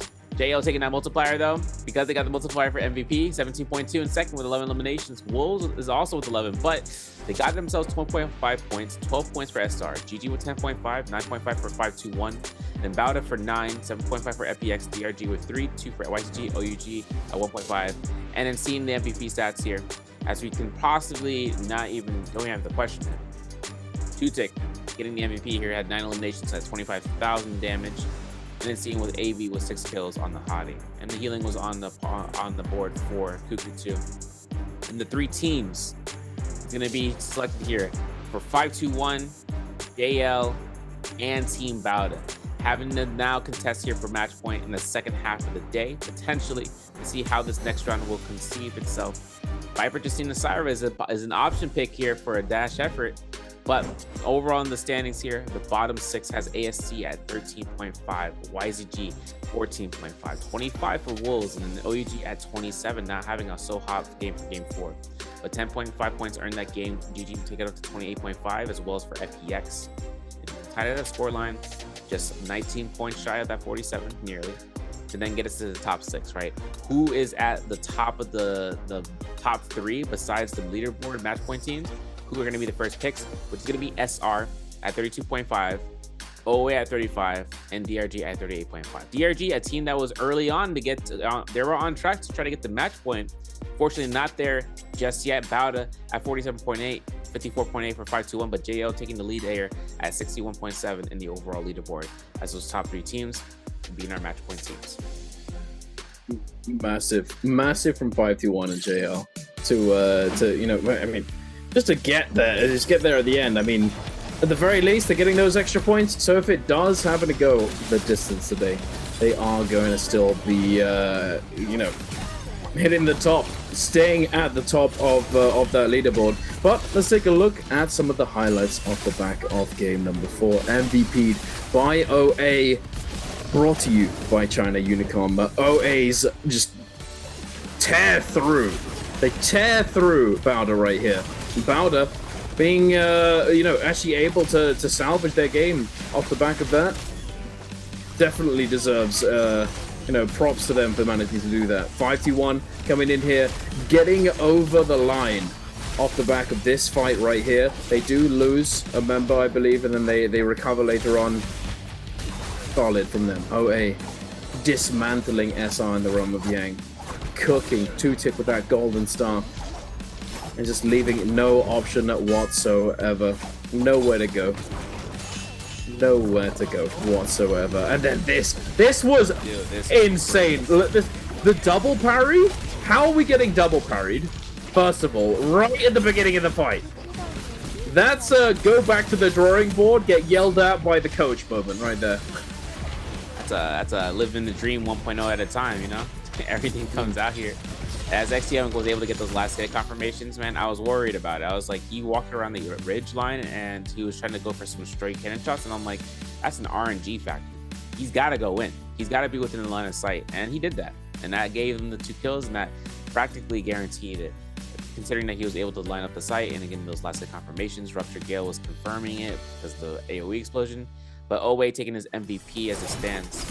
It's going to be up to us to see how OA's stat lines for the choice pick for their Kylan. As he was able to come through here, Utik is a legend to make it out here as MVP for Kylan. This is going to be, in this season, his 4th MVP. And as it comes out for the Heartstopper kick, it wasn't even what he used primarily. He just used a staff. He said RMB spam, why not? And he also had that skill ultimates always in use, right? That's always the case for Kylan to go crazy with it. And since he had a fan as his standby as his other option, it just, I mean, the gold staff, once he acquired that, there is nothing else in the hands, right? Like, it just comes to that, oh, it's his ultimate sword, right? The black gold sword. That would be the only other thing that ends up being the force of nature. The level 2s, the level 1s, just getting everything up for the soul blooms, him cycling it out for himself, and then going right back in there after using Hottie Teleporter. And now that use of this comp is used by OA the 2nd time today, they can't bring it back up again. The 3 points that have been already, the 2 times use has already been used. They can't bring at least, they can only bring at least at max 2 of the characters of the selection process. They'll have to swap out that 3rd. And that could potentially even lead us to get a Kylan back into Tianhai into Zipping, but it's going to be a low chance, and considering that Tianhai is being conserved here, or reserved for those latter ends of those rounds. Once we start seeing those choice picks, we're going to get some predictions on the chat for you guys in Twitch. How many players chose Enor 1 in game 4? A1, B2, C3, or D4? Make sure you guys type it out. And if you have whispers open, you should be receiving a message from NARAKA, so you can message them your UID. Now, back into the mix. We are at this point. We have finally reached the match point games. If you guys are unaware about how match point works out, the teams that end up reaching that threshold of 47 points all that's needed for them to win it out is if they end up getting MVP. Any team that ends up getting MVP and not being in a match point, the show goes on. We end up going into games 5 through 8. For us, though, this is going to be up to the choice, Duncan. I mean, Marvel's on the table. A quarter of the lobby has reached match point. Is there a possibility that you think JL, Bauda, and even 521 have an opportunity of reaching MVP in this next round? So, yes, I think so. I think it's likely. But I remember the last time I made these assumptions. Case closed. Especially last time I did this with trios, especially was when I was casting with Raven, and Raven was like, "No, it's going again. We're gonna keep going." And he kept betting against me, and he kept getting it right, and it really, really, and it wasn't as if he would, he rationalized it, of course, but it was just like he was just gonna bet against me, and he kept being right. So who knows? But it's definitely really possible. But I have that, I have the Raven voice in my head, and he's saying he can't count out these other teams. ASE, SR, OUG, even YZG, even though YZG hasn't had the best split. All these other teams, they can still manage it. They can still come in, lock in, get that MVP, and deny it from those teams in the threshold. So yeah, I mean, I'd like to say yes, because I have to say I'm a big supporter of JL. TXJ is just the GOAT. He's just a legend. I mean, everyone respects him for it, for sure. The entire, all of the competitors, all of the players respect him immensely. So, I mean, and I reckon he probably has something up his sleeve that he's going to bring out that might surprise people, and he might just take it away and just run away with the day, run away with the game, and secure the win. But who knows? What do you think? You asked me. I think I'm gonna go with yes. I think we might be ending after this upcoming game. What do you think? Statistically, I'd said yes too. I always mentioned this before when we got on the air, how in the past for the scrimmages, how it's been average around 4 or 5 rounds. An extreme outlier of 8 rounds that happened a couple days ago, but they've been scrimming around there and trying to get into place. Now, what we've seen from JL was kind of utilizing what TXJ most preferably probably has told the team. We have to use his Viper Syra Justina in the last phase, and they burn their points because of it. It is a double-edged sword. They haven't been succeeding with it in the past. So majority of the choice picks comes down to that premiered comp. But another thing too is that Sand Siphon Syra is an option, because you can still opt in to use the Syra for it, and then having the utilization there. JL has taken the victory off of that end. So has the, if I'm not mistaken, seen about it from Team Bauda. But one thing that comes out of that comp is that you are utilizing these two characters that aren't majority picks, such as the Takeda and that Tumulch, and then giving yourself the Syra pick. Well, that's your second time use if you haven't used it already. And if you had already used it for the second time, if you hadn't, then you can bring her back for a third time with the Justina, with the Justina and the Viper in mind, if they aren't already being pick banned or already chosen those 2 times or greater from those previous round pick selections. JL, if he goes for double-edged sword territory, TXJ will say, bump it. We're burning the points. We're going +3. We're going to burn them all to get this done. And 521, I think, will take that standpoint too. I don't doubt it. I think 521 is like an aggressive team. We've seen it so far today. They're now up to being the top 3 teams, and Hampy cool as a cucumber. He might match up the same energy as TXJ, unless, like you said, ace up their sleeve. Opportunities can arise. Absolutely. I'm all for it. Give it to us, TXJ. I hope you've cooked something, buddy. Give me a taste. I'm looking forward to it, but only time will tell. And hey, let's talk about 521. I mentioned it earlier. They've been doing so well. And even TXJ gives them props. Now, during the interview, he said that they're the ones that they're going to have to watch out for this series. And he referred to them as being a very strong team, and that they've put in a considerable amount of work to be where they are, to be as good as they are today. And enough said. 521, they're one of the GOATs now. They're contending at the top of NARAKA, the pinnacle of the game that we all love. And it's a great sight to see. They were once the underdogs. They were once the bottom of the leaderboard gamers. No longer, ladies and gentlemen. But now let's talk about some other teams. Bowder. The name Bowder. For those OGs in the chat, those OGs, you know Bowder from back in the day. They were the heavy hitters to beat back in the day. And then they disappeared for a long time. They've made their resurgence, reappearance in the league. And it's good to see that they finally returned and that they're looking to, take it all. FPX, a very, well-renowned name. Solid team.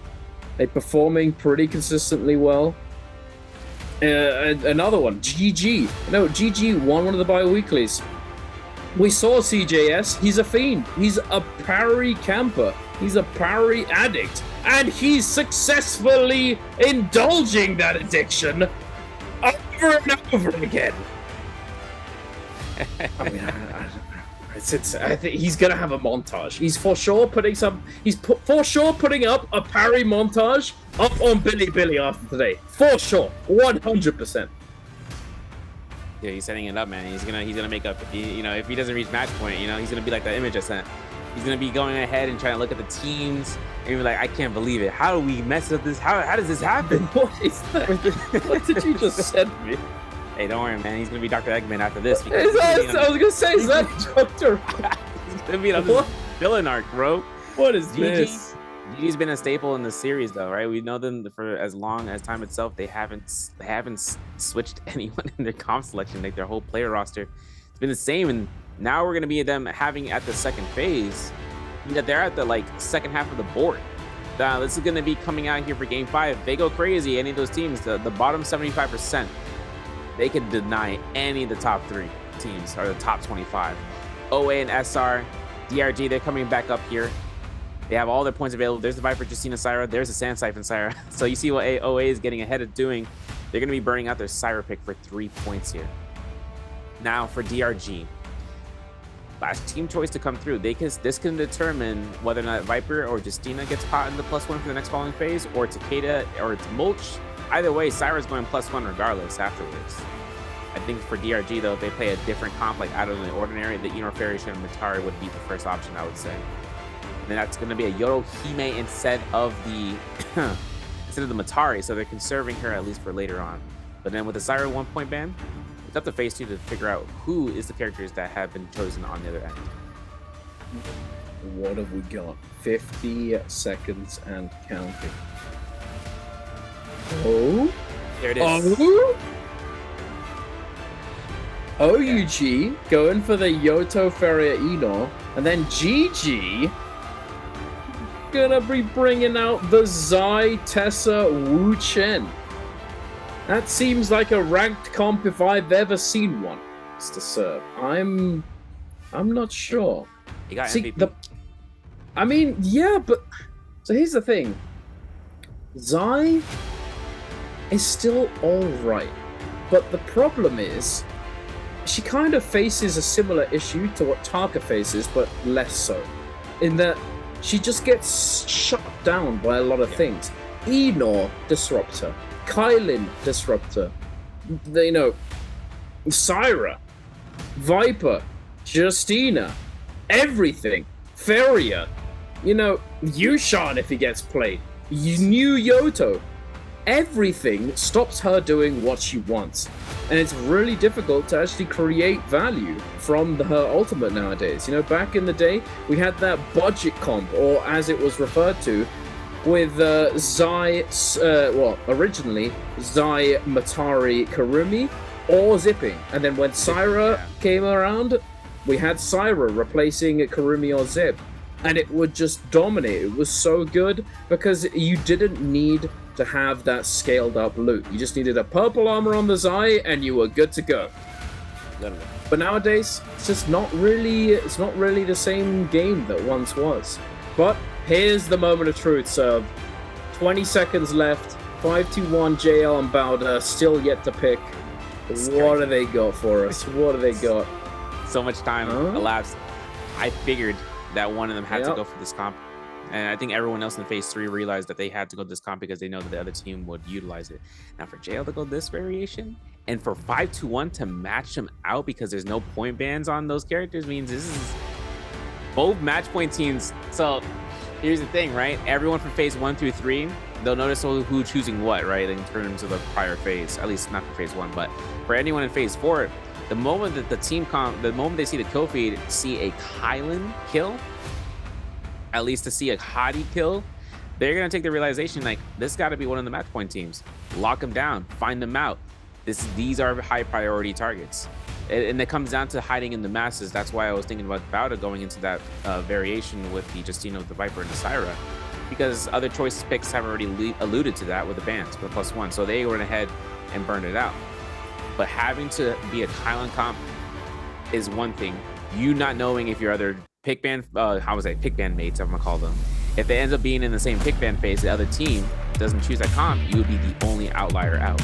And it's up to you to kind of like not get focused out by Palm Lightning, Rupture Gale, Musket Shots, everything under the sun. Yeah, so that's gonna be it. Absolutely. I mean, also the fact, another thing that came to mind is that JL and 5-2-1 are both gonna know that the other team playing the same comp as them is gonna be one of the match point teams. They know, because they know that Hardy didn't get picked. They know that Kylan didn't get picked. So there's no discrepancy there. They're gonna be able to tell that is either, you know, if it's 5-2-1, they're gonna be like, okay, that's either JL or Bauda. So we can be friendly for a little bit, perhaps, but we need to take him out later on, for sure. Big time. Seeing how the ultimates are turning up here, and I'm thinking how it turns up for the Cyrus. It's going to be V2 variation onto XX Mute. So keep it in mind about everyone else, seeing if there's any variations that help distinguish out the teammate. Nothing else. Not even for the cicadas out here, especially for the F skills. Everything is its normal path here, Duncan. This is going to be leading us to 3 match point teams.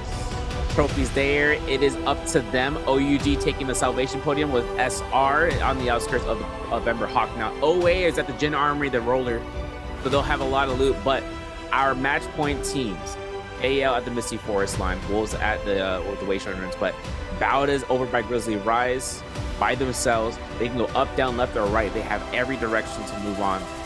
But as for when it comes down to Team Bauda, it comes down to whether or not they can come out on top, and if 5-2-1 can survive this massive spawn. Like, look at 5-2-1 in the center of all this aggression, 5 different teams practically to be worried about. And when it comes down to this round, if they end up MVP, this is the end of the day. This is their MVP. This is their match point. It all comes down to those early draw fights. Duncan, I'm excited in the Hollow Rock, man. I'm excited too. Get it. 5-2-1.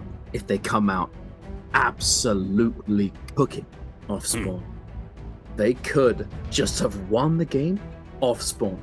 Who knows? Could happen. They could take him down. They're SEA gamers, after all. They love that. They love that aggression. That's what they were all about. They've always been the ugliest region, and I'm looking for it. Let's get ugly, ladies and gentlemen. You know, Pampy got himself a blue pulse for it, bro. He's ready. He's throwing the blues, though. A lot of blues being focused out here.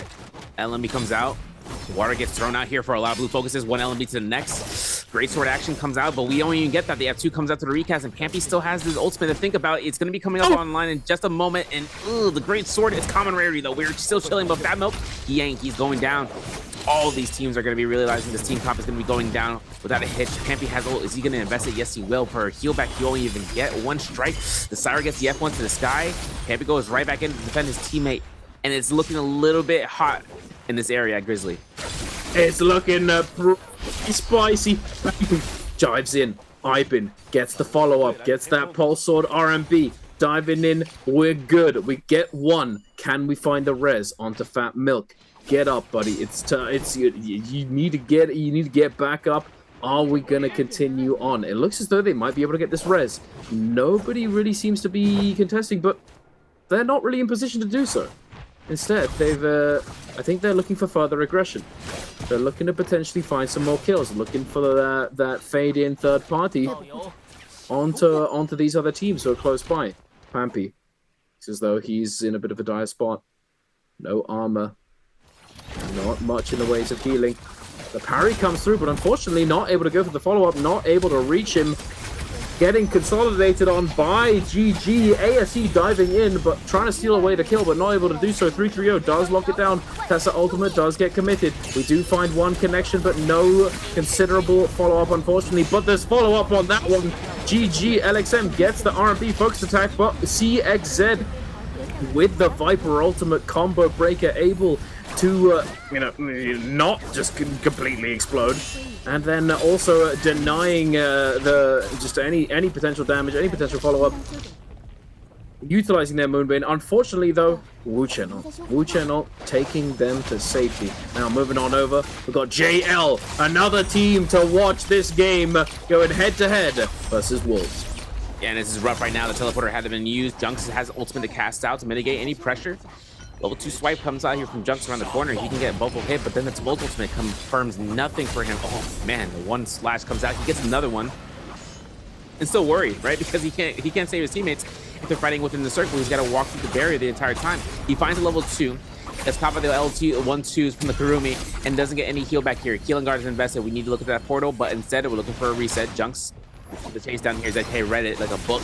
He's looking for the wind blast as much as he can. Gets a little bit of staggers here, and again, we make sure that his teammates can follow up here. The 2.0 gets parried here. It is in the hands of their maker as the F1 to most comes out. The Whistler doesn't confirm any staggers. Blue focuses are being spammed, and it looks like NHQ is going to go down here in the distance here as One Fong goes ahead, almost getting killed out by Yu. Junk's going to get his R&Bs. He's going to get his revenge here. Jump comes out, and there's going to be a portal to be taken. He's going to chase him down here. Can he get an R&B? No, he won't. This is unfortunate if they can't catch his Kurumi because she can start kiting towards Ice Shard Lake.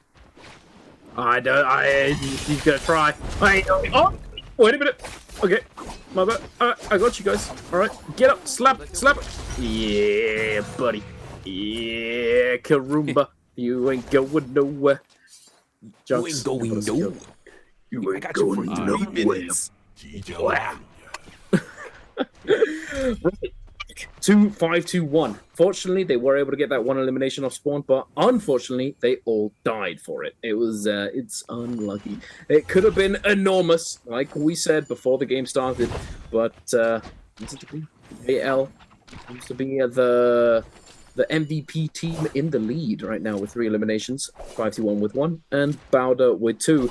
But look at the bottom of the leaderboard server. YZG and ASE both on 4. Unfortunately for YZG, they have died and they are in soul form, so they're going to have to recover somewhere. But still, solid start from them. SR as well. I literally said all 3 of these teams were teams that could potentially come in and MVP this game. And all 3 of them have 4 kills. What can I say? What can I say? Yeah, it's great. But anyway, in soul form for YZG at least. What's problematic though? What happened to the realm? What happened to the Salvation Podium winners? Where are they? Like where did they go? They got the gold weapon, I believe. So I saw one of them taking somebody else out in that giant ravine next to the giant wall. You know what I'm talking about? Yeah. East side on the Valley of Thorns. Actually, not gold weapon. Yeah, I need to see this Realm Yang fight because I'm they not lose sure that who gold exactly weapon. it was. Yeah, I gotta check because it's 2-for-1 right now. I think it was ASE. I think it was ASE. Was it ASE? I think it may have been. I'm looking back in the mod. I'm looking back because the thing that comes out here right now is Bowda. They're on the outskirts against GG right now. As for GG, they didn't want to take this fight out this comp. Not necessarily. They're gonna realize this is gonna be one. Oh, this is another one of those comps that someone already chose this. And since it comes out of GG, if they want to seek, not knowing that that's actually one of the match point teams, they don't know. They can't tell. This is gonna be up to JL though. This team right now, 3 eliminations, still having it up to them. We are seeing another fight here by Ice Shard Lake. Bowda's XCM finds a great freeze midair, but we're gonna see NY7 get caught by the Dazzle, but the Cyber Ultimate from XX Mew comes in to save the day. Healing over time, the Zai composition with the Wu Chen, the port is out. They avoid the powerful Dazzle, but we still have a little bit of time here to chase this down. YZG looking to try to go ahead, healing inside of the tent lines.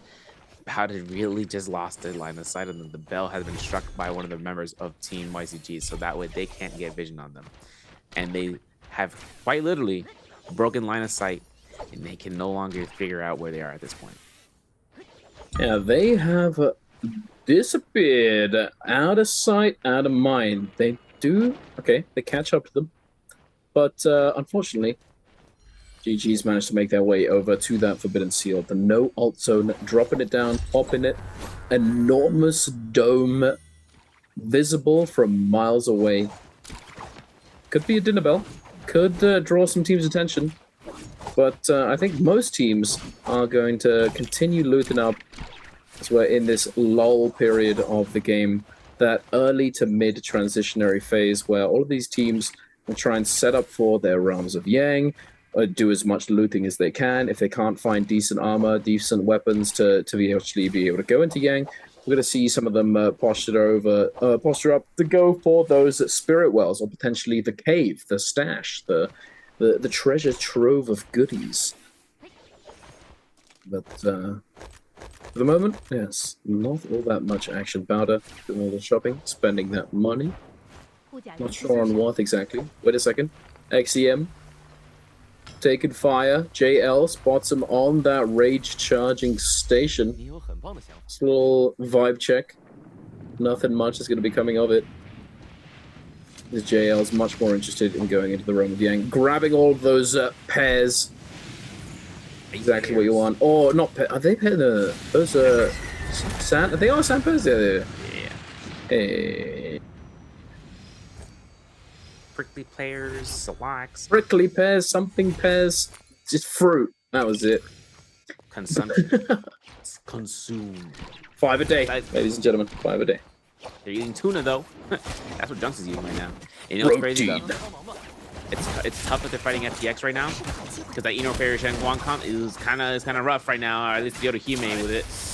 Actually, no, it's not going to be the case. It's the double transform. I forgot it's going to be the one composition that they really going to have a rough time here. If they have to invest in Hottie Ultimate early, that means that Wei Shan is going to have full exposure here. He's going to force the combo breaker for Junks. Scare Rush off this end means that this teleporter has to be taken. He can only go for a reset so long as, there it is. Having to force the ultimate, one did his job, and now it's Wei Shan's reign of terror, and it's coming down to one Fong holding onto his ultimate. Water could get eliminated here, but he ulted pretty early. So if he deforms, he finds a nice voltaic. Gets himself out the Nbpl, gets himself deformed into the Fairy Shen mech. That's going to be the next engagement here against ZGE. Oh my goodness. They did a beautiful job of forcing out that ultimate from Junks earlier than he wanted to use it. But in doing so, they still did commit quite a lot of resources. Their Feria also is in a very, very bad spot, using her ultimate for the Eno as he came out of that ultimate.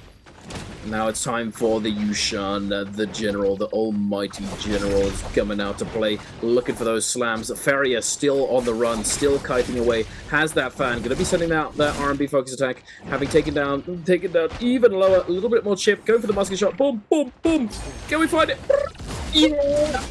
Jones catches him, he does not skip aim training, ladies and gentlemen, and now in the 3 versus 1, Kiki, nowhere to go, we'll be fighting to the last, but it's all over. JL get that much closer to taking the series by storm. And Juggernaut picked up here early, first Realm Yang. This is great. This is actually on track. Actually huge. What?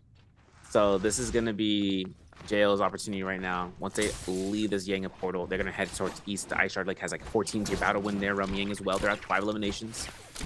ASC is popping off 7 eliminations, man. They won their Rummy Egg, and they're coming out here with the premier comp. This is 7 kills. That's a kill leader spot. But JL is right behind on 6-7. SR17S gets a kill against Wolves' U. SR is on the Yang depletion. They got one soul. They got it on the Justina. See that XTN, though, finds a nice freeze here. We're going to see the Viper ultimate to be dropping in from both sides. Who was the first one? I think Han was second. Yep, that's going to be the case. Having himself out to be caught out. The Justina comes in to defend the day, but the RMBs are going to be spammed out. The double refreshes off XCM, and I believe you were the first one on this powerful Dazzle as a Syra, right? XCM is beautiful for these dashes because he's going to get some resets here back and forth, but now that he's silenced, he can't utilize his ultimate, nor can he go ahead and cancel it out for the combo breaker. Here is going to be the case. The silence is going to be potentially his death sentence. He's going to try to focus out this Viper as much as it comes down to NY7 in the backline, that half armor. Not going to be a problem. It's going to be up to him to kind of confirm this kill to get his soul, to get the soul bloom, to get that rage backed up and going. Unfortunately, not able to utilize that last dash from the Justina ultimate. Did manage to keep hold of that rage, but he definitely would have loved to use that dash to try and lock down the Viper. Unfortunate that he was not able to do so. ASE able to fully get this reset off, and now just peppering XCM with bow shots. DRG coming out to play, spotting out this fight, seeing that Bowder is on the back foot, going to be engaging onto them. And considering they have Yang depletion, they are very happy to take advantage of this situation here. XCM and Y7 both under pressure. ASE trying to hold him down. XCM, no combo break, not available. The fans on the flank is going to cook him, slice and dice. Xiao Wen picking up the Soul Bloom as well. ASE trying to fend off DRG right now.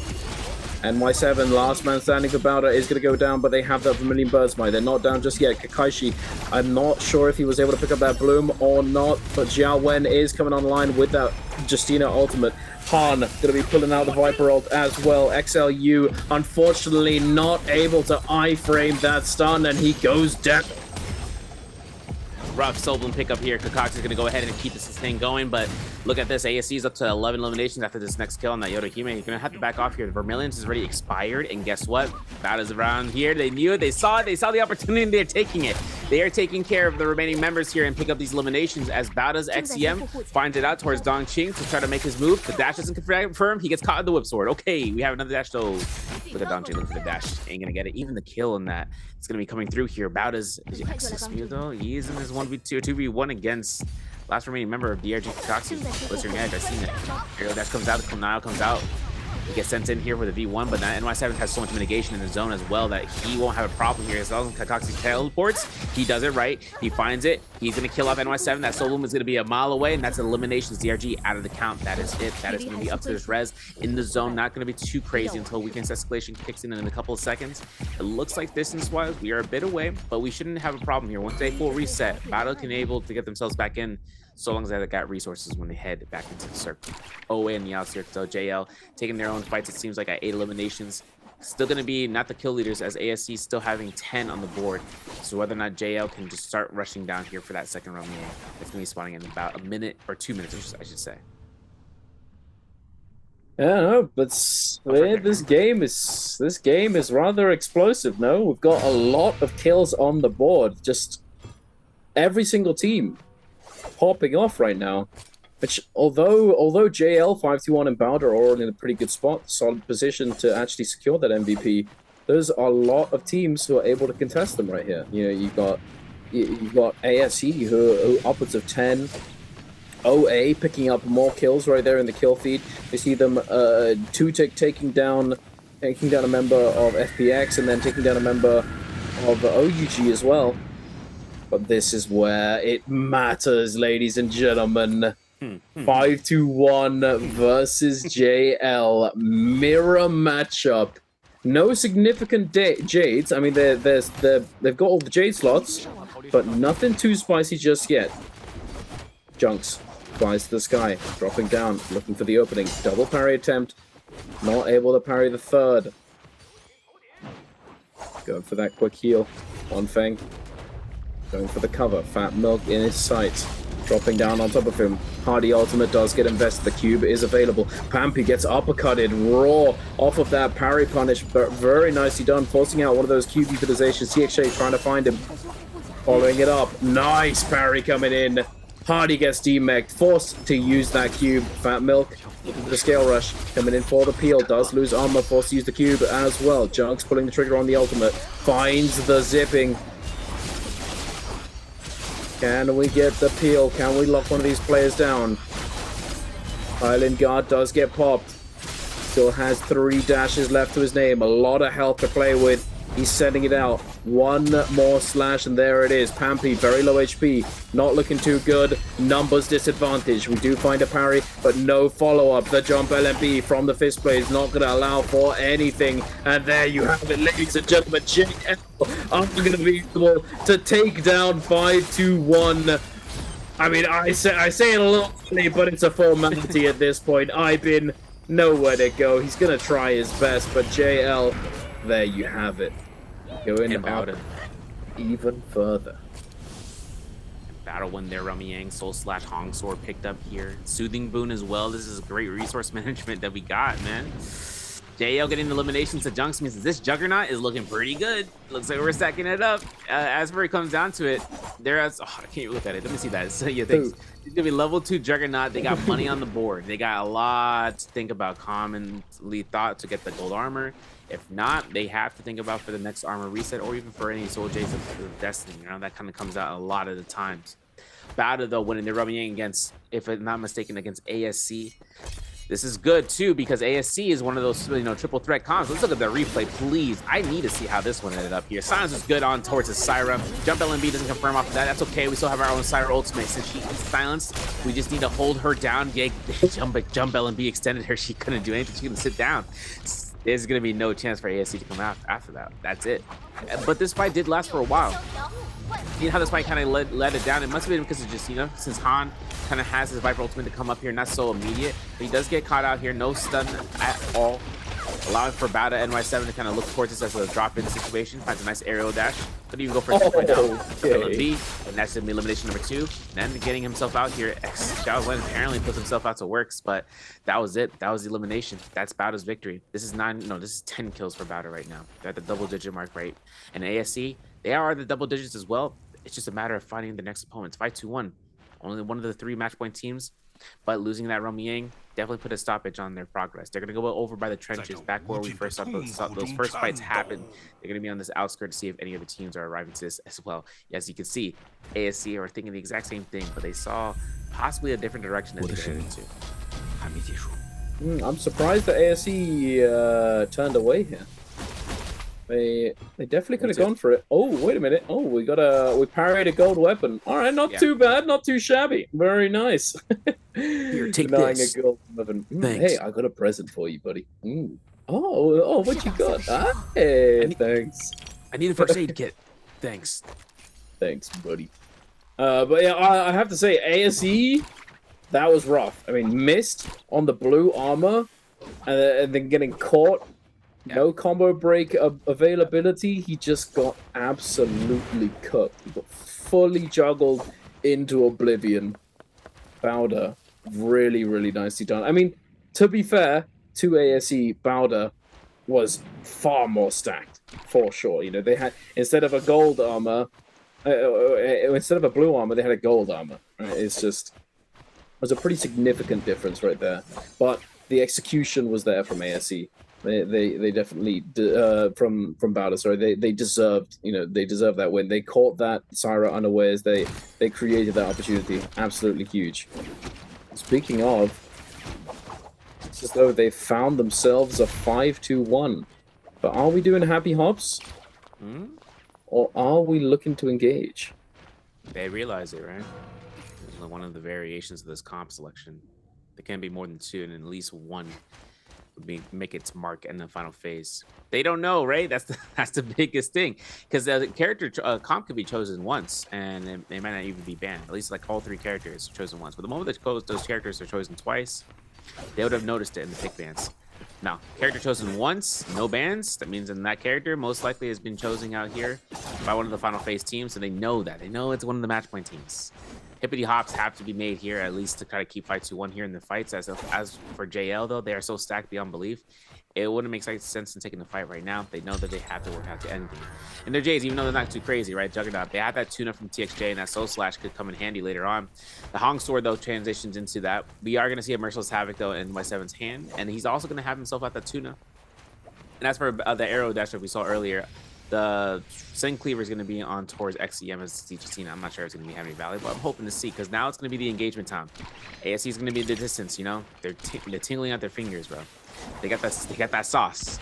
You know, a little too spicy for them right now because they got only a minute. 5-2-1. In this instance, they got to start taking some sort of aggression. Otherwise, they ain't going to get nothing for it. The Spear Well is 1 or 2 things. They reset the timer, perfect.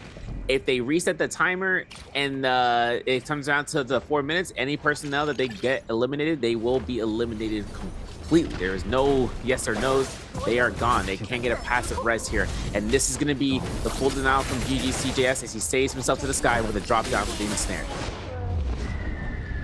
5-2-1 though, able to hold on to those cube usage. Wait a second. LXM jumping in with that Tessa ultimate, trying to lock down Pampy. I'm not sure if they're going to be able to do so, though. They get knocked away. The Kylan ultimate doing work right now. 10 seconds. ASE coming in for the disruption. Oh, no. They so no, this. For a second, maybe. And 5-2-1 almost had it, almost extended that duration. ASE coming in and shutting them down. Very unfortunate. Highly unfortunate for them right there. YZG gonna be able to pick it up, I believe, for free right here. SR going for the flag. Triple blue armor. That's a little it's a little spooky right there. How are they still alive? He's always been, you know, perspiring.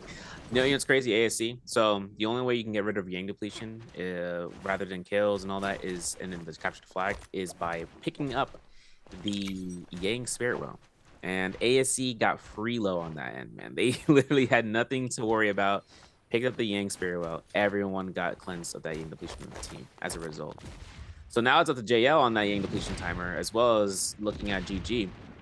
And then looking at YZG, they're the only teams that can really start thinking about how they're going to get rid of it. At least for JL, one member, at least for now.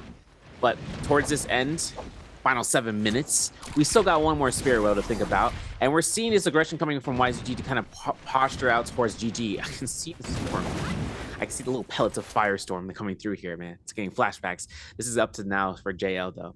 This is going to be a double goal weapon variety team. So far, walking in this tune-up passively between everybody, they need to get one Fang of Soul Bloom somehow. And if they can't, they got to reset the timer off of that the Spirit Well and then go into the next one. But this area is so open right now for the variety of the cannon shots, all the range buildings, and everything between. It's going to lead them out towards one spot to the next to try to create some cover. As for YZG, this team is also stacked out in the distance. If they decide to go all in here, it's only because one of the teammates would get pressured out. We're going to see CJS getting a reset on his armor. He alone was able to go ahead and having common armor powders, not even having supplies. This team doesn't even have that in their bank, bro. Are you kidding me? At this point, that's dangerous, because that means in anything they get pelt off, there's nothing for them to reset on.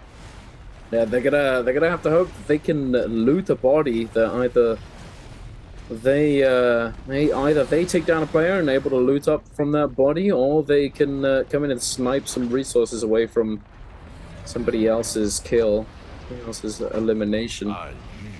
JL have managed to weather the storm somewhat. They were under a little bit of pressure for a moment there, but hiding inside this tent, inside this building, with OA on top, the guard dogs. Seems as though they've made friends. Happy hops. Hey guys, mind? It was rent out the garage right here. GG. Wait a second. Oh my goodness! What? You see that? Yeah. Oh my lord, GG, they were like, oh, okay, just look at this spot. Hey, nice. And then kablam, out of nowhere, TXJ dropping down from the sky with that double charge on the flying knives, dropping in and ruining their day. GG now under a lot of pressure. 3-3-0, 1 HP in a dream. TXJ able to come in and take that kill for himself. Very nicely done. The Hardy is going to be putting in work. The cube does get utilized by 2, I believe. I think there's 1 still available for 1 Fang. SR trying to consolidate on the Spirit Well. They managed to claim it. And I think we see the extension of their Yang depletion timer. Oh, no, wait, no, SR... No, SR. Oh, no, wait, no, it was a... No. My bad. It was not them. It was the... I saw the Viper on the YZG. ASE. Bowder still in it though. 10 kills, JL on 12, ASE on 13, SR on 9, OA on 6, YZG on 7. Usa, Duncan, Usa. I'm thinking about this, man. You know it's crazy there. The microsecond they got the kill, 1 Fawn pick up that Soul Bloom. So no Yang depletion left on anyone else on the board except for one of the members of YZG for the Syra. So now it's really up to this. The Draco Storm on SR is kind of spooky. They went from blue armor to gold, purple, and double purple actually now. Seeing how it's going to be out to ASC Xiao Wen, he's going to get focus fired here. The Syra ultimate to try to keep him down. He is not going to get caught by the Dazzle. Unfortunate. And that's actually going to be costing him nearly to that full effort from that Syra ultimate. Now, looking at ASC's miss, though, having to invest his own means that there is no reset tool here. This is always going to be the case from that Syra ultimate being invested. Because it's also for the heal, it's also for the CC, but look at his CXZ here in the drop down. Doesn't have any sort of things he can do here. XCM gets a kill. CXL goes down. SR Draco Storm's going to be active for another minute or so. And we still have 2 minutes afterwards. So with 3 minutes left on the clock right now, OA taking some pelt shots here and there. JL just trying to go ahead and making sure that they can, splice any cannon shots, any range shots that comes in the direction. As CXD in the middle ground. He's putting himself up here, getting into the tree line, hoping for that scare rush, working for a drop down for nothing. Because ASE is just trying to look into QGG's direction as he is forcing them out to combo break as well as any sort of abilities in their step. This is going to come down to the wire, ladies and gentlemen. 17 players left alive. 2 teams on match point. Able to take it all and end the day on game number 5. JL with the triple flying knives, Bowder with that merciless havoc. ASE Han going to be pulling the trigger, tries to find the stun, gets it on one. QGG goes down, giving the Soul Bloom over to that Viper. XXMU eliminated. Bowder having to respond. XEM and NY7, no ultimate. Trying to find something, trying to find a way to recover right now. Junks popping that ultimate, ready to get online. Oh my god, this is a nice! Oh my god! Flashing through everyone, but no kill just yet. TXJ finds 1 onto 17S. 13 kills. ASC still have 14. They still have 1 more. Rico might be going down very, very soon. The Syra, the powerful Dazzle, gets so many. Han picks up another one. Rico goes down. OA still in it. TXJ's dazzled. Junks, JL, they're still in it, trying to defend. TXJ going into the sky. The stun comes through. Han's about to get cooked, though. Kuku2 picks up the elimination. OA, Kuku2 did pick up. Oh my goodness. Xiao Wen takes 1. TXJ gets another. XB gets down. It's coming down to it. So this is so close. Make or break. ASC's missing 1. JL's 3-man strong. TXJ knocks him in the zone, trying to find it, and One Feng takes him down. JL keeping up. 15 to 16 kills. Can they close it out? We've got Kyle and Ultimate ready to go. 7 players left on the field, and there it is. Another one to the list. JL might have done it. I don't see anyone contesting them. TXJ gets another, and it's just a formality. Surely 5 players alive. 3v1v1. There you go, ladies and gentlemen. JL are gonna be finishing it up, ending the day early. XEM, where you going, buddy? You ain't going nowhere. Thank you very much. Goodbye, good night, and JL, I'm gonna take it. It's grand finals for NBPL 2025, ladies and gentlemen.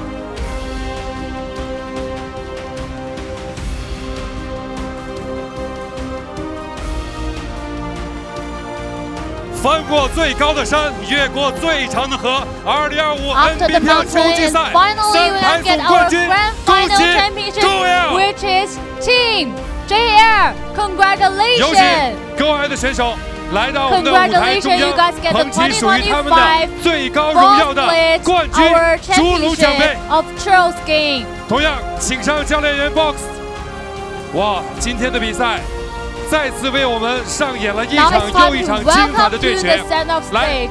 It's really 选手教练 it's really 先捧起属于你们的冠军奖杯 excellent today. And now 有 it's 请。 time to 同 get 样，我们 your 再次恭喜 trophy now. 2025 NBPL 秋季赛 Let's 3排冠军 congratulations again Go Air！ our championship of 2025 full split Charles Game. Go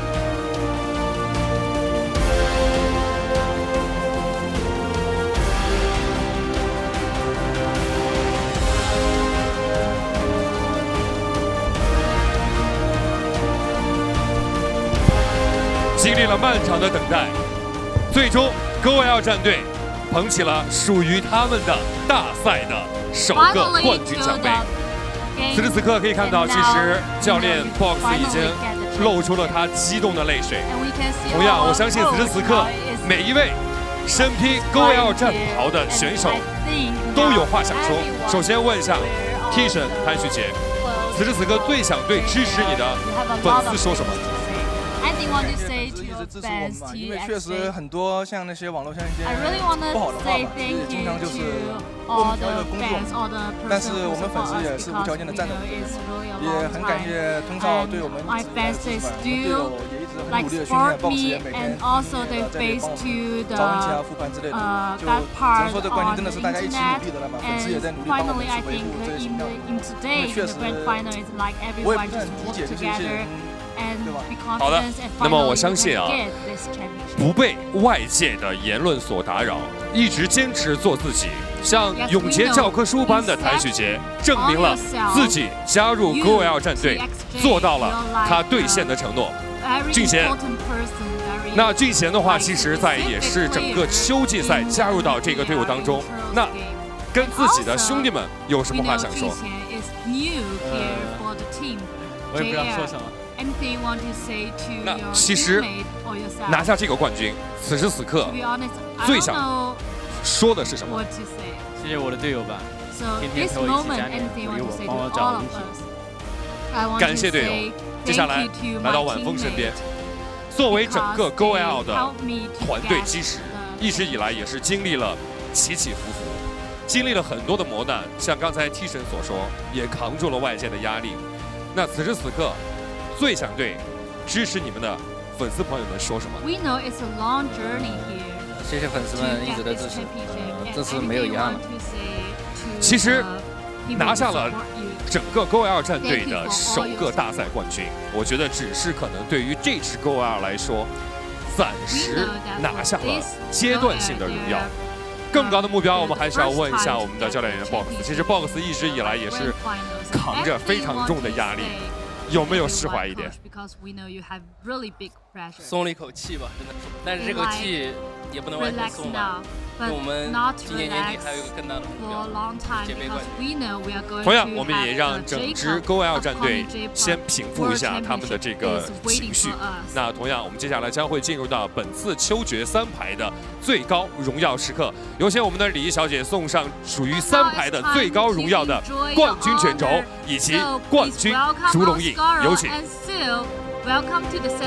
来，我们挂上卷轴，盖上属于这支经历了很多磨难、很多坎坷，最终站到了最高领奖台的 GoL 战队冠军卷轴、冠军烛龙印。来，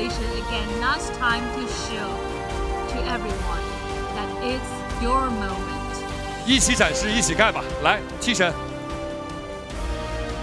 先对着镜头展示一下这届秋决的3排冠军烙印，同样在冠军卷轴前盖上属于你们的冠军印记。也希望更多的人可以支持这支 GoL， 陪他们一路披荆斩棘。来，有请所有的选手和教练员站到冠军卷轴前，话筒先给我，T神。 来，我们站在冠军卷轴前，先一起合影留念一下。同样，此时此刻正在收看我们2025 Nbpl 3排秋决的玩家朋友们，让我们再次恭喜3排秋决冠军 GoL 战队。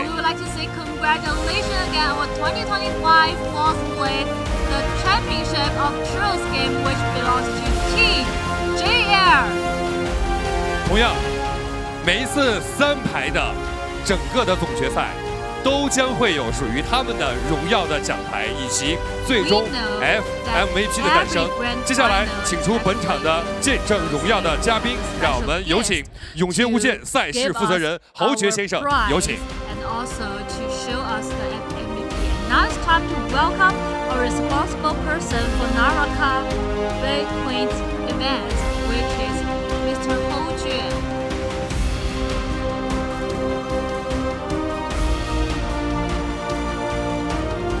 请为我们的3排的秋季赛的冠军颁发属于他们的荣耀奖牌。我相信，在这个来之不易的奖牌的加持下，让我们再次记住今天他们每一位 Nbpl GoL 战队的3排选手的顶尖操作。冠军属于俊贤，冠军属于谭旭杰，冠军属于晚风。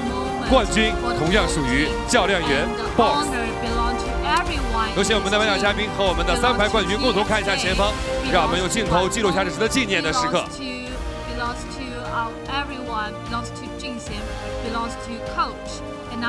好的，那么接下来让我们有请我们的李小姐送上来我们本次的3排 FMVP 的信封，我们一起来见证这次的3排的 FMVP 会属于哪位选手？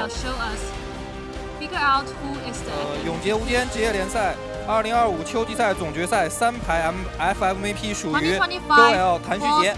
恭喜谭旭杰，有请谭旭杰来到我们的身边。同样有请我们的 FMVP 和我们的颁奖嘉宾共同看一下前方，让我们用镜头记录下这值得纪念的时刻。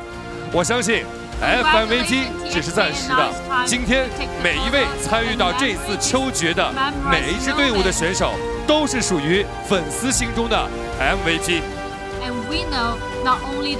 好的，再次感谢侯爵先生，请入席观礼，谢谢。好的，来，我们所有的选手再次来到我们的舞台正中间，让我们再次享受属于你们的荣耀时刻。一路走过来，真的非常艰辛，非常的不容易。从组建双神来到 GoL， 一直以来距离冠军都是差一口气，终于兑现了自己的阶段性的承诺。那谭雪姐最想对支持你的同少说点什么？因为确实一直是无条件相信着我们整个队伍嘛，也在后面一直帮我们去处理很多事情。Yeah, I would like to say thank you to our boss because it's really a long journey, and for like everyone working really hard, like both he is not really a long time always company with us. 同样，其实可以看到，作为教练员、冠军教头加入到这支 GoL， 一直以来的话也是顶了很多的压力。那么问一下 Box， 那拿下了这个冠军，其实对于你个人而言，又是怎么样的一种感受？其实加入到GoL之前，一直都是顶着这种冠军头衔来的。本来的目标也是在，哪怕是去年，我们就给同场带来冠军，但是一直都没做到。对于同少来说，其实不光是对同少嘛，我都有点不太相信自己了。所以说拿到这个冠军真的是挺释怀的吧。相信自己，相信队友，相信每一位支持你们的人。问一下晚风，拿下了这个冠军之后，自己在整个2025的属于永劫无间的赛年，接下来的目标又是什么？那肯定是后面的结杯嘛，结杯是接下来这支3排的秋季赛冠军的下一个目标。同样问一下俊贤，那对于这个目标，跟自己的兄弟们想说点什么？ Okay, at last, anything you want to say to your teammates? 向下一个目标继续前行。那么接下来的话，让我们再次有请秋季赛的3排总冠军共同捧起属于你们的冠军奖杯，来展示在这个秋天至高无上的荣耀。烛龙奖杯属于2025 NBPL 秋季赛3排冠军 Boss Blade our Trolls Game Championship Team JL。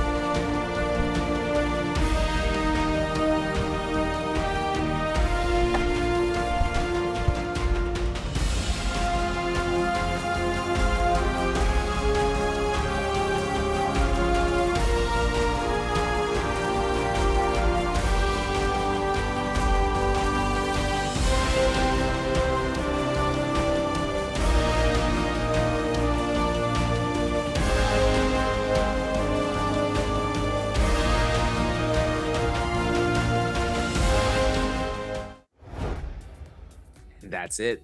That's our ending. That comes on the JL taking the dub, Duncan. They earned themselves out here for the MVP, getting into round 5 as match point team. And after a struggle bus of the season, they ended up winning out an entire season for the fall split as the grand champions. Insanity, but congratulations as well to the team as a whole.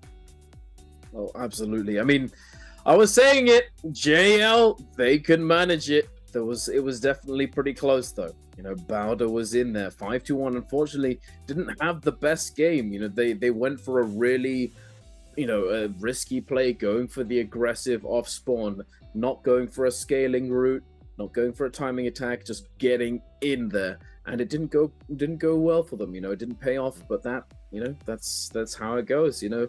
You take a risk, it may pay off, it may not. It was unfortunate for them that it didn't. But JL, slow and steady, they've ramped up, kept getting more kills, kept finding opportunities as the game progressed. Bowder was keeping up with them. We had ASE doing really well. At SR in there, we had multiple teams, you know, not making it easy for them. But as it came down to it, closer and closer to those final moments, JL able to stay together, stay calm and collected, and jump in at the right time. That Kylan dash straight through 4 or 5 people. Amazing. Chef's kiss, man. It's a whole recipe, bro. A recipe for disaster for everyone else. But it came down to the value in their end. It came down to also YZG being a huge distraction force for ASC, right? YZG was at their cusp of being able to disrupt ASC, who were being the kill leaders in the lobby to a certain extent, then allow for themselves to kind of invest time and space and taking both of those to its minimum levels. That was the biggest part that set up JL, as well as trying to look at SR. SR took out the Draco Storm, a team that was potentially stacking up. We saw them with blue armor, and then 2 minutes later, they're stacked out of their mind. But then JL was able to keep a pocketed position and waiting for the right time to strike. They didn't get out-pushed by anybody, outmaneuvered. They were well-placed and well-positioned. And that puts them out at 26.8 points as the MVP. ASC is 17.5 points, though in second place. SR with 14 points, 13.5 for Bowda, and OA with 8.5, 8 for YZG, DRG with 5, 4.5 for 521, GG with 4, 3.5 for OUG and FPX, but Wolves no points are now. They were one of the first eliminated teams. We saw that. Those engagements that were actually happening outside of the scope of the camera. But then when JL in that final moment came down to, you know, when it came down to make or break, I mean, Junks was really setting it up there. It was a very sketchy moment. Anything can happen in those Viper Wuchen, not the Viper Wuchen Teslas, but the Viper Syra Destina comps. One chain of CC leads to another. And JL kept themselves very postured to outmaneuver those, especially considering the Destinas. They'll go all in. These clips and highlights are going to be the final ones for the season for the fall split. Brought to you by China Unicom as the final moments as JL were leading us up here from Romy and Absolutely. Hey, we can hear the comms. Nothing too crazy. No screaming. At least not yet. Assuming it.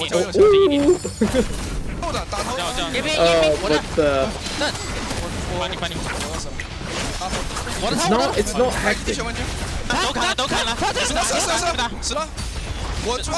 Okay, now it's hectic. It's crazy too.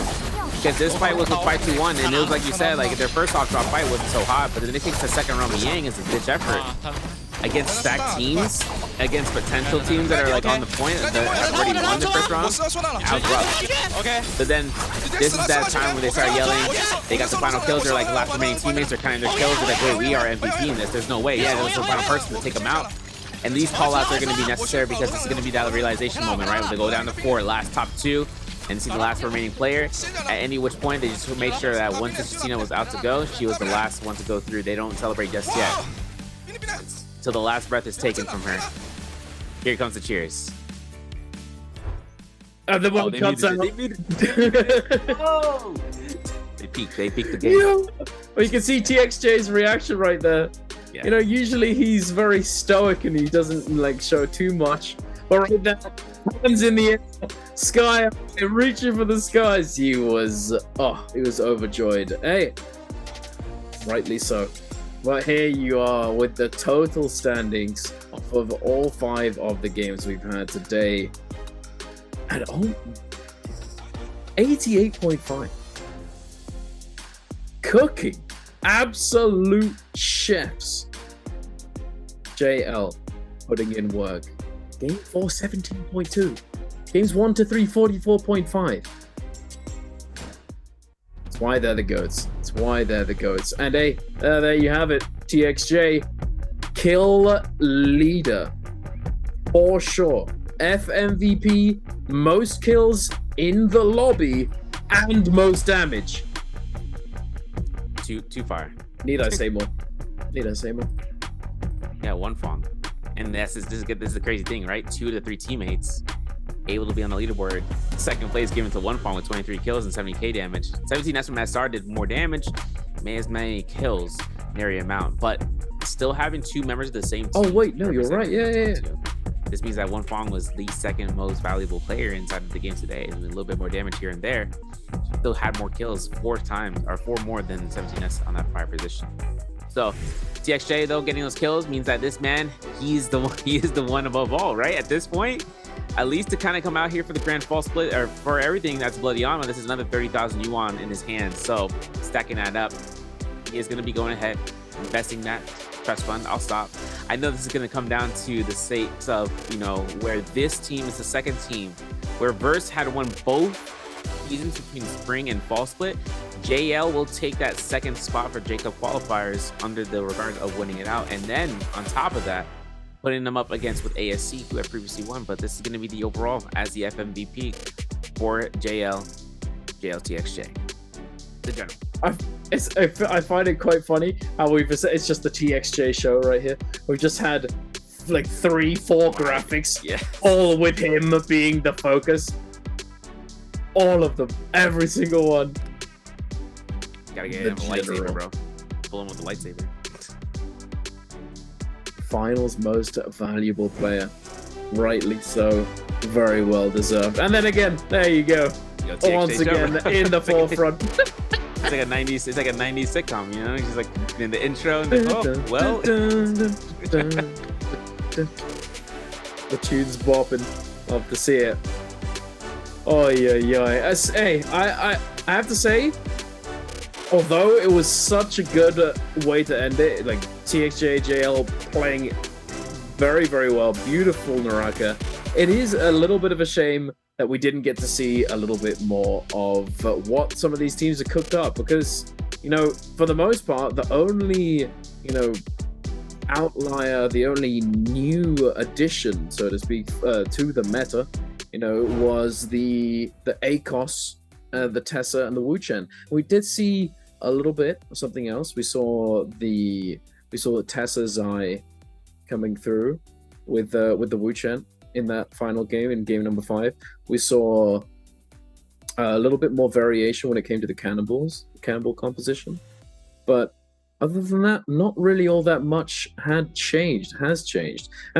It makes sense because they've just had so much more time on these other characters, on these other compositions, that, you know, going into a finals environment, you don't want to try too many new things, perhaps because you just haven't put in enough work to really truly feel comfortable in it. This is before we get to the mainland qualifiers next week too, so kind of anything that would be presented would have been here now. They would still most definitely be either not, maybe perhaps the most recent updated patch before it comes to next week for anyone who hasn't completed their runs and making it to the Jacob qualifiers, which is the remainder of the teams. But what's more important about this is now kind of seeing what that selection process goes through. I mean, 3 match point teams came out after round 4. That led them all to be in the bottom floor. It wasn't like a single team. It wasn't like 2 teams here. Like, it was 3, right? A whole phase to be selectified inside of that final pick selection. Then gives them the whole opportunity, seeing about what the other teams and how their thought process led into it. Grand finals is a whole different treachery of sorts, right? For trickery, and, you know, trying to sightline yourself into the masses, or if you end up going ahead and choosing something as an outlier comp. Then getting out the Kylan former, or getting out the Kylan, the Hottie, the Ziping back in the mix, succeeding as MVP squad. So that's in the grand finals for fall. Leading in this up to it, anything afterwards in the next couple of weeks will be something that they are still going to be wanting to improve upon. They are going to continue scrimming no matter what. The trios teams never take a day off when it comes down to it. It's just now to see about what's going to be evolving, because now the JL being one of the teams to actually earn it out. Baudo's actually in second overall, kind of going through here, and then SR is in third with 45. And these are ranking points to be earned out. And it's crazy because SR comes out here at 45. So does GG and ASC, but it looks like, considering SR has just been stacked up against the odds, they practically stacked up against the whole, you know, between 2 other teams as well. Yeah, I mean, we'll have to see how it all plays out moving forwards. I'm looking forward to it for sure, because Yeah, it's more NARAKA, more showcasing of what can be achieved at the highest level of this game. Trios, I think it's become more and more exciting as time has gone on. You know, I do sometimes miss the old days of, you know, a million monks popping all at the same time in endgame. You know, it's always a good time. It's always fun to see, fun to watch. But it's the game has developed now. I have to say, at least for me, it got a little stale when it was just Syra everywhere. You know, it was just every comp had Syra. And granted, she's still a very big presence within the environment. You know, she's still part of arguably one of the best compositions, or the best composition in trios at the moment, with the Viper Justina. You know, but she's definitely taken a bit of a back seat. You know, Enor has come out to play. Kylin made his reappearance after he just sort of disappeared. Hardy as well, coming back in. Much to my dismay, though, because I hate Cube. I'm not. Cube sucks. You're silenced? No problem. Get out of there, man. It's so silly. What is that? Hey, Fairy Shenbeacon, I framed the ultimate. What do you do? Yeah. I mean, it's definitely a lot of variety, and it's very interesting. I think, you know, the mirror matches, some people like them, some people don't. But I think overall, we're definitely in a really good spot for NARAKA Pro League, for sure. Schedule, the overall. You didn't get this yesterday. This is going to be the overall winners. So, off of week 1, Spider was able to take it, as well as OUG for trios. And then into MSC, both SR members, between Spider and SR as a whole, won it out. And then bi-weekly 2, Spider took out for bi-weekly 2's victory for solos. GG took for trios. And then another double whammy for SR as it came down to week 3 between Spider and the team. Bi-weekly 4, you guys didn't recognize, came down towards GG Chen, taking it away. Spider was on a 3-win streak until GG Chen took this MVP through 8 rounds, and then OUG came back to take their bi-weekly final win for week 4, as they previously did in week 1. But WBG's verse took the grand finals as the winner yesterday. JL takes the grand finals win today, as it just concluded. Kindly's the mainland qualifiers for CN teams. It is for Jacob. You see the little symbol right there next to the dates. That's going to lead us into what we see next week. This is going to be for solos. Mainland qualifiers means that the players who end up being in the top X placement, they will end up getting to Jacob as their representation. And then on top of that, you only got 2 days. It's like, imagine it like it comes down to 2 days worth of games to allow for just, you know, it's a make or break, at least for the teams. The tie is off. You know, we are looking forward to seeing what the mainland qualifiers are going to be looking like next week, since we conclude fall split this week, and then afterwards, how Jacob's going to end up going through. I have no idea if Jacob's going to have pre-finals. I don't know, but these games having no pre-finals included, right? Having a match point threshold that's a lot lower, right, without any sort of like pre-final points. Because I always see pre-finals as like a semi-scrim, you know, because you always see those values of the players that they can bring stuff here and there, but there's a little weight behind it because they're taking points into that first day for the final day. And then eliminating that means that you're throwing the players in a 0-0-0-0-0 matchup, right? No one has any points, no advantages, no nothing. They just off drop. The mirror comps are going to be played out. Then afterwards, all the teams are going to have to just decide upon how many points they earned for those 2 comps that were played, and then work from there. And if that's the case for J-Cup, I already know that the situation is going to be it's going to be of utmost importance when it comes down to those qualifiers to make it to the top 12 for finals and everything in between, to try to see about what advantages can they take from those first 2 rounds, because after that everything's off to the races. Yeah, absolutely. I mean, I think there probably will be pre-finals. They've had them in the previous 2 years.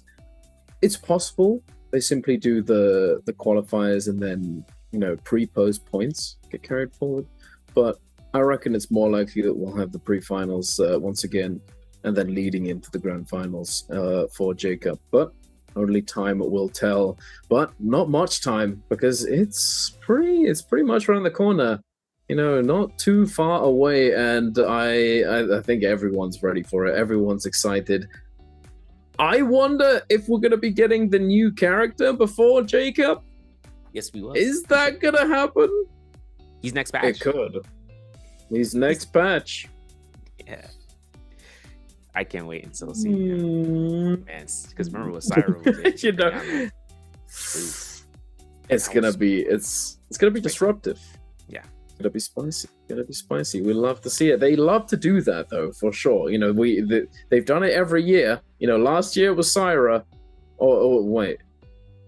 Yeah, brain.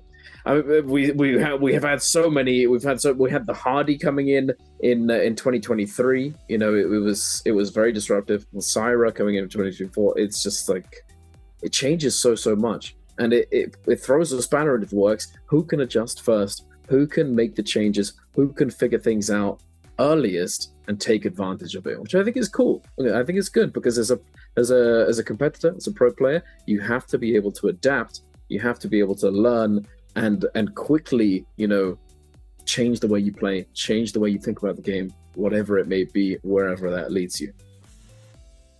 He's right. Yeah, and this is going to be that mindset switch up. I mean, it's been evolving over the course of time.